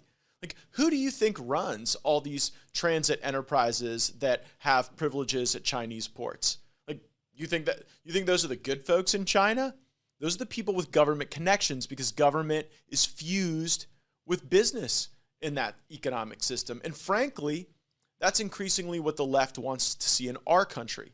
What they don't want to see is American independence, whether it's the stuff we make or the energy we use. Joe Biden doesn't at all understand how the energy economy works and how rising energy prices create compounding inflation at different levels of the economy. What he thinks is that American companies just need to drill more, despite the things that Joe Biden himself has said. Take a look. By the way, one thing I want to say about the oil companies. They talk about how they have 9,000 permits to drill. They're not drilling. Why aren't they drilling? Would you close down the oil industry? By the way, I would industry? transition from the oil industry, yes. Oh, I will that's transition. a big statement. It is a big statement That's a because big statement. I would stop. Why would you do that? Because the oil industry pollutes significantly. I see. Here's the deal. But That's you a can't big do statement. that. Well, if you let me finish the statement, because it has to be replaced by renewable energy over time. So Joe Biden says he's going to put the oil and gas industry out of business. He's going to completely replace them. And then he's mad. Why aren't they drilling? He goes to Long Beach and asks the question. He answered the question. You cannot, as a candidate, say that you want to put people out of business, and then when you're president and your policies put the country in a jam, become exasperated that they're not willing to make the capital investment. So he's done this. Don't buy into the Putin tax. Don't buy into this notion that all of this is just happening globally and there's nothing that America can do to escape a dim fate. They did this to us. And that's why MAGA exists in Congress, to ensure that they're not able to continue to do so if you give us the power of oversight. One specter of policy where the Biden administration is utterly failing is foreign policy. So let's look at a global perspective. Under this disoriented foreign policy of Joe Biden and the just ghoulish establishment experts that he's assembled, America is pursuing many of the neoconservative, interventionist policies abroad that failed our country during the George W. Bush era. And I say that as a Republican. Many of those policies are continuing to fail today under Joe Biden. We spent 20 years in Iraq and Afghanistan, despite President Trump's attempt to disentangle America from these foreign failures. But now, Joe Biden has sent our troops right back into the fray, increasing American troop presence in the paradises of Syria, Somalia, and of course, and most notably, Ukraine. And like the $40 billion we sent to Ukraine, we support all these endeavors with your tax dollars. What do we get out of these massive shipments of U.S. materiel and cash and personnel overseas? Nobody really knows. When pressed, most of the regime's apologists just ramble on about protecting democracy abroad or countering some obscure Islamist organization that, like, when we destroy it, ultimately fractures into 100 more different cells. In Syria and Libya and Iraq, we go topple these strong men, and then we plunge their countries into civil war and sectarian violence. You're welcome for all the liberty and freedom. Look at what's happening in Iraq right now. There was a very interesting piece that came out where Muqtada al-Sadr is actually withdrawing many of his political representatives and the people in his political coalition and his party from the parliament in Iraq. Now, do you think Muqtada al-Sadr stopped caring about politics? No, he's given up on the parliamentary political system in Iraq. So trust me, mark my words, things are about to get a lot worse in Iraq as they fail to be able to use the scaffolding of a fledgling democracy to stop blood from spilling in their streets. The Wall Street Journal recently published a searing critique of U.S. interventionist policies in Africa. In Africa, we, with your money, with your neighbors, train primitive armies from assembled tribes that we call countries. But, like, are they really? Are these African nations really like nation states the way we would think about them? But we go do all these train and equip missions, and seldom does it end well. In Mali and Burkina Faso and Guinea and Sudan and in many more places, there are armies that we've worked with who have decided that they don't like their civilian governments anymore, and they overthrow them, sometimes with bloodshed. Sometimes it's a bloodless coup. Often the officers and soldiers we train are engaged in the very animation of that violence and that work. Are there better uses for the U.S. military than like training the next generation of African warlords to become more capable in executing their coup d'etat? It's not like this was an impossible outcome to predict. Third world generals, or warlords, they get training, funding, and weapons, and then they decide to seize power. Secretary of Defense Lloyd Austin and General Milley have admitted that they don't have the ability to assess another military's will to fight. Here's that clip. Secretary Austin, are you capable of assessing whether another has the will to fight? No, we're not, and that's the point that the chairman made earlier. So they can't gauge the will to fight, and I guess they can't gauge the will of some of these folks we train to, like, not overthrow their civilian leadership as well. Maybe we can't really gauge loyalty. It is really unwise for us to be training future African coup leaders, sometimes even at West Point. And it's probably more going on than you even know about. Many of the American patriots who spend time away from their families training Africans in Africa are actually my constituents, stationed at Eglin and Hurlburt Air Force bases specifically. Rear Admiral Jamie Sands, commander of U.S. Special Operations in Africa, said, quote, there's no one more surprised or disappointed when partners that we're working with, or have been working with for a while in some cases, decide to overthrow their government. Yeah, I would say that would probably be surprising and disappointing. Is it really surprising anymore, though? But as the Wall Street Journal piece points out, when it happens over and over, maybe we shouldn't be so surprised. If the guy in charge of training African militaries doesn't and can't tell when our African counterparts are planning to overthrow their government, then who can? What a mess. Now, all of this alone is enough cause for concern. But when we have been distracted abroad, training African warlords to be coup proficient, trouble is brewing here in our own backyard. Russia and China and Iran are taking serious provocative steps in our geopolitical neighborhood. We are so busy mowing the grass of the folks down the street that we forgot to pull the weeds in our own backyard. Recently, the Washington Post has reported that Nicaragua has authorized the entry of Russian troops, planes, and ships into its territory for the purpose of training and law enforcement and emergency response. Russia being in the region seems to be the freaking emergency. You might also remember that President Ortega of Nicaragua spent days as the president of the Marxist Sandinista junta of the National Reconstruction. But that's not all. Venezuela just signed a 20-year cooperation plan with Iran.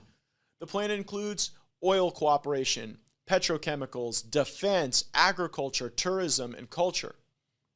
It even includes the repair of Venezuelan refineries.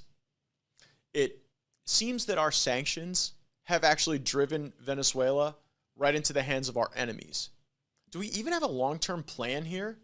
Surely strengthening the bonds between our enemies was not like top of the list for foreign policy objectives, but it's exactly what we have allowed to have happen in Nicaragua and Venezuela. And the big winners are Russia and Iran. But we got to spend $40 billion in Ukraine to counter Russia. There's more.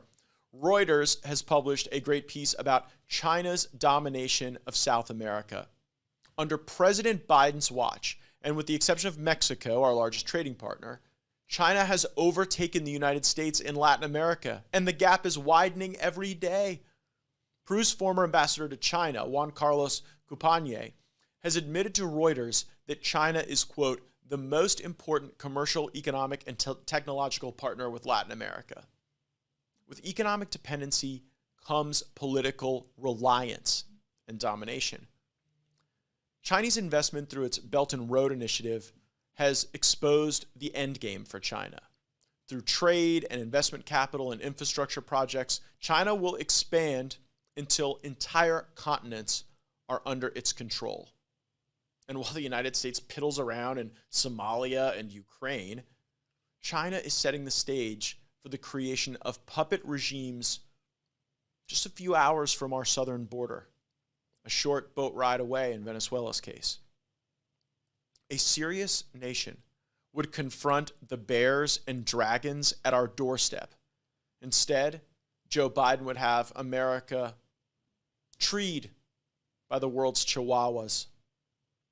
The United States now more than ever desperately needs a new foreign policy aimed at securing our interests at home and protecting our neighbors and allies from Chinese expansionism. This is our neck of the woods, and we can't afford to tolerate another Cold War in South America. Sometimes modern problems require tested and tried solutions. If we want to win the future, we need a new Monroe Doctrine.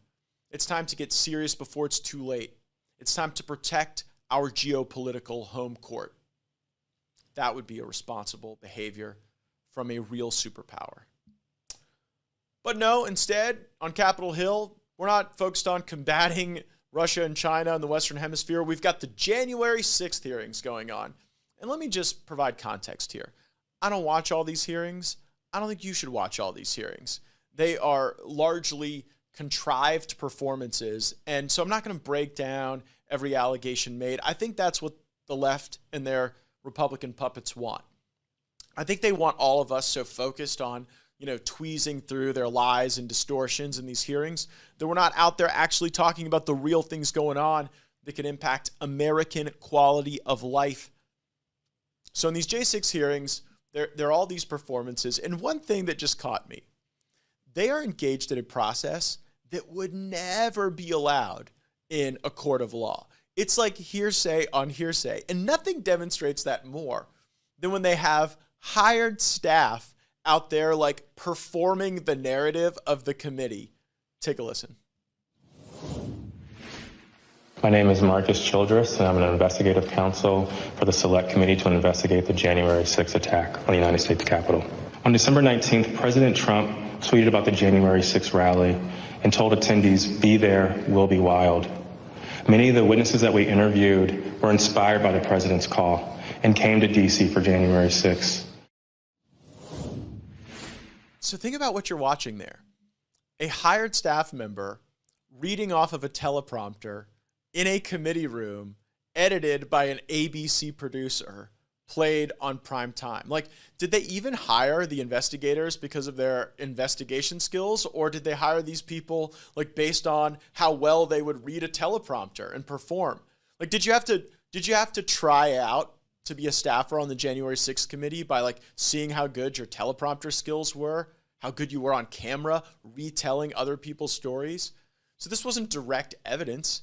And there's a reason why courts don't allow this type of hearsay, because it's unreliable. It necessarily flows through the biases and the lens of the person telling the story, not the person who actually witnessed direct events or can offer specific evidence regarding a specific allegation. So I just was like deeply, deeply struck by that and how weird it was and how obvious it was a contrivance. There's another element of these hearings that just demands a debunking. The obsession with linking Donald Trump to the Proud Boys. Take a listen. We learned that this comment during the presidential debate actually led to an increase in membership from the Proud Boys. Would you say that Proud Boys numbers increased after the stand back, stand by comment?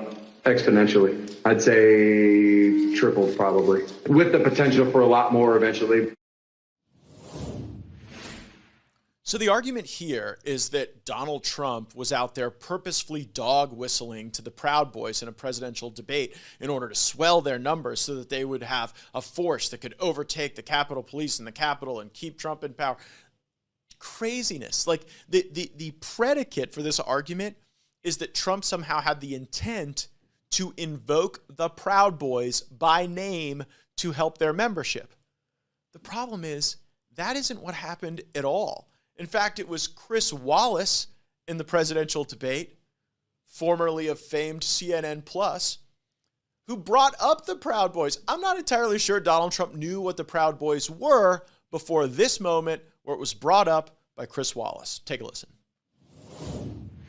Are you willing tonight to condemn white supremacists and militia groups and to say that they need to stand down and not add to the violence in a number of these cities, as we saw in Kenosha and as we've seen in Portland? Sure, are you I'm prepared to do specifically that, but do it? Well, go ahead, sir. I would say almost everything I see is from the left wing, not from the right wing. So what are you saying? I'm willing to do anything. I want to see peace. Then do it, sir. Say it. Do it. Say it. Do you want to call him? What do you want to call them? Give me a name. Give me a white name. Supremacists and white supremacists and right Proud Boys. Proud Boys. stand back and stand by. So you can clearly see there that Chris Wallace is trying to bait Trump and bait the Proud Boys. And it, in fact, was Chris Wallace invoking them that likely led to a rise in their membership. Of course, when an organization gets mentioned on a nationally televised, internationally televised presidential debate, they're going to get more attention. More people would take a look at them. But that is not at the feet of Donald Trump, as the committee would have you believe. We are broadcasting live out of the United States Capitol Complex. Tim on Facebook says the whole purpose of the January 6th committee is to stop President Trump's 2024 run. A lot of people are talking about that, and that very well may be the objective. I think the American people see what's happening with great clarity. We also have some breaking news about Twitter. They hate conservatives. We all know this because of the constant gaslighting that they engage in. So here's some material for your next argument. Look at this screenshot of Twitter employees discussing how they, quote, successfully deplatformed Trump. But banning libs of TikTok may not be in line with their, quote, fiduciary interests. They even admit banning libs of TikTok might erode trust given that users already think that they are irredeemably biased against conservatives. Twitter suffers from the same disease as the federal government. Thousands of people working in the HR wokeism sector. It's a bloated mess. And as we can see, the libs of TikTok, or the Twitter employees spend their time conspiring to undermine conservatives, probably because they aren't doing anything else particularly helpful to improve the platform. Idle hands may be the devil's workshop. Nevertheless, this is very telling. Libs of TikTok has become public enemy number one to the left. Why is that? Well, for those of you who are unfamiliar with the account, it reposts videos of leftists saying absurd things on their TikTok accounts. That's right, it reposts videos that the leftists are posting themselves. It's literally a mirror. And the account has gained 1 million followers. So to recap, one of the most popular and hated accounts on Twitter just reposts videos of liberals being themselves. And it turns out that simply exposing the insanity of your average leftist may be the most effective strategy at winning the culture war. Don't believe us? Well, just take a look at their content, conveniently located for your viewing pleasure at Libs of TikTok. Thanks so much, everyone, for joining us. We're going to have a lot of reports coming your way this week as the left continues their advance against freedom. We have major reports on our work to protect the Second Amendment, to oppose the gun control that I think too many Republicans are willing to sign up for. So we'll have a lot more on that. Tomorrow, we'll be kicking off around noon Eastern, 11 o'clock Central. Make sure you subscribe, that you've got your notifications turned on, and that you join us soon for more Firebrand. Roll the credits. Matt Gaetz is making us proud. He's going to war with them Democrats. He's fighting for our freedom. He risked it all for the people, man. Turn them doubters to believers. Hi everyone, Congressman Matt Gaetz here. Thanks for watching the Gaetz Network. This is a service of our congressional office, so make sure that you go to our website, gaetz.house.gov. There you can sign up for our newsletter that goes into the events of the United States Congress each and every week with my special insights. Also, make sure to follow us on social media. We've put those accounts on the screen. That way, you're connected to all of our work on your behalf. And finally, I would suggest that you always consume the Gaetz Network through the Rumble app. If you download the app and then turn notifications on, it's the best way you know when we go live so that you can see our speeches on the floor, committee hearings, and other remarks on important matters to you. Again, thanks for watching the Gaetz Network. Programming continues.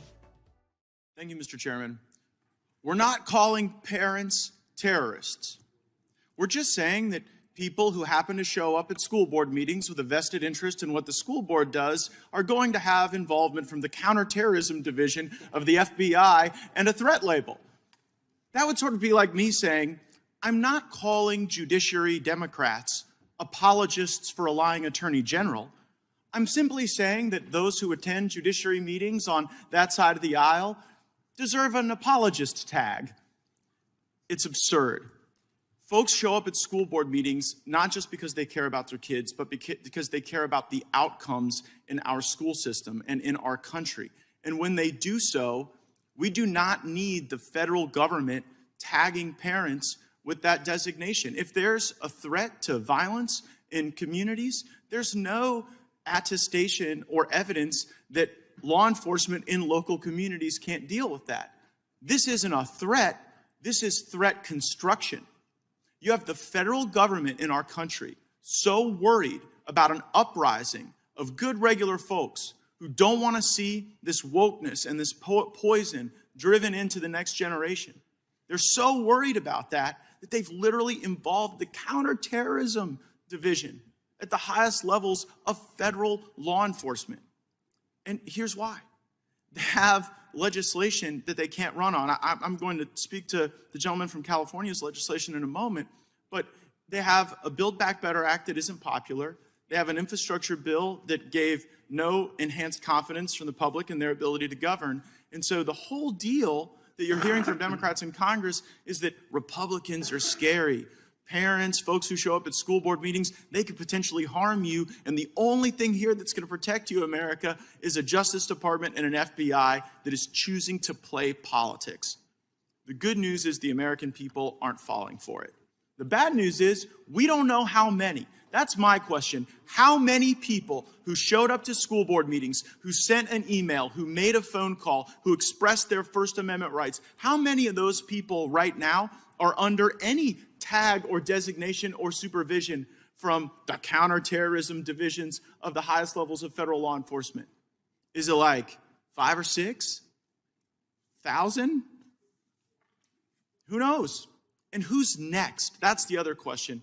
My colleagues, Mr. Gohmert from Texas and Ms. Green from Georgia, went recently and observed the conditions in the D.C. jail, circumstances where people are being deprived access to medical care, access to counsel. I know many of us on this committee care deeply about prison reform. We work together on bipartisan legislation to try to ensure that no American would face grieved conditions that we would be embarrassed about in the world.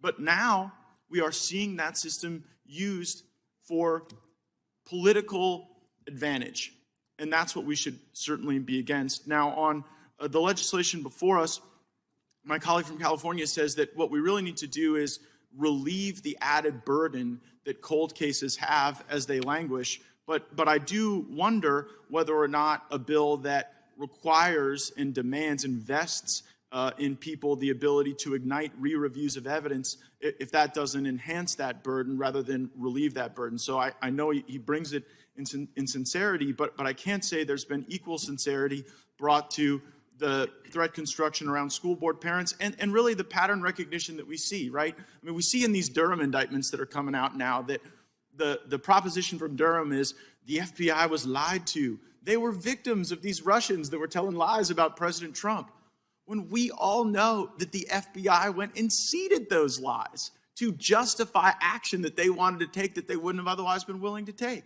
And it's the exact same pattern. Are they teaching this stuff at the FBI Academy? It's the exact same deal with the school board parents or anyone who shows up at a school board meeting. They wanted the authority to issue these threat tags, to monitor people whose political organization posed a threat to them. And so they went and nurtured and induced this letter out of the National School Boards Association, and then lo and behold, you see political patronage jobs being given out as a consequence. Everyone knows what's going on here. The House Judiciary Committee should be investigating these things, and what we'll find in that investigation is when the FBI and the Department of Justice want to go after people, want to go after Trump, want to go after political opponents, want to go after organizing parents and communities, they seed a lie. And they get that lie retold, and then they use it to target people. What a shame. Matt Gaetz is making us proud. He's going to war with them Democrats. He's fighting for our freedom. He risked it all for the people, man. Turn them doubters to believers.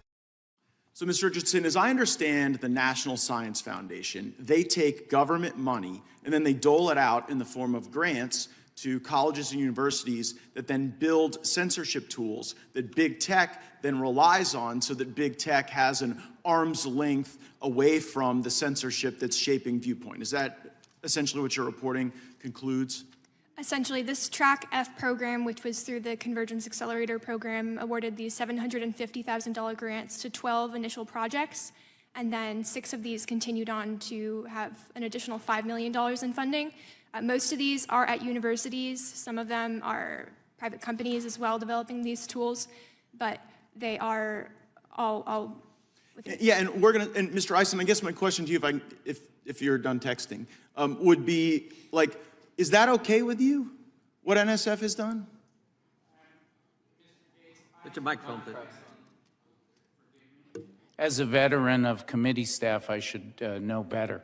Mr. Gaetz, I have not had the opportunity to study the report. Okay, well, let me go through some of the grant requests then. So the MIT... Might I finish my sentence, please, Mr. Gaetz? If I can just finish the sentence. No, you were finishing your text earlier. I'm going to finish the question. So, Mr. Gaetz, just for the record, I was asking for the law that governs that. Rural communities are uniquely susceptible. I'd ask my time to be restored. Yep. Mr. Eisen, the question is, the MIT grant that said that people in rural communities were particularly susceptible to misinformation. Do you have an opinion on that? I do have an opinion, Mr. Gaetz. As you know, there are 2 texts that are holy to me because Mr. Gaetz and I have talked before. One is our Torah, our Bible, that I live by. I'm an observant person. That is a holy text to me, and I have the deepest respect. And I have traveled to those places. I guess the problem, Mr. Eisen, can I please finish my answers? The other text that is holy to me is the Constitution. In my quick review of this report, those are my 2 holy texts, and I share that with the chairman and others on this. I know that. In my quick review of the report, it appeared to me that a great deal of the evidence related to legitimate sponsorship of scientific and technological research. Okay, well, let me stop you there, Mr. Eisen, because here's the problem. While you indicate that the Torah and the Constitution are your sacred texts, if Americans indicate online that the Bible and the Constitution are sacred to them, the very grants that are being issued by the NSF would deem those people in a separate and diminished class, where they would be, it is precisely in the Sir, MIT... I have the materials here. No, sir. I would request that the committee release the testimony of Kate Starboard, the University of Washington scientist, the former WNBA player. But that wasn't this grant. You're talking about a different grant, Mr. Eisen. MIT said that if you're rural, if you're part of a military family, if you view the Bible and the Constitution as sacred, then you're going to be, and you know why they said you're uniquely susceptible to misinformation? Because if you think the Bible and the Constitution are sacred, you might not rely on the expert class, right? You might not rely on all the folks in DC and at all the think tanks, and that's really what people have to rely on. And so when we're taking government money to go and try to harm people who have a particular religious view or a particular view on the Constitution, I would think that in that type of a circumstance, we aren't crying wolf when there's none at the door. Mr. Gaetz, if we can talk about that material in context, if we can have the full context of the committee's investigation, the ranking member has said there are 29 depositions that this committee has taken. This isn't about any of those. This is about when MIT wanted the grant that Ms. Richardson was just talking about, right? They went and made a presentation to NSF, and they said, here's why you ought to pick MIT in order to do it. And it was to target military families, people in rural communities, people who believed in the Bible and the Constitution. And then guess what? With these AI tools, if you stack that up, maybe you're a person in a rural community who loves both the Bible and the Constitution. Well, then you're really susceptible to misinformation because the expert class thinks better. No, sir. Have you seen the movie? Have you seen the movie Minority Report? Have you seen the movie Minority Report? Tom Cruise. Yes, I have seen that. Doesn't this kind of feel like that? Yeah. That you're trying to do that it's coming to life before our very eyes because you've got the government funding these predictive analytics to go after Americans. And here's what I think is actually true. It's not that military families and rural Americans and people who love the Bible and Constitution are dumber or uniquely susceptible to anything. It's just they don't think like how the expert class and the National Science Foundation wants them to think, and so they're trying to program what they see so they can control what they behave, and that is the true weaponization this committee will stand against. I yield back. Gaetz is making us proud. He's going to war with them Democrats. Democrats. He's fighting for our freedom. He risked it all for the people, man. Turn them doubters to believe. Hi everyone, Congressman Matt Gaetz here. Thanks for watching the Gaetz Network. This is a service of our congressional office, so make sure that you go to our website, gaetz.house.gov. There you can sign up for our newsletter that goes into the events of the United States Congress each and every week with my special insights. Also, make sure to follow us on social media. We've put those accounts on the screen. That way, you're connected to all of our work on your behalf. And finally, I would suggest that you always consume the Gaetz Network through the Rumble app. If you download the app and then turn notifications on, it's the best way you know when we go live so that you can see our speeches on the floor, committee hearings, and other remarks on important matters to you. Again, thanks for watching the Gaetz Network. Programming continues. Today, we've seen around the country an extraordinary display of anti-Semitic activity on college campuses throughout the country. Columbia University, USC, even in Austin, Texas, at the University of Texas, near where I live and a city that I represent in part. We saw today protesters replacing the American flag with the Palestinian flag in Chapel Hill in North Carolina. We're seeing all sorts of derogatory actions and statements being directed to our Jewish brothers and sisters in this country. And it should not be tolerated. It should be called out. It is unacceptable. It is not speech. It is not speech when you're engaging in the kind of conduct that we're talking about, where a young Jewish man was being denied entry into a building, being asked whether he was Zionist. This is not speech. This is action. These encampments where you take over a university, state-owned or private, in particular the University of Texas, a state university, and you take it over. At USC, you deny the ability of parents and students who have worked to graduate. You're blocking access. This is not speech. Let me be perfectly clear. University of Texas President Jay Hartzell and the leadership of that university are doing the exact right thing by clearing out the people in the encampments, taking over the university. President Ben Sasse, the University of Florida, is doing the exact right thing by saying that the University of Florida is not a daycare, that these are adults and they know full well what they're doing, and that they will get the consequences of their actions. That is leadership. That is leadership. The University of Texas has allowed free speech multiple times with respect to people who are protesting the conflict, protesting Israel, supporters of the Palestinians. I think there's been 13 or 14 events at the University of Texas that have been officially sanctioned, other free speech. But here's the thing. Yet again today on the floor of the House of Representatives, we had another show vote to make people feel good about themselves by passing a bill that says anti-Semitism in the title. That's what happened. And it was put on the floor by Republican leadership. And it was put on the floor by Republican leadership despite knowing that it was pulled from going through committee. We didn't have a chance to amend it. We didn't have a chance to discuss it, to debate it. We didn't have a hearing on it. It was jammed through to take advantage of this political moment while all of these horrific things are going around the country. Republican leadership wanted to score political points, so they moved through legislation without the kind of deliberation, debate that is supposed to be carried out by the people in this chamber. As a result, today, a significant number of my Republican colleagues, including myself, voted no.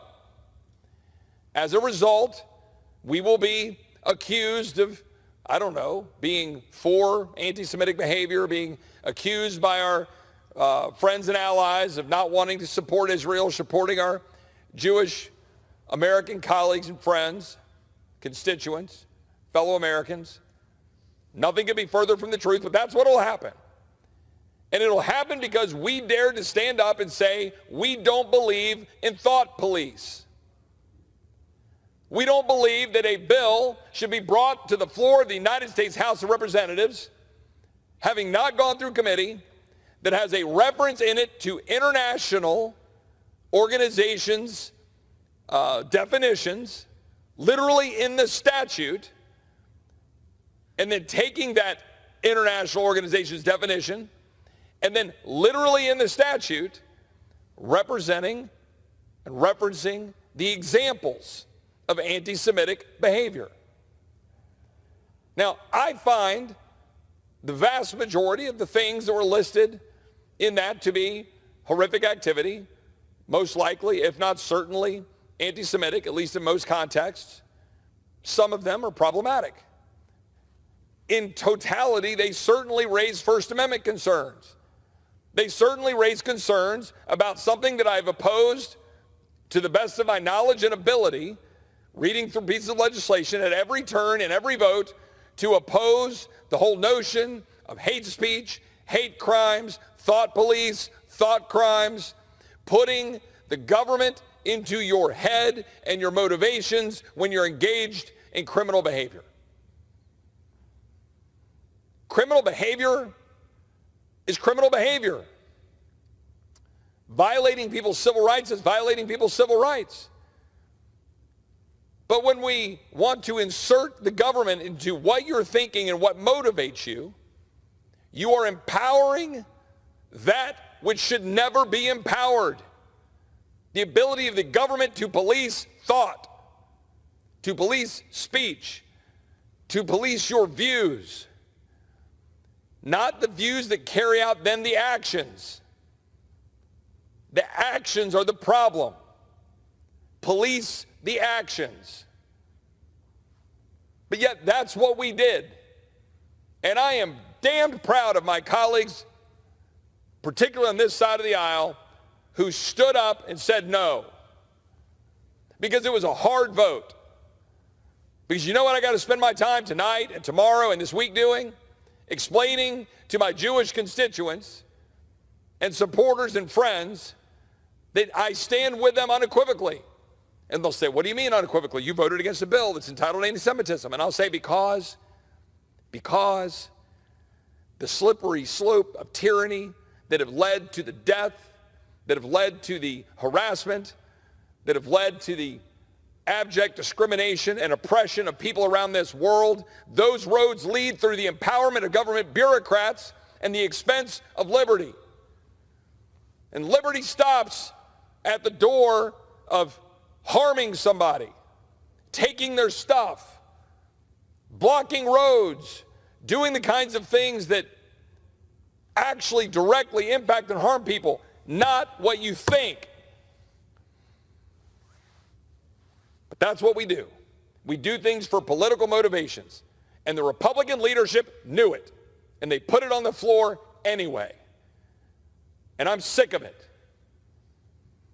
I'm sick of my Republican colleagues who want to go out and campaign for power, to maintain power, to then come in here and do the very things we said we oppose. There's a bill in the House Judiciary Committee right now. That bill will say that the Department of Justice can go into a state and prosecute a cop killer if the local jurisdiction effectively refuses to do that. Now, that sounds good, doesn't it? If you're pro-cop, if you're pro-police, and you've got a George Soros prosecutor sitting in Austin, Texas, New York City, that is refusing to do their job, their duty, follow their conscience, to go prosecute a dangerous individual who killed a cop. So you say, well, Chip, of course, we should bring in the Department of Justice and take care of that horrific result. Here's the problem. There's no end. The bill is based upon commerce. If a gun transports in commerce, if the defendant has traveled in commerce. Now, you say, Chip, why does that matter? Because let me ask you a question. The bill that I have before the Judiciary Committee, which is saying that if something is involved in commerce, the federal government, the Department of Justice, whether it's led by a Republican or led by Merrick Garland, that Department of Justice can come in based on whatever rationale they want and say, we're going to prosecute this crime committed against a cop. Why not against a nurse? Why not against a doctor? Why not a firefighter? Why not a teacher? Why not a member of the clergy? It won't end. Our founders didn't set up a federal police. Our Constitution does not contemplate a federal police. Our government, our federal government, is not supposed to police us in our homes and our communities. It is egregious that there are cops who have been murdered and there are DAs that refuse to do their duty to prosecute their killers. But I'll be damned if I'm going to empower a government to extend beyond its constitutional limits using the same bastardized use of the Commerce Clause that we have decried for decades because it has expanded a government that is now tyrannically using its power to go after the American people, go after former politicians, including the former president, that is spending money we don't have, that is using that power to regulate us to death on virtually every bill that virtually every Republican on this side of the aisle that claims to be a limited government conservative votes for. Why? Because they don't want the Fraternal Order of Police or other law enforcement organizations to come after them. Well, last night, I didn't even have an amendment circulated yet. I simply begged the question, why are we putting forward a bill that expands the power of the Department of Justice under the Commerce Clause, no matter how meritorious our goal is of assuring cop killers go to jail? Why are we doing that?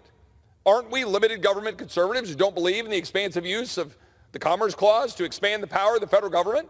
Because it's used for thousands of other things that we don't like.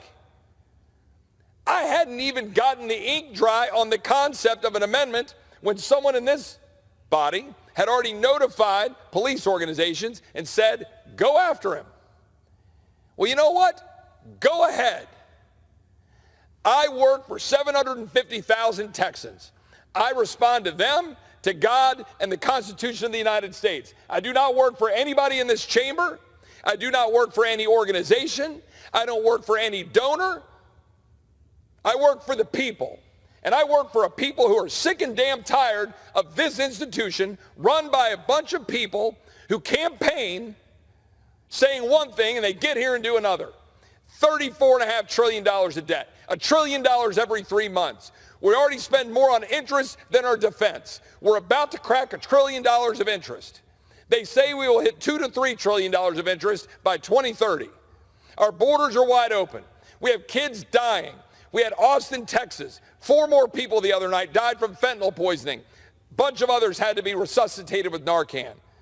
The people of Texas are continuing to deal with thousands of people pouring across the border. It's not in the headlines right now because universities are in the headlines. But everybody in Texas who are reeling from inflation, who can't afford a car, who can't afford their home, who can't afford the interest on their mortgage, who can't afford to buy groceries, who are dealing with crime on their streets, who are dealing with open borders, they all want some sort of sanity coming out of this institution. And what do? What do Republicans do in all of their infinite wisdom? We fund more of it. We fund the Department of Homeland Security again. We give the FBI a brand new $200 million headquarters. You can't even make this stuff up. We give more power to the intelligence community to spy on Americans. Don't even protect Americans with warrants. You can't even make it up.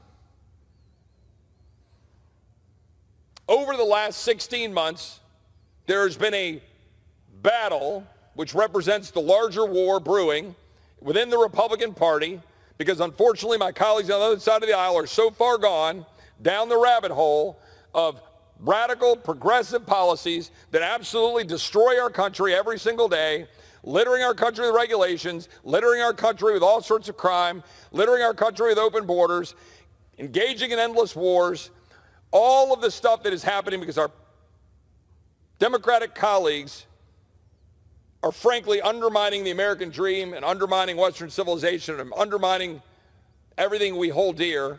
There's been a battle going on for the soul of the party in the country within the Republican Party. And I want to tell you, I'm not in the majority. I'm not. You say, Chip, you're in the majority in the House. You get a razor-thin majority. No, I'm not. I'm not in the majority. I'm in the minority. A minority of Republicans who try to wake up here and change this place rather than just campaign on it. That's the truth. Right now, President Biden is considering bringing in refugees from Gaza into the United States. Now, I don't know what the background checks will be. I don't know what we'll do to ensure that these are individuals that are not affiliated with terrorist organizations, since something like 3/4 of the people of Gaza support what Hamas is doing and attacking Israel. Large numbers of civilians were involved with the attacks on Israel. The bill we just voted on last week, the foreign aid package, $95 billion. Is it paid for? No. Does it fund Ukraine with no clear mission? Yes. Did everybody here voted for it and say, don't worry, that'll be the last. We just need that money and and President Trump will get elected, it'll be over. The ink wasn't even dry and they're already talking about a new Ukraine package for the fall. More money for Ukraine. You think that'll be paid for? No. Was the money that's going to Israel, $17 billion, is that paid for? No. Was there another $9 billion that were going to be used for the non-government organizations, the NGOs, and filter that money to Hamas? Yes. Was there $5 billion in there that'll go to refugee assistance? Yes. Will that refugee assistance fund moving some of these folks from Gaza to America to be your neighbor? Yes. That's what we voted on. That's what we voted for. Now, thankfully, a majority of Republicans voted against it. But our illustrious Republican leadership brought it to the floor anyway. Why, we are told? We had no choice. There's no choice. That's always the excuse. Always the excuse.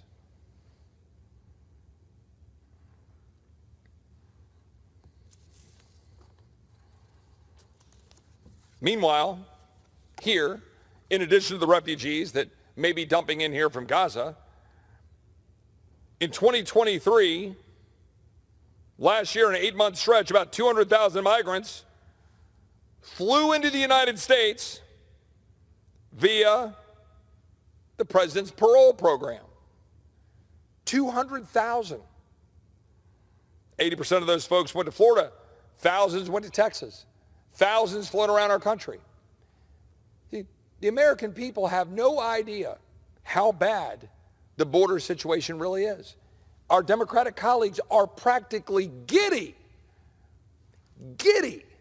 at what they're getting out of the Republicans in the House of Representatives, which is nada in terms of opposition. Nothing. Zero opposition to what our Democratic colleagues are trying to perpetrate on the American people by way of a president ignoring the law, racking up, I am told, by independent outside organizations making a determination of the cost, about $800 billion to $1.4 trillion in student loan forgiveness. Guys, you can't even make this up. And what do? We pay for it. We keep paying for it. We're paying for the administration of it. We didn't put any blocks in place through the omnibus appropriations bill. We didn't get a single change to open borders. We didn't get a single change to the student loan repayments or forgiveness. We didn't get a single change to the continuation of endless wars. We got negligible change on the FISA spying program. But right now, we have a backlog of several million people waiting for court proceedings as late as 2035 or 2037. And then I was talking to some friends of mine the other night who are a little bit more on the other side of the aisle. And they were saying, oh, you guys and, Republicans and, have issues with immigrants. I said, well, let me ask you a question. How many people do you think are in the United States who are foreign born? I told them the answer, about 51.5 million. How many are legally coming every year? It depends on the year, but somewhere between 800,000, a million, 1.1 million, depends on the year. Almost a million. No other country is even close, by the way. But we're anti-immigrant because we think maybe we ought to pause for a second, maybe take stock of the state of our country. We can't pay for Medicare. We can't pay for Social Security without printing money. Hell, we can't pay for anything pretty much without printing money. And here's the thing I would say to all my Republican colleagues. Enjoy it when I come down here to the floor and I file a bill to raise taxes on whoever I decide needs to have their taxes raised on, and have you explain how you are voting for more spending for endless wars and endless conflict and $95 billion for Ukraine and overseas conflict, and you're not paying for it. Tell you what, I'll give you the ability to pay for it. Do you want to go out and sell tax increases to all of your donor friends? Go ahead. Go ahead to my Republican colleagues, because you've been taking a free ride on the idea of trickle down now for 25 years. Now, I believe in low broad tax rates, creating the maximum economic growth and opportunity and driving up revenues to the Treasury without constraining the productivity of the American people. I believe that. But I don't believe in listening to people complain to me that we're somehow obstructing the great Ronald Reagan's view of what we need to do through peace, through strength, to go help other people around the world like Ukraine. We're now $175 billion in. They already know they want another 60 billion, 100 billion. Hell, I saw a news account of 500 billion. Who's going to pay for that? And I've had some of these people around town have had the temerity to tell me, Chip, that's not that much money. Why are you gagging on an ad? It's just $60 billion, just $175 billion. The real problem is Medicare. Let me ask anybody who wants to jump in here. Oh, that's right, there's no more colleagues here. Do you think that if you can't vote against a gay senior center in Massachusetts as an earmark, that you're somehow going to go out and sell Medicare reform? No, you're not. You're selling a lie. You're selling a fiction that, oh, trust me, one day when we get the full power in the House, the Senate, never mind they won't have 60 votes in the Senate. We'll give that excuse next year. We'll then, trust me, Chip, we'll do something like set a percentage of GDP that we can tolerate as our overall spend level, and we'll constrain, and we'll fix this, and we'll fix the donut hole, and we'll fix all these things nobody in America knows about. And we'll pass some bills, we'll pat ourselves on the back, and we'll pass another 10-year budget that has all of its cuts in the 10th year. And then, when it comes to the tax cut time, we're going to be for those tax cuts. Now again, I want to be very clear. I am for low taxes on the American people. Let me even go further. If we're going to keep printing money, why do we have taxes at all? I've asked that question in the Budget Committee. Nobody can answer it. Like, if we're literally not going to actually adhere to a budget, balance the budget, constrain spending, and do the responsible thing, which we never do, why on earth would we not just get rid of taxes? right? If you're going to spend almost twice as much as you take in, which we're getting dangerously close to, if you take in $4 trillion and you're spending $3 trillion more than that, I don't know what the numbers are, but you know, why not just print the $7 trillion? I mean, it's a genuine question. Oh, Chip, that would be irresponsible. Why?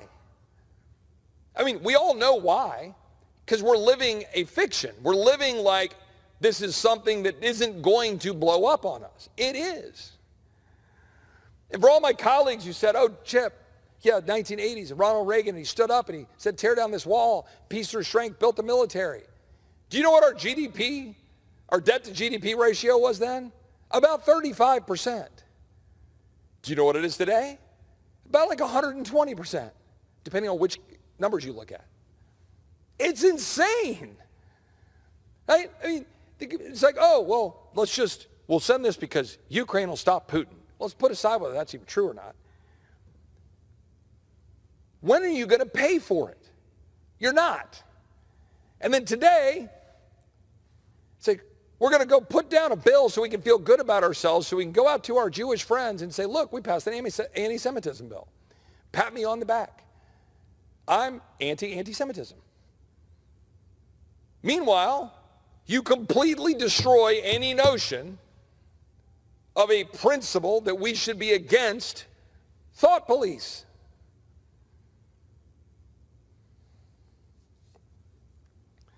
Last year, we set out to change this place. I think we successfully did it for a while. We got 7 appropriations bills passed out of the House chamber. We had votes on about 1,100 amendments. We passed the strongest National Defense Authorization Act we've ever passed. We passed the strongest border security package in H.R. 2 we've ever passed. We finally put to bed notions that to do that, you had to advance amnesty. We were able to, over the course of the last year and a half, move all of the spending debate to the point where non-defense spending was held flat. The defense spending that went up was paid for by taking money out of the IRS expansion and COVID funds. We were having serious conversations across the ideological spectrum, getting votes on bills, having regular order, going to committee, voting on amendments, and this place was briefly working again. And right now, I've never seen it worse. Bills being cooked up in back rooms, being jammed through without going to committee, without amendment, many of which have miserable policies in them. We spent $1.7 trillion in omnibus spending with all sorts of earmarks, all sorts of funding for FBI headquarters, continuation of broken and open borders, continuation of endless wars. We busted the caps. Less than a year after passing the caps, we busted the caps. We then fund $95 billion of additional foreign aid after passing a reauthorization of FISA.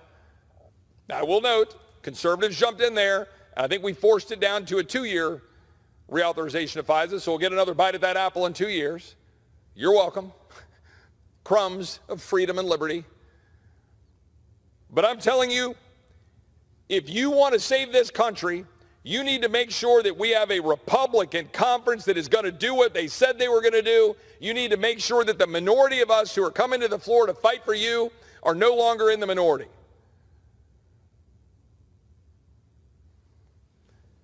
We have a little bit of time. I said goodbye this last weekend to my 89-year-old grandmother. She passed away Sunday morning. I know she's up there with Jesus. No doubt getting a laugh of some of my antics down here. Wonderful woman. Went to church every Sunday. She lived right. She, her generation, all who came before her, they didn't fight as she did. She served for 35 years in the Air Force as a civilian at Barksdale Air Force Base in Louisiana.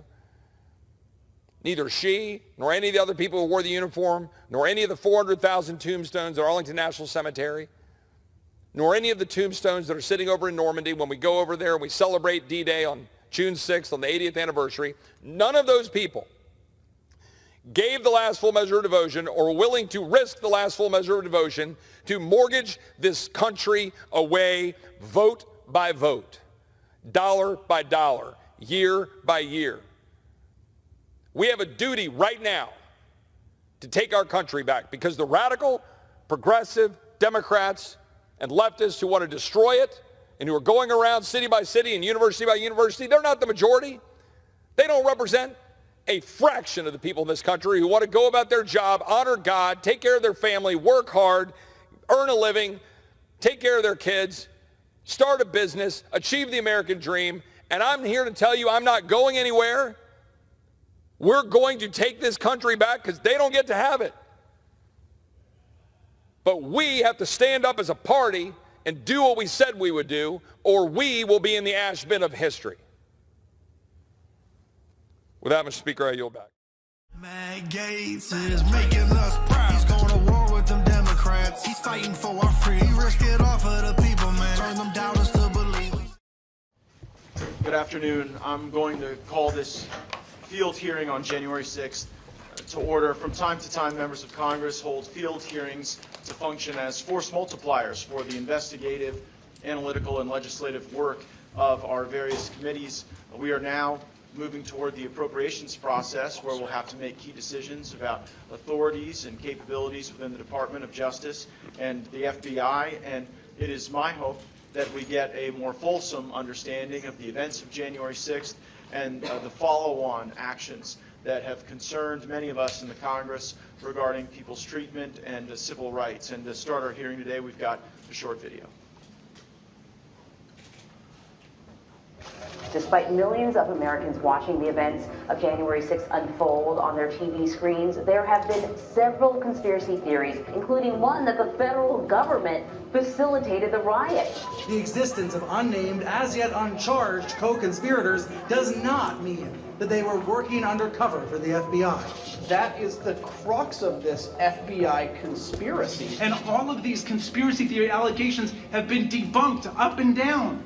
How many FBI agents or confidential informants actively participated in the events of January 6th? Sir, I can't answer that.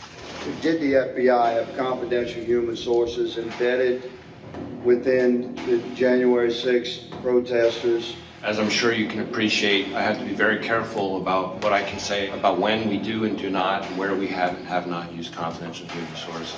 Why can't you just send us, give us access to the 11,000 hours of video that's available? Because there may be UC's undercover officers or CHS's confidential human sources on those videos whose identity we need to protect. There might have been some kind of potential federal involvement with the activities on January 6th, and I thought it was important enough that it warranted our attention. There must be moments where you think, if we would have known, if we could have infiltrated this group or found out what they were doing, and that, do you have those moments? Absolutely. And in that testimony to the Senate, you believe that Christopher Wray indicated that there were no confidential informants and no FBI assets that were present at the Capitol on January 6th that were part of the violent riot. Isn't that right? Yes, sir. The Washington field office told Boston, well, you know what? We can't give you the evidence because it might disclose the very CIs and UCs that you were concerned about. So much of our work has uncovered some of the things that initially were deemed as conspiracy theories, but we now have sworn evidence to prove.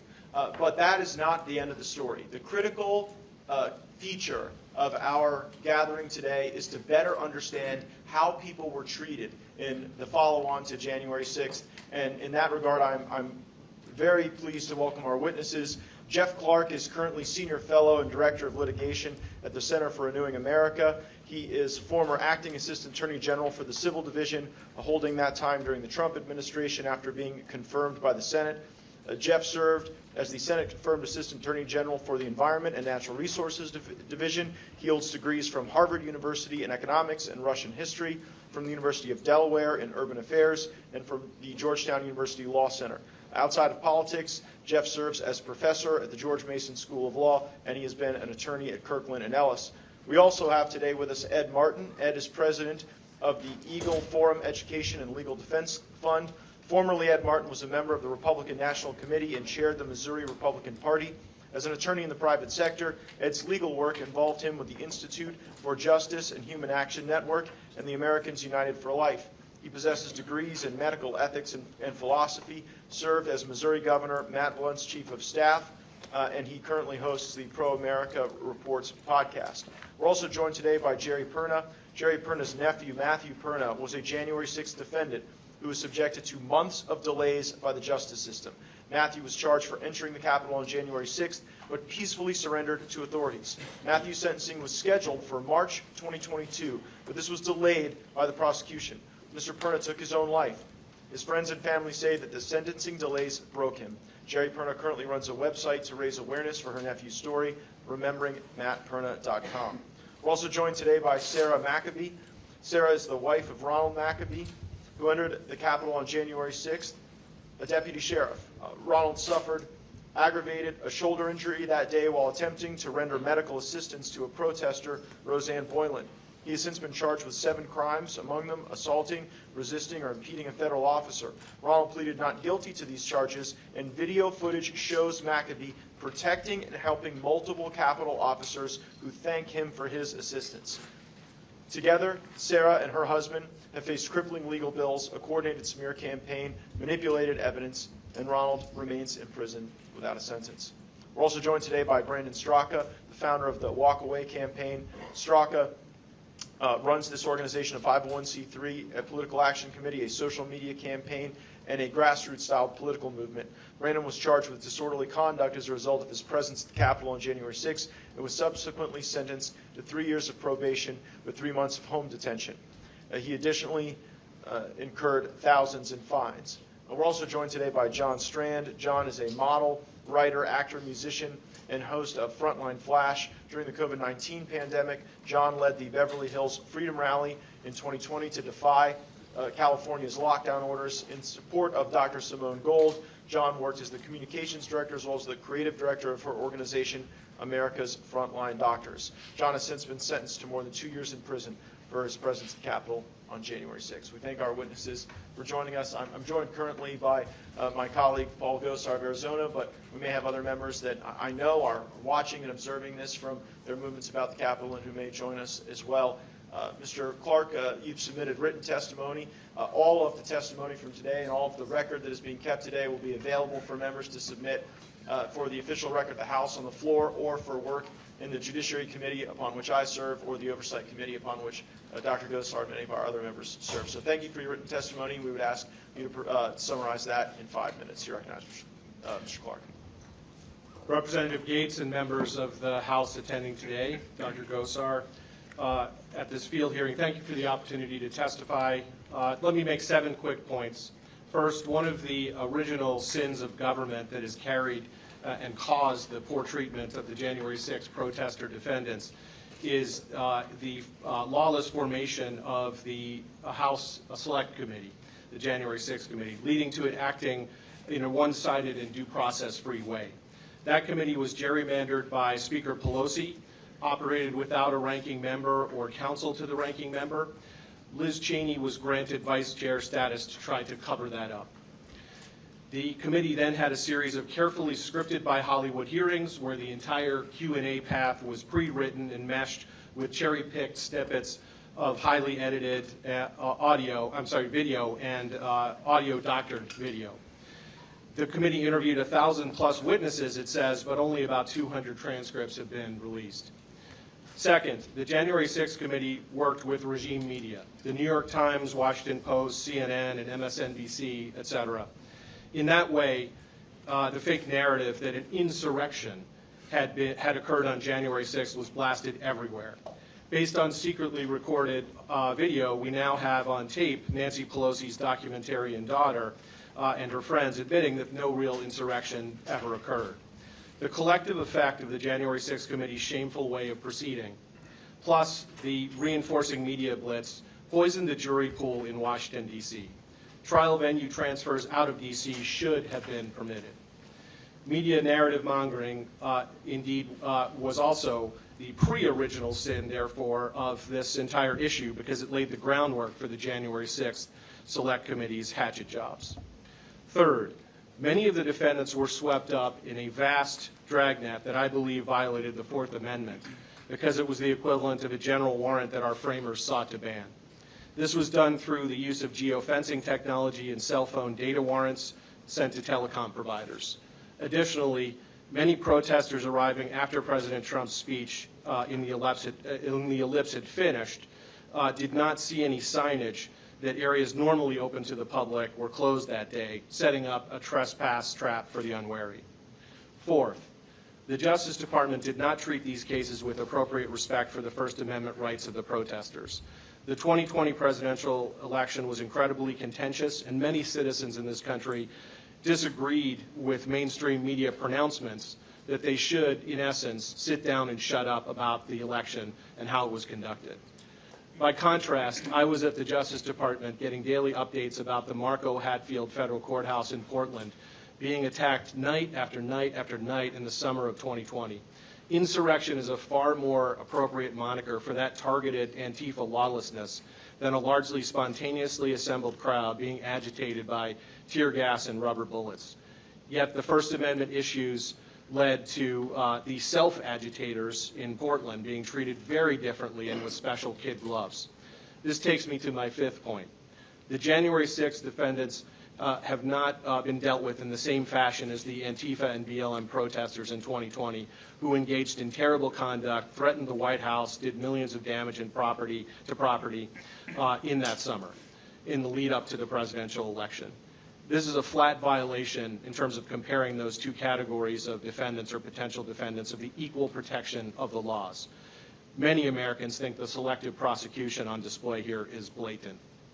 Sixth, there are widespread Brady violations as to how these defendants are being dealt with today, and I'll confine that to just two areas for our purposes today. First, the concealed or underreported footage issue around the Capitol. So the House is to be commended for allowing Tucker Carlson, Julie Kelly, and John Solomon to review the footage. And second, it's hard to imagine that with 800 plus or so unreleased January 6th committee deposition transcripts, that there's not at least some exculpatory evidence in there that has not yet been seen by the relevant defendants and their lawyers. The January 6th committee, in short, acted like a star chamber, and there is no reason for this Congress to let that go on. Seventh and lastly, the judges on the federal district court here in Washington, D.C. seem to have come under the spell of the January 6th committee's original sin, and in that way they allowed the constructed mainstream media narrative to influence their decisions. And as a legal matter, they're by and large allowing a statute designed to close an obstruction of justice loophole that Arthur Anderson exploited in the Enron debacle to be applied to entirely different activity that in many instances is protected by the First Amendment and should appropriately be treated differently.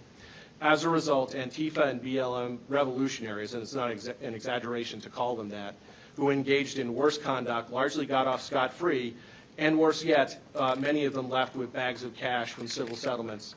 By contrast, the sentences being handed down against January 6th defendants are wildly disproportionate. For all these reasons, I'm glad to be here today before you. Thank you, Mr. Clark. Mr. Martin, if you'll use one of the microphones.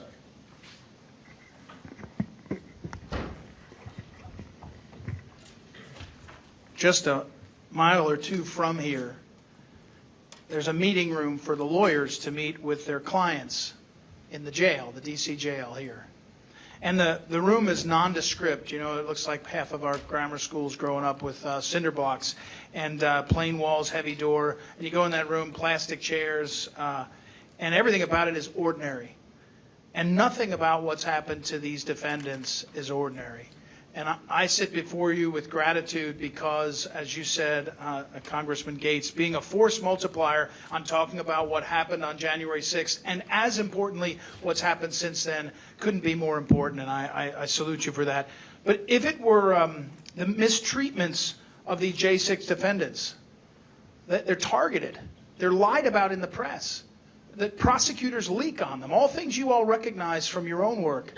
And yet that would and should be a tragedy, but it's coupled with a travesty of the select committee that Benny Thompson and Liz Cheney convened and spent, $20 million to go through systematically and to cause damage to the system, not the individuals, the system that we rely on so much. And so thank you. By the way, I didn't, Congressman Gaetz, I represent 3 of the defendants also as an attorney and that are in the jail here. And I'm on the board of one of the organizations, the Patriot Freedom Project, that tries to help the families, and it's how I know so many of these witnesses that are extraordinary today. So thank you for this. And broadly speaking, my testimony, which I'll summarize and cover a few points, overlaps with some of my colleagues up here, but it is this. It's that the system that we rely on and the due process that's at the heart of America has been denied to the individuals here.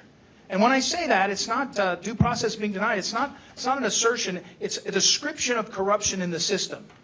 And so as we go through this, things like speedy trial delayed.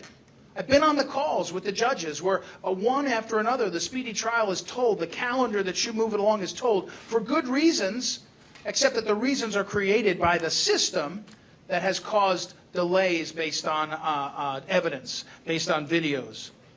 The leaking, by the way, of the prosecutors and others about individuals, about their personalities, their families, has been not just mean and unkind, terribly nasty, it's also impacted the juries. And we see it. If you go into those courts, you see it. And you wonder why the legal system, the judges, hasn't addressed it. You wonder how they could say over and over again that the people should suffer through this when our system doesn't expect that.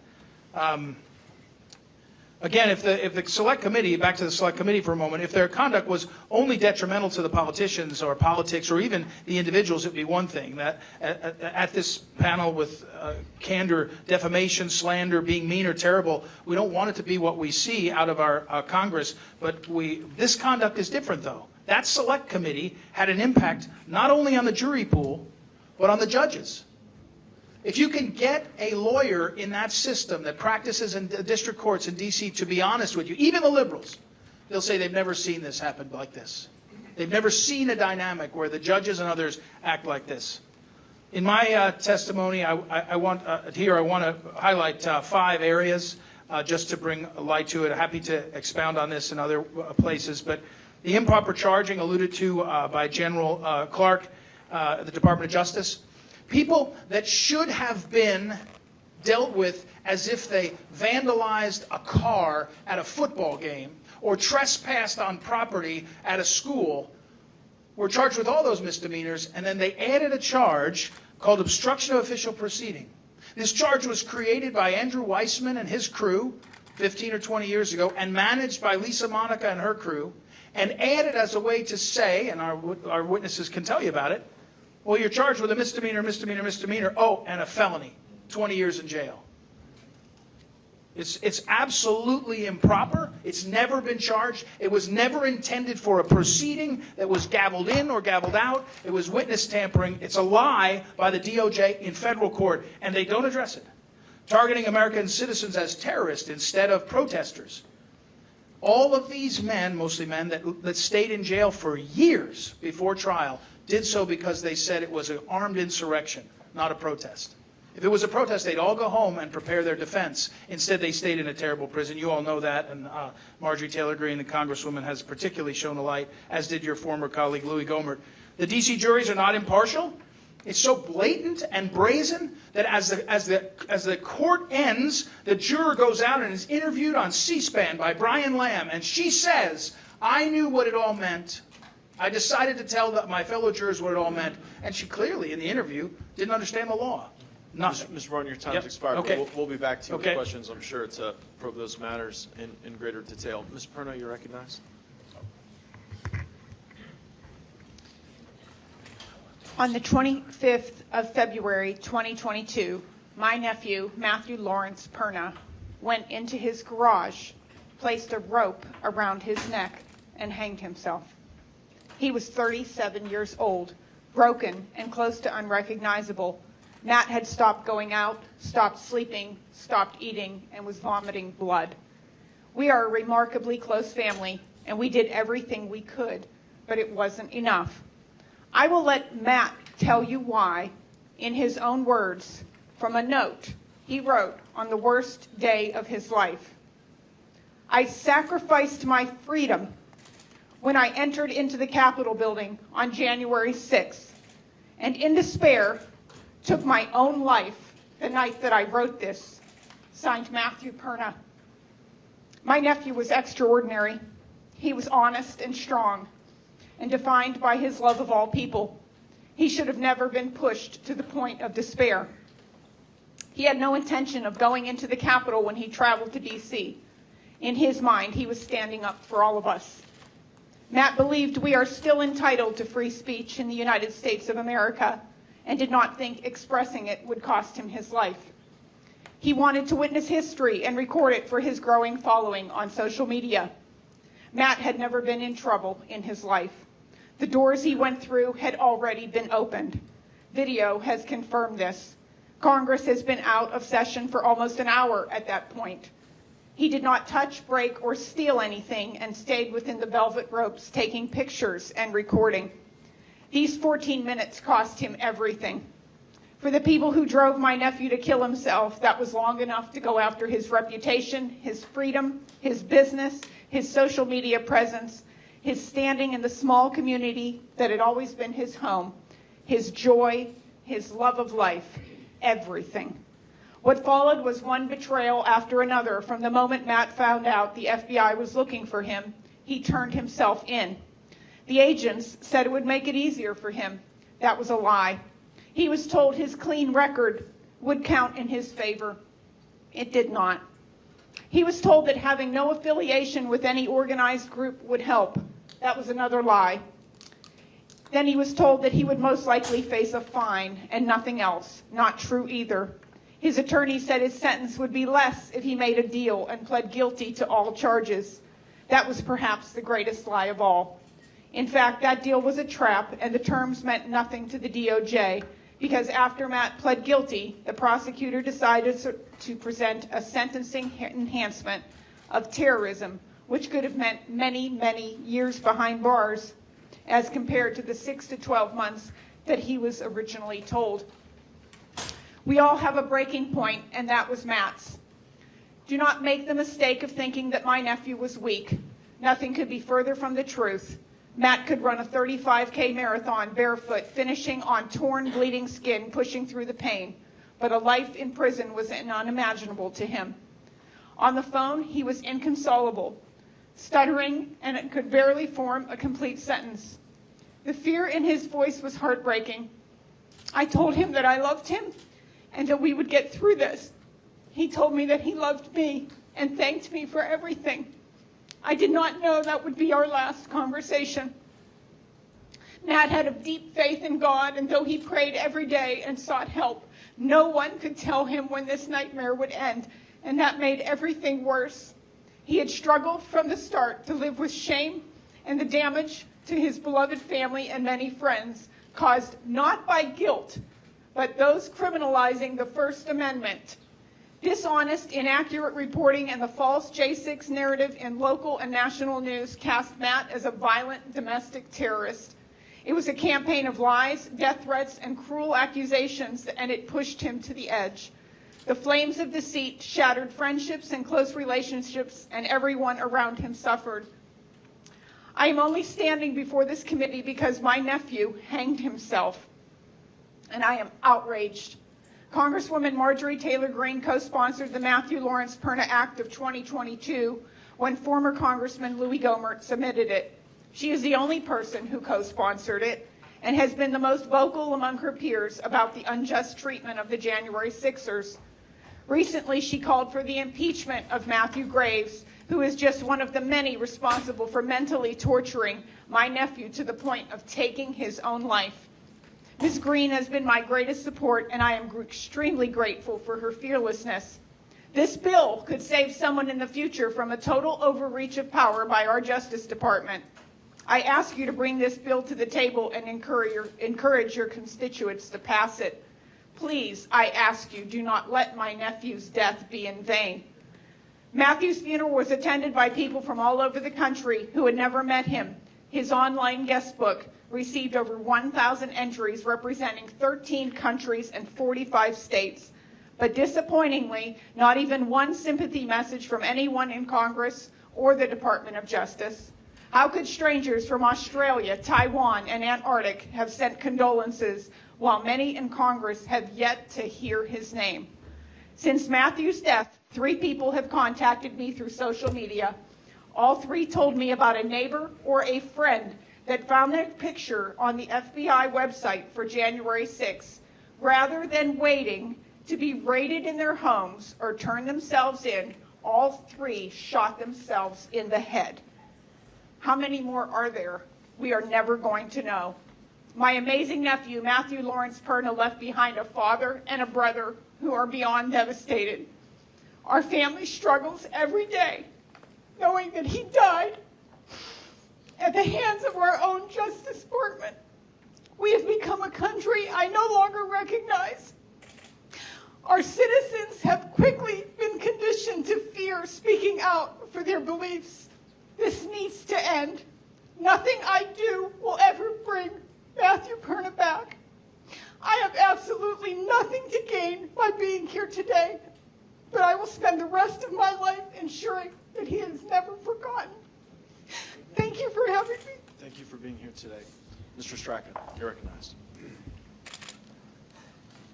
First of all, thank you so much for holding this hearing. My name is Brandon Strzok. I'm the founder of the Walkway Campaign and the proprietor of the Walkway Social Mobile app. On January 6, 2021, I was in Washington, D.C. as a scheduled speaker for a permitted event on the grounds of the U.S. Capitol. I sat in the front row at the Ellipse that day listening to President Trump speak. It made perfect sense to me when President Trump told the hundreds of thousands of attendees to march peacefully and patriotically to the Capitol, as the event was called the March to Save America, and it was my understanding that the crowd would march to the Capitol and attend the permitted rally to listen to dozens more speakers. As I was approaching the Capitol for my speaking obligation, I began receiving text messages from people around the country, at home watching on television, saying that they were hearing on the news that people were going inside the building. My first thoughts were of the numerous times throughout the years that left-wing protesters have gone inside government buildings to protest. In several instances, left-wing protesters have disrupted government hearings by shouting out and behaving chaotically, and typically the incident ends with protesters being removed and business resuming as normal. After years of attending and producing dozens and dozens of right-wing rallies and events, what I was being told was highly unusual. So I began shooting a video while approaching the Capitol and proceeded to shoot one long continuous video for about 10 minutes. I arrived on the east side Capitol grounds around 2:40 p.m. As I walked up to the Capitol building on the east side, there were zero police officers visible on the east side grounds. What might have been at one time closed barricades were now fully open. The large sidewalk on the east side was fully open and unobstructed. There were thousands of people strewn about all areas of the east side grounds, calmly talking and enjoying each other's company. There were no signs and no people present stating or indicating that people were not allowed to be where they were at the time I arrived. I walked very calmly up to the crowd on the east side steps. In my video, a man is seen shouting down to the people below, "They've opened the doors, we're going in." I continued to the top of the east side steps and filmed a crowd of people for 8 minutes, some of whom were trying to make their way in, most of whom were outside filming, like myself. I never entered the Capitol on January 6th. I never engaged in any violence, vandalism, theft, or destruction. I uploaded the video I'd shot to Twitter, but removed it a few short hours later when I was back in my hotel room and began to see on the television for the first time the images of people breaking windows and engaging in acts of violence. None of that was happening when I was on the east side grounds during the 40 minutes or so that I was present. So I took my video down. However, it had already been copied by left-wing trolls who began reposting it over and over again every day and demanding that the FBI arrest me. 2.5 weeks later, they got their wish. A team of FBI agents raided my home on the morning of Monday, January 25th. I was gotten out of bed and handcuffed and told that I was facing multiple felony charges for what I had done on January 6th.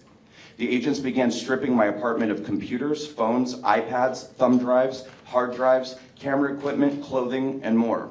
I was taken to jail, strip searched, given an orange inmate uniform, locked in an 8x8 concrete cell with a metal door, and told that I was being placed in 23-hour lockdown. I was released from jail Wednesday morning later that week. Upon my release, I learned that I was being charged with 2 felonies and a misdemeanor, and threatened to be charged with the obstruction of an official proceeding felony in addition, which the prosecutor was sure to tell us carries the possibility of a 20-year prison sentence. Interestingly, one of my felony charges was occupying restricted grounds. The majority of people who entered the Capitol were being given misdemeanor occupying restricted building charges. I was being given a felony for being outside of the building. I was also charged with another felony because the FBI initially alleged that I shouted out to encourage the crowd to impede law enforcement. I was also charged with a misdemeanor for disorderly conduct with an intent to disrupt a hearing before Congress.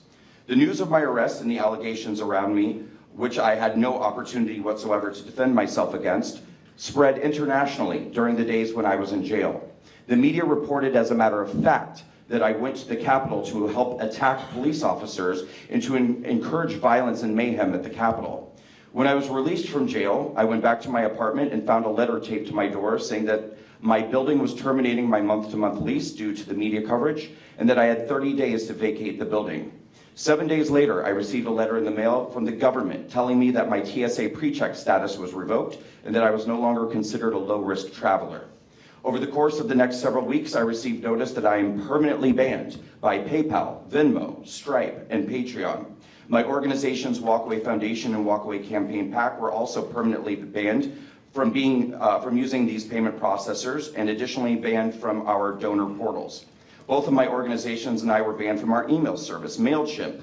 So we moved to Constant Contact, who took our account for a short time, then also banned us after numerous left-wing instigators contacted them to tell them that I was a violent insurrectionist using their platforms to raise money for political violence. Mr. Straka, that's the end of your time, but I think we'll get back to you for questions, if that's all right. Ms. McAfee?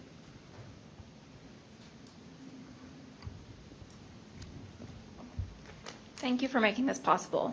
In light of recent discoveries surrounding the January 6, 2021 incident in Washington, D.C., I am compelled to bring attention to the violation and denial of basic rights experienced by individuals involved in this event, including my husband, Ronald Colton McAbee, who served as a law enforcement officer for 7 years. On August 17, 2021, our home was raided by the FBI, resulting in seizure of several items, including our front porch flag. Since then, Colton has been moved 7 times, facing the unsettling reality of being in 6 different facilities. There have been instances when even his own family was unaware of his whereabouts for up to 5 days. He has endured prolonged periods of 24-hour solitary confinement lasting up to 7 days without access to basic necessities such as a shower. Unfortunately, these circumstances are not unique to Colton, but are a rather common experience shared by the January 6 defendants. As a result, their fundamental American, human, and God-given rights have been denied. Over a span of 2 years, these defendants have endured unjust treatment, including extended periods of time of solitary confinement, denial of haircuts, religious services, and visitation rights, both in person and video. It took 597 days before I was granted a mere 30-minute visit with Colton, conducted behind glass. These examples exemplify the systematic denial of their basic rights, which stands in stark contrast to the principles we hold dear as Americans. On September 5, 2022, Colton was subjected to a violent assault by Lieutenant Crystal Lancaster in the D.C. jail. The assault involved the unwarranted deployment of an entire can of OC spray sprayed directly in his face. The guards then proceeded to handcuff him, forcibly throw him on the ground, and deploy additional OC spray. This excessive use of force stemmed from Colton's failure to wear a COVID mask while walking to the medication cart. Following the assault, he was subjected to a scalding shower and forced to wear the same jumpsuit that had been contaminated with the OC spray. Colton, along with Ryan Nichols, Ronald Sandlin, and Barton Shively, were isolated in cells devoid of CCTV surveillance. Astonishingly, Colton was left in the contaminated jumpsuit for 12 hours, allowing the chemicals to reactivate before he received proper medical attention. I would be remiss if I didn't mention that Barton Shively, a Marine veteran battling non-Hodgkin's lymphoma contracted at Camp Lejeune, is to be released soon with no place to go. During the events of January 6, Colton acted heroically to aid an officer in distress and try to save Roseanne Boylan's life. However, during his bond hearing, Judge Emmett Sullivan opted not to review the audio evidence and instead accepted the government's narration. Had the audio been considered, it would have revealed Colton's pleas to the officers, offering his assistance. He also employed the officers to cease their actions, and that, in my opinion, resulted in the tragic loss of Roseanne Boylan's life. Ironically, due to those actions, Colton finds himself languishing behind bars, awaiting trial for a period exceeding 25 months. Regrettably, this is not an isolated case, as January 6 defendants have been systematically denied a jury of their peers, access to crucial evidence, the right to present witnesses, and the right to be tried separately from co-defendants. Today, I implore you to recognize the overreach of government authority and the lack of transparency within the judicial process surrounding these cases. As members of Congress and your staff, you play a crucial role in upholding the principles of justice and accountability. According to 18 U.S. Code Section 4, it is a legal requirement that anyone who has knowledge of a felony committed within the jurisdiction of the United States must promptly disclose. Failure to do so may result in fines, imprisonment for a maximum of 3 years, or both. Today, I want to officially state that I am reporting the deaths of Ashley Babbitt, Roseanne Boylan, Kevin Greason, and Benjamin Phillips. It is crucial that these deaths are thoroughly investigated to ensure justice is served. I implore you to not remain passive observers, but to hold those responsible for these injustices accountable. It is imperative that we restore faith in our justice system and safeguard the rights of all individuals involved in January 6th. Thank you. Thank you. Mr. Strand, you're recognized. Our lives begin to end the day we become silent about things that matter. Martin Luther King, Jr. Hello, my name is John Strand, and despite my supposedly First Amendment protected speech on social media, where I have voiced concerns with the legitimacy of the 2020 election, I nevertheless did not travel to Washington, D.C. in January of 2021 for the purpose of protesting at the Capitol.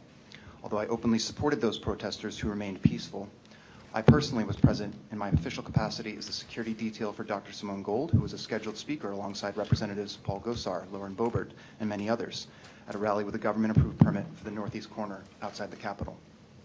I had no plans with anyone else that day.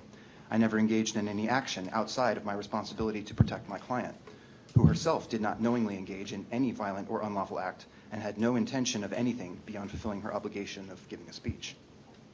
To reiterate, neither my client nor myself had any criminal intent, nor did we ever engage in any criminal act that we had present knowledge to be unlawful. Also, the fact that my client was illegally coerced into accepting a fraudulent plea does not in any way whatsoever negate these facts. I refused to take a plea because the government's statement of fact in that plea was nefariously false, and because I was not guilty of any criminal intent.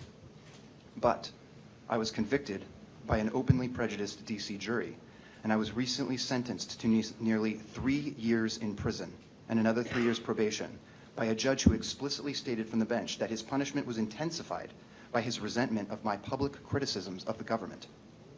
6 more years of my life ruined after 2.5 years of brutal government and ensuing public persecution, all because I protected a woman in a crowd. This is an unmitigated travesty of justice. I'll briefly outline 4 key points of grave concern. Number 1, the American rule of law dictates that each individual must be held accountable for their specific actions. It is abhorrent and anti-American to conflate and criminalize a single individual with the acts of another. And in fact, the protesters charged in the 2017 presidential inauguration riot were acquitted precisely because the prosecutors only associated them with the specific criminal acts of others without evidence proving criminal activity by those individuals being charged. Yet, this is exactly what the DOJ has done to me and hundreds of other J6 defendants with a 100% conviction rate. They are openly punishing individuals for merely being present at a political protest. Number 2, America's survival as a constitutional republic depends upon the inalienable right of free speech. President George Washington said, quote, "For if men are to be precluded from offering their sentiments on a matter, that would suggest the idea that reason is of no use to us, and then the freedom of speech may be taken away, and dumb and silent we may be led like sheep to the slaughter." The DOJ's dishonest distortions of my free speech to frame me as a criminal and mislead a jury have led to my wrongful conviction of serious crimes.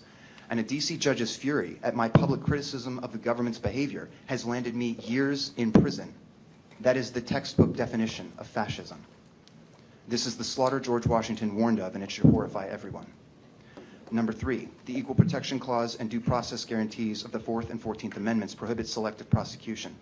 I ask you, how does a premeditated protest action occur during an active session of Congress, explicitly for the purpose of disrupting that congressional proceeding, and yet those protesters are legally excused and publicly praised? This happened in 2017. It was excused and praised because those protesters supported the agenda of the left. Countless examples of left-wing protests nearly always end with charges dropped and bail funds raised by Democrat politicians who aggressively and publicly support such protests, regardless of the violence frequently incurred. If you cannot see the harshly stark contrast of the unprecedented persecution inflicted on so many J6 defendants, then you are willfully and shamefully blind. And number 4, vertical overcharging is illegal, and the bastardization of Title 18 U.S. Code 1512 requires Congress to act because the executive branch's DOJ and the judiciary are violating legislative intent, clearly abusing a statute that was written 40 years ago to punish persons who tamper with witnesses or shred documents in an effort to destroy evidence. It's never been used this way before until now against protesters for J6.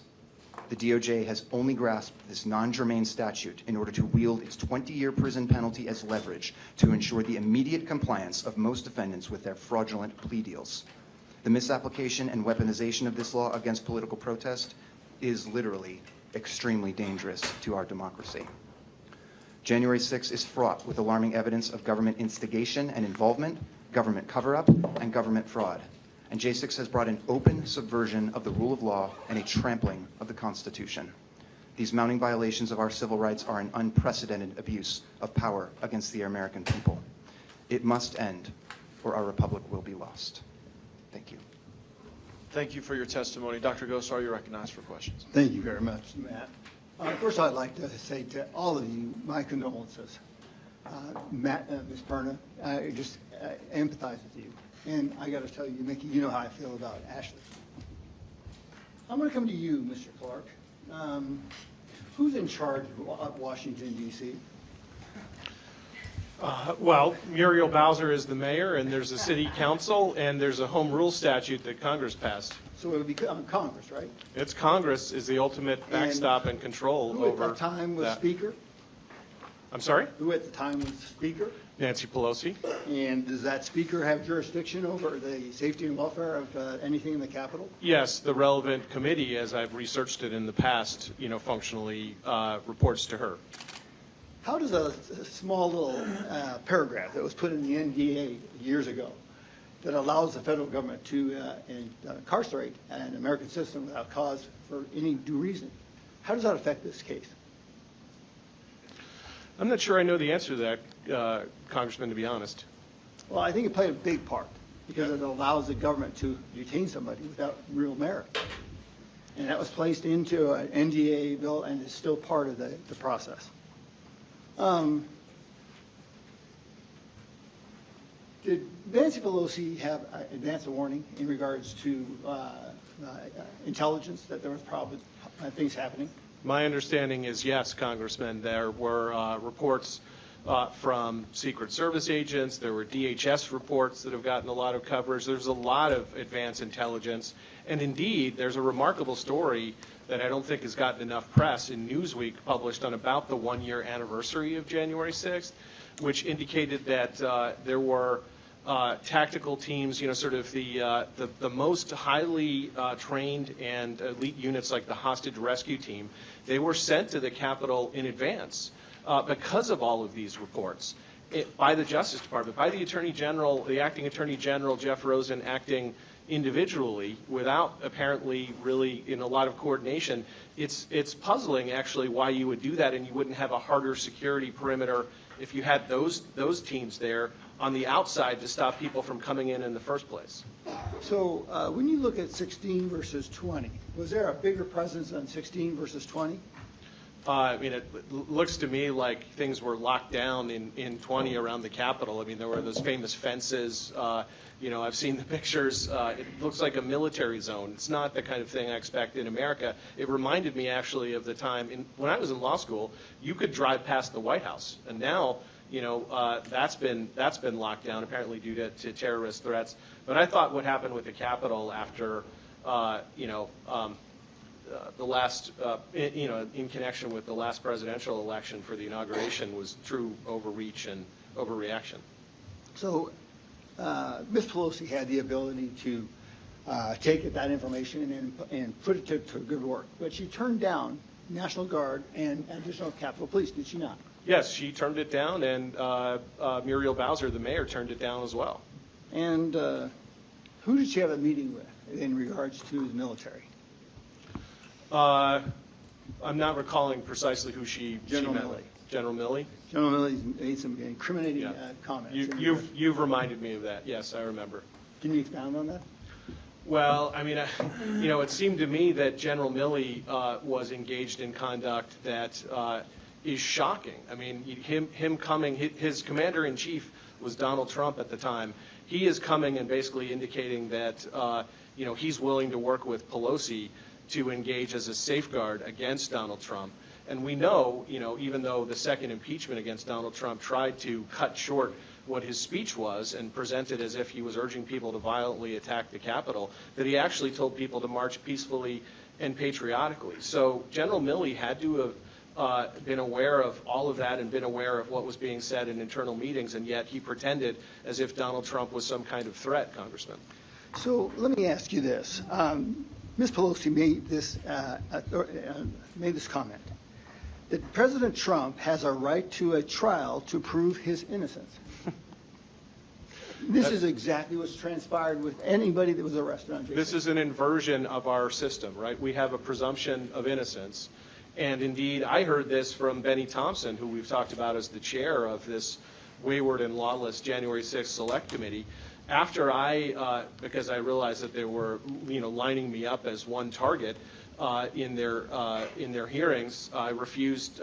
I had initially refused based on executive privilege, which I was instructed to take and invoke, on law enforcement privilege, which the Justice Department instructed me to invoke, on lawyer-client privilege, you name it. The January 6th committee rejected it. I could see where they were headed, so I took the Fifth Amendment privilege, which the innocent under Supreme Court case law are entitled to take as well. Benny didn't stop Benny Thompson, the chairman. He went on MSNBC with Rachel Maddow, and he said that if you take the Fifth Amendment, that's part and parcel of being guilty. So this is the mindset of these folks that we face. I think that Benny Thompson and Nancy Pelosi are of a piece. So I'm going to leave with one last comment. Pictures are worth 1,000 words. Somebody made the comment that this was acts against democracy, and that would be against the people.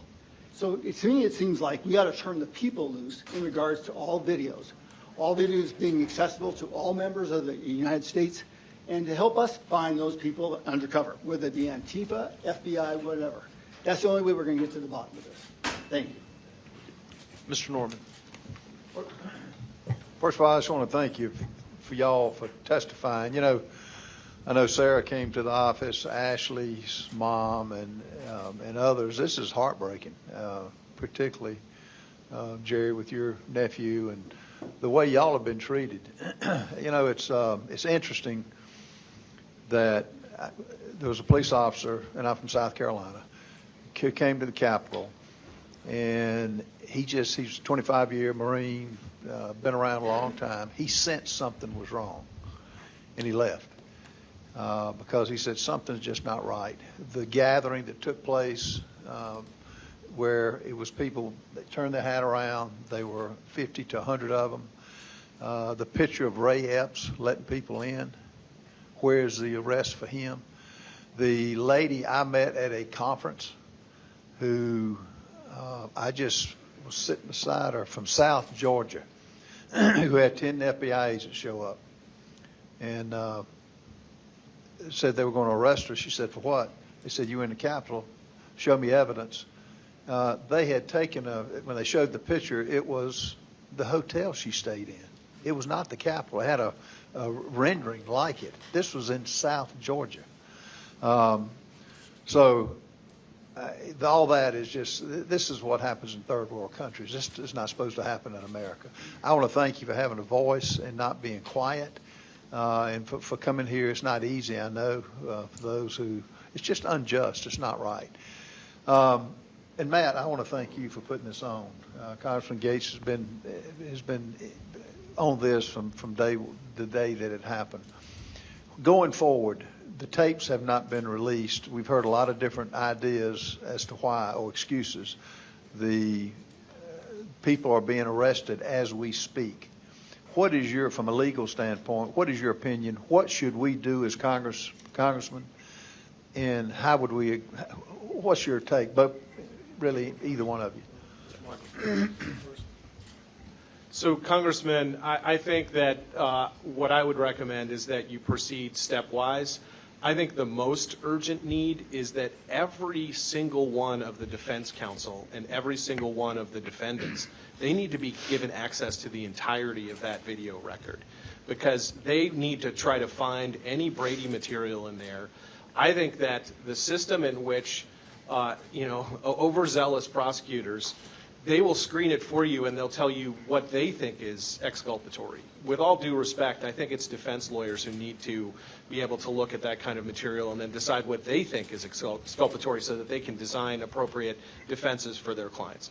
As to public release, initially I had the view that all of it should be put out so that it could be crowdsourced, much like WikiLeaks revelations were. But I do recognize what I've seen Julie Kelly say to the media and in print, which is that there's these nefarious organizations like the ones that were threatening some of the witnesses here today with these Saul Alinsky-like tactics, the sedition hunters. So I recognize that there is a valid concern about not putting it out in that way. So that's why I would recommend the stepwise process. Make sure that all of the information gets to defense counsel. That's the most urgent thing. Congressman Norman, I represent three of the guys, right? So it's for everybody that's, you may know it, but there is a system of looking at the video evidence that the DOJ has made available to defense lawyers and to the individuals. It's burdensome, it's unfair, it's terrible, it's nasty, it's terrible. It's hard work. And then Congressman Loudermilk and his team have made it available to people that asked. I've looked at it. I've gone in and looked at the video myself, Tucker Carlson, Julie Kelly, et cetera. It's very hard to do. I've sat in there for hours. You can turn it up to times 40 and you're trying to watch this thing whip past you, right? And they've been great. I give their staff a lot of encouragement. But I differ with the general here. I think at a certain point, the sedition hunters are going to find us anyway. Pelosi already gave the tapes to everybody anyway. Or the FBI will give it to them tomorrow. So at this point, we don't need 44,000, but there's 10,000 hours that would reveal what went on. I sat and watched the pipe bomber. We haven't even mentioned the pipe bomber. The two major political parties, we're told, faced hot bombs that didn't go off the hour after they were set, the night of January 5th, and somehow were discovered the next day. Hot bombs. They say they were real bombs. The ATF told us that. You go on there and you can watch the videos. You can see the pipe bomber. The FBI's lying. The pipe bomber didn't. I don't think they went to Virginia. There's a car behind another car on C Street next to the Capitol Hill Club. The bomber goes in and out of the car. No one's talked about it. You can go look at it yourselves. It's marked. We tagged it. My point is we need more eyes on this so that more people can find out who was there. Congressman Sessions has asked DOJ in his capacity on one of the committees to tell us who the undercover agents and agents are. They're refusing. You guys know that. So let's let it out there and let's let the public figure out who the people are, and we'll know every Ray Epps from here to Long Beach, California and back, and justice will be served because they won't stop if they can keep hiding. If they can keep hiding, we'll never know who did what. I yield back. Thank you. I'm going to recognize myself for questions. Mr. Straka, you were describing some of the blacklisting that you encountered in your life following these events. Can you elaborate on that? Sure. Do you want me to go back to the statement or just? Yeah, sure. Okay. Well, where I'd left off, I'd said that I'd been permanently banned by PayPal, Venmo, Stripe, Patreon, my donor. And I was in D.C. on January 6th as a private citizen, not on behalf of any of my organizations. Nonetheless, my organization, the Walkaway Foundation, and the Walkaway Campaign PAC, both were permanently banned by PayPal and Stripe and a number of payment processors, as well as donor portals. We were first banned by MailChimp as an email service because it was said that we were using the email service to send and receive emails about planning violence or fundraising for political violence. Constant Contact then banned us, and after that we were banned by 4 more email services, including SendLane and MailerLite. Let me stop you there. Sure. We have developed evidence indicating that Bank of America turned over all of their records regarding anyone who bought a cup of coffee in Washington, D.C. on January 6th. I want to know what your perspective is on that, on the fact that such a large private company would, of their own volition, turn over so much stuff and seemingly violate people's privacy. Well, I think it's horrifying, and obviously I think that there's an attempt here to try to understand who's funding whom. Certainly there was an interest in who gives to my organization, things like that. I'm personal friends since January 6th with a fellow J6 defendant named Derek Evans, who's running for Congress in West Virginia. A major bank told him that they were canceling his bank mortgage and that he had 30 days to find a new bank to finance his bank mortgage. I mean, while going through the most high-profile criminal case in American history. Does January 6th open the door to the need for the Congress to look at legal reforms so that we don't see people of any political stripe barred from the financial world by virtue of their nonviolent politics? I mean, somehow we, the defendants of January 6th, need to be able to have some sort of a voice. I mean, even I am probably one of the most high-profile people who was arrested in conjunction with January 6th. Nonetheless, I felt like it was a David versus Goliath situation. I mean, I could not keep up with the amount of banning and cancellation and payment processors, email services, donor portals. The government put me on a terrorism watch list along with every other J6er. We all have a designation of what's called Quad S. So when we go to the airport now, we have to go through hours of special screening. It's literally, TSA told me, this is the highest level terrorism list you can be on and still be allowed to fly. They follow you around the airport with the teams of agents. Sometimes they have dogs. They station themselves all around you at the gate. They bring special equipment and swab every item in your bag for explosive materials, your hands, your feet, stick their hand down your pants doing pat-downs. They do all of this in front of the other passengers multiple times when you're flying. People with misdemeanor charges, misdemeanor disorderly conduct charges. Well, this is very helpful because during the appropriations process, we can put riders to prohibit the use of funds on some of the things that would seemingly violate people's due process. Mr. Strand, I wanted your advice on a legislative concept I've been talking about with some of my colleagues, and it's on the matter of venue, because we've seen a number of defendants drug into the jurisdiction of Washington, D.C., and then they face a different jury dynamic than they would otherwise face elsewhere in the country. What would be your advice to the Congress about looking at some venue reform to give defendants the ability to face these charges where they're from? Well, thank you, Congressman, and I couldn't stress the importance of that more. I'm going to take it back from the future and say, right now, I'm about to go to prison for almost 3 years. I did nothing wrong. And the only reason that happened, not the only reason, but the main reason it happened so easily is because I was denied the constitutional guarantee of a fair trial by a jury of my peers. Not only that, but my sentence was worsened by a judge who explicitly said from the bench on the record, read the transcript, that he was furious at me for criticizing the government publicly. Specifically, he was furious at me for making the claim, which is my First Amendment protected right to do, but the evidence bears it out, that Washington, D.C. juries are entirely biased, flagrantly so. If I could tell the short story of my experience during my 8-day trial, the most interesting part was day one, which was jury selection. And this was not a random assortment of citizens fulfilling their civic duty to participate in a jury trial. These were people that were hanging on every moment, hoping to get chosen so that they could experience the personal gratification of crucifying someone that they politically despise. They openly admit this. Very important, that venue issue. Mr. Clark, I have a question for you specifically. Do you believe you were framed by the January 6th Select Committee? Oh, absolutely, Congressman, I do. I think that, I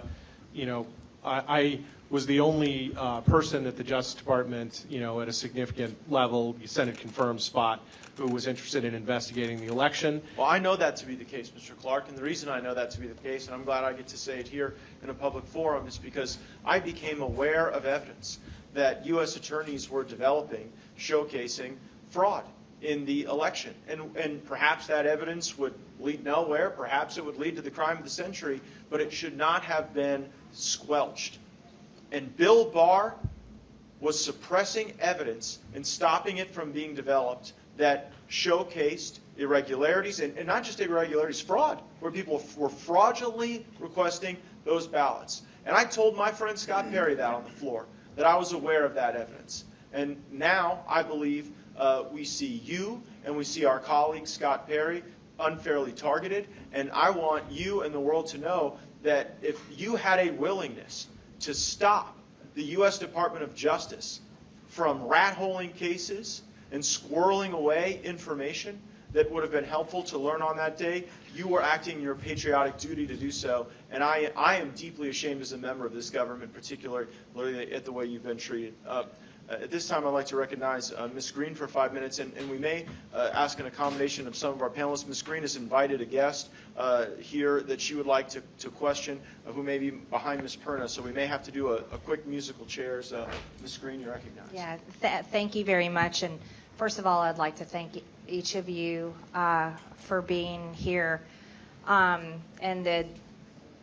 It's so heavy on my heart that we're doing this today when President Trump is being arraigned, all because of the weaponized government that's been weaponized against each of you. And it all started on the day on January 6th when we were just doing our constitutional duty to object to Joe Biden's fraudulent electoral college votes, because we all believed that the election had been stolen.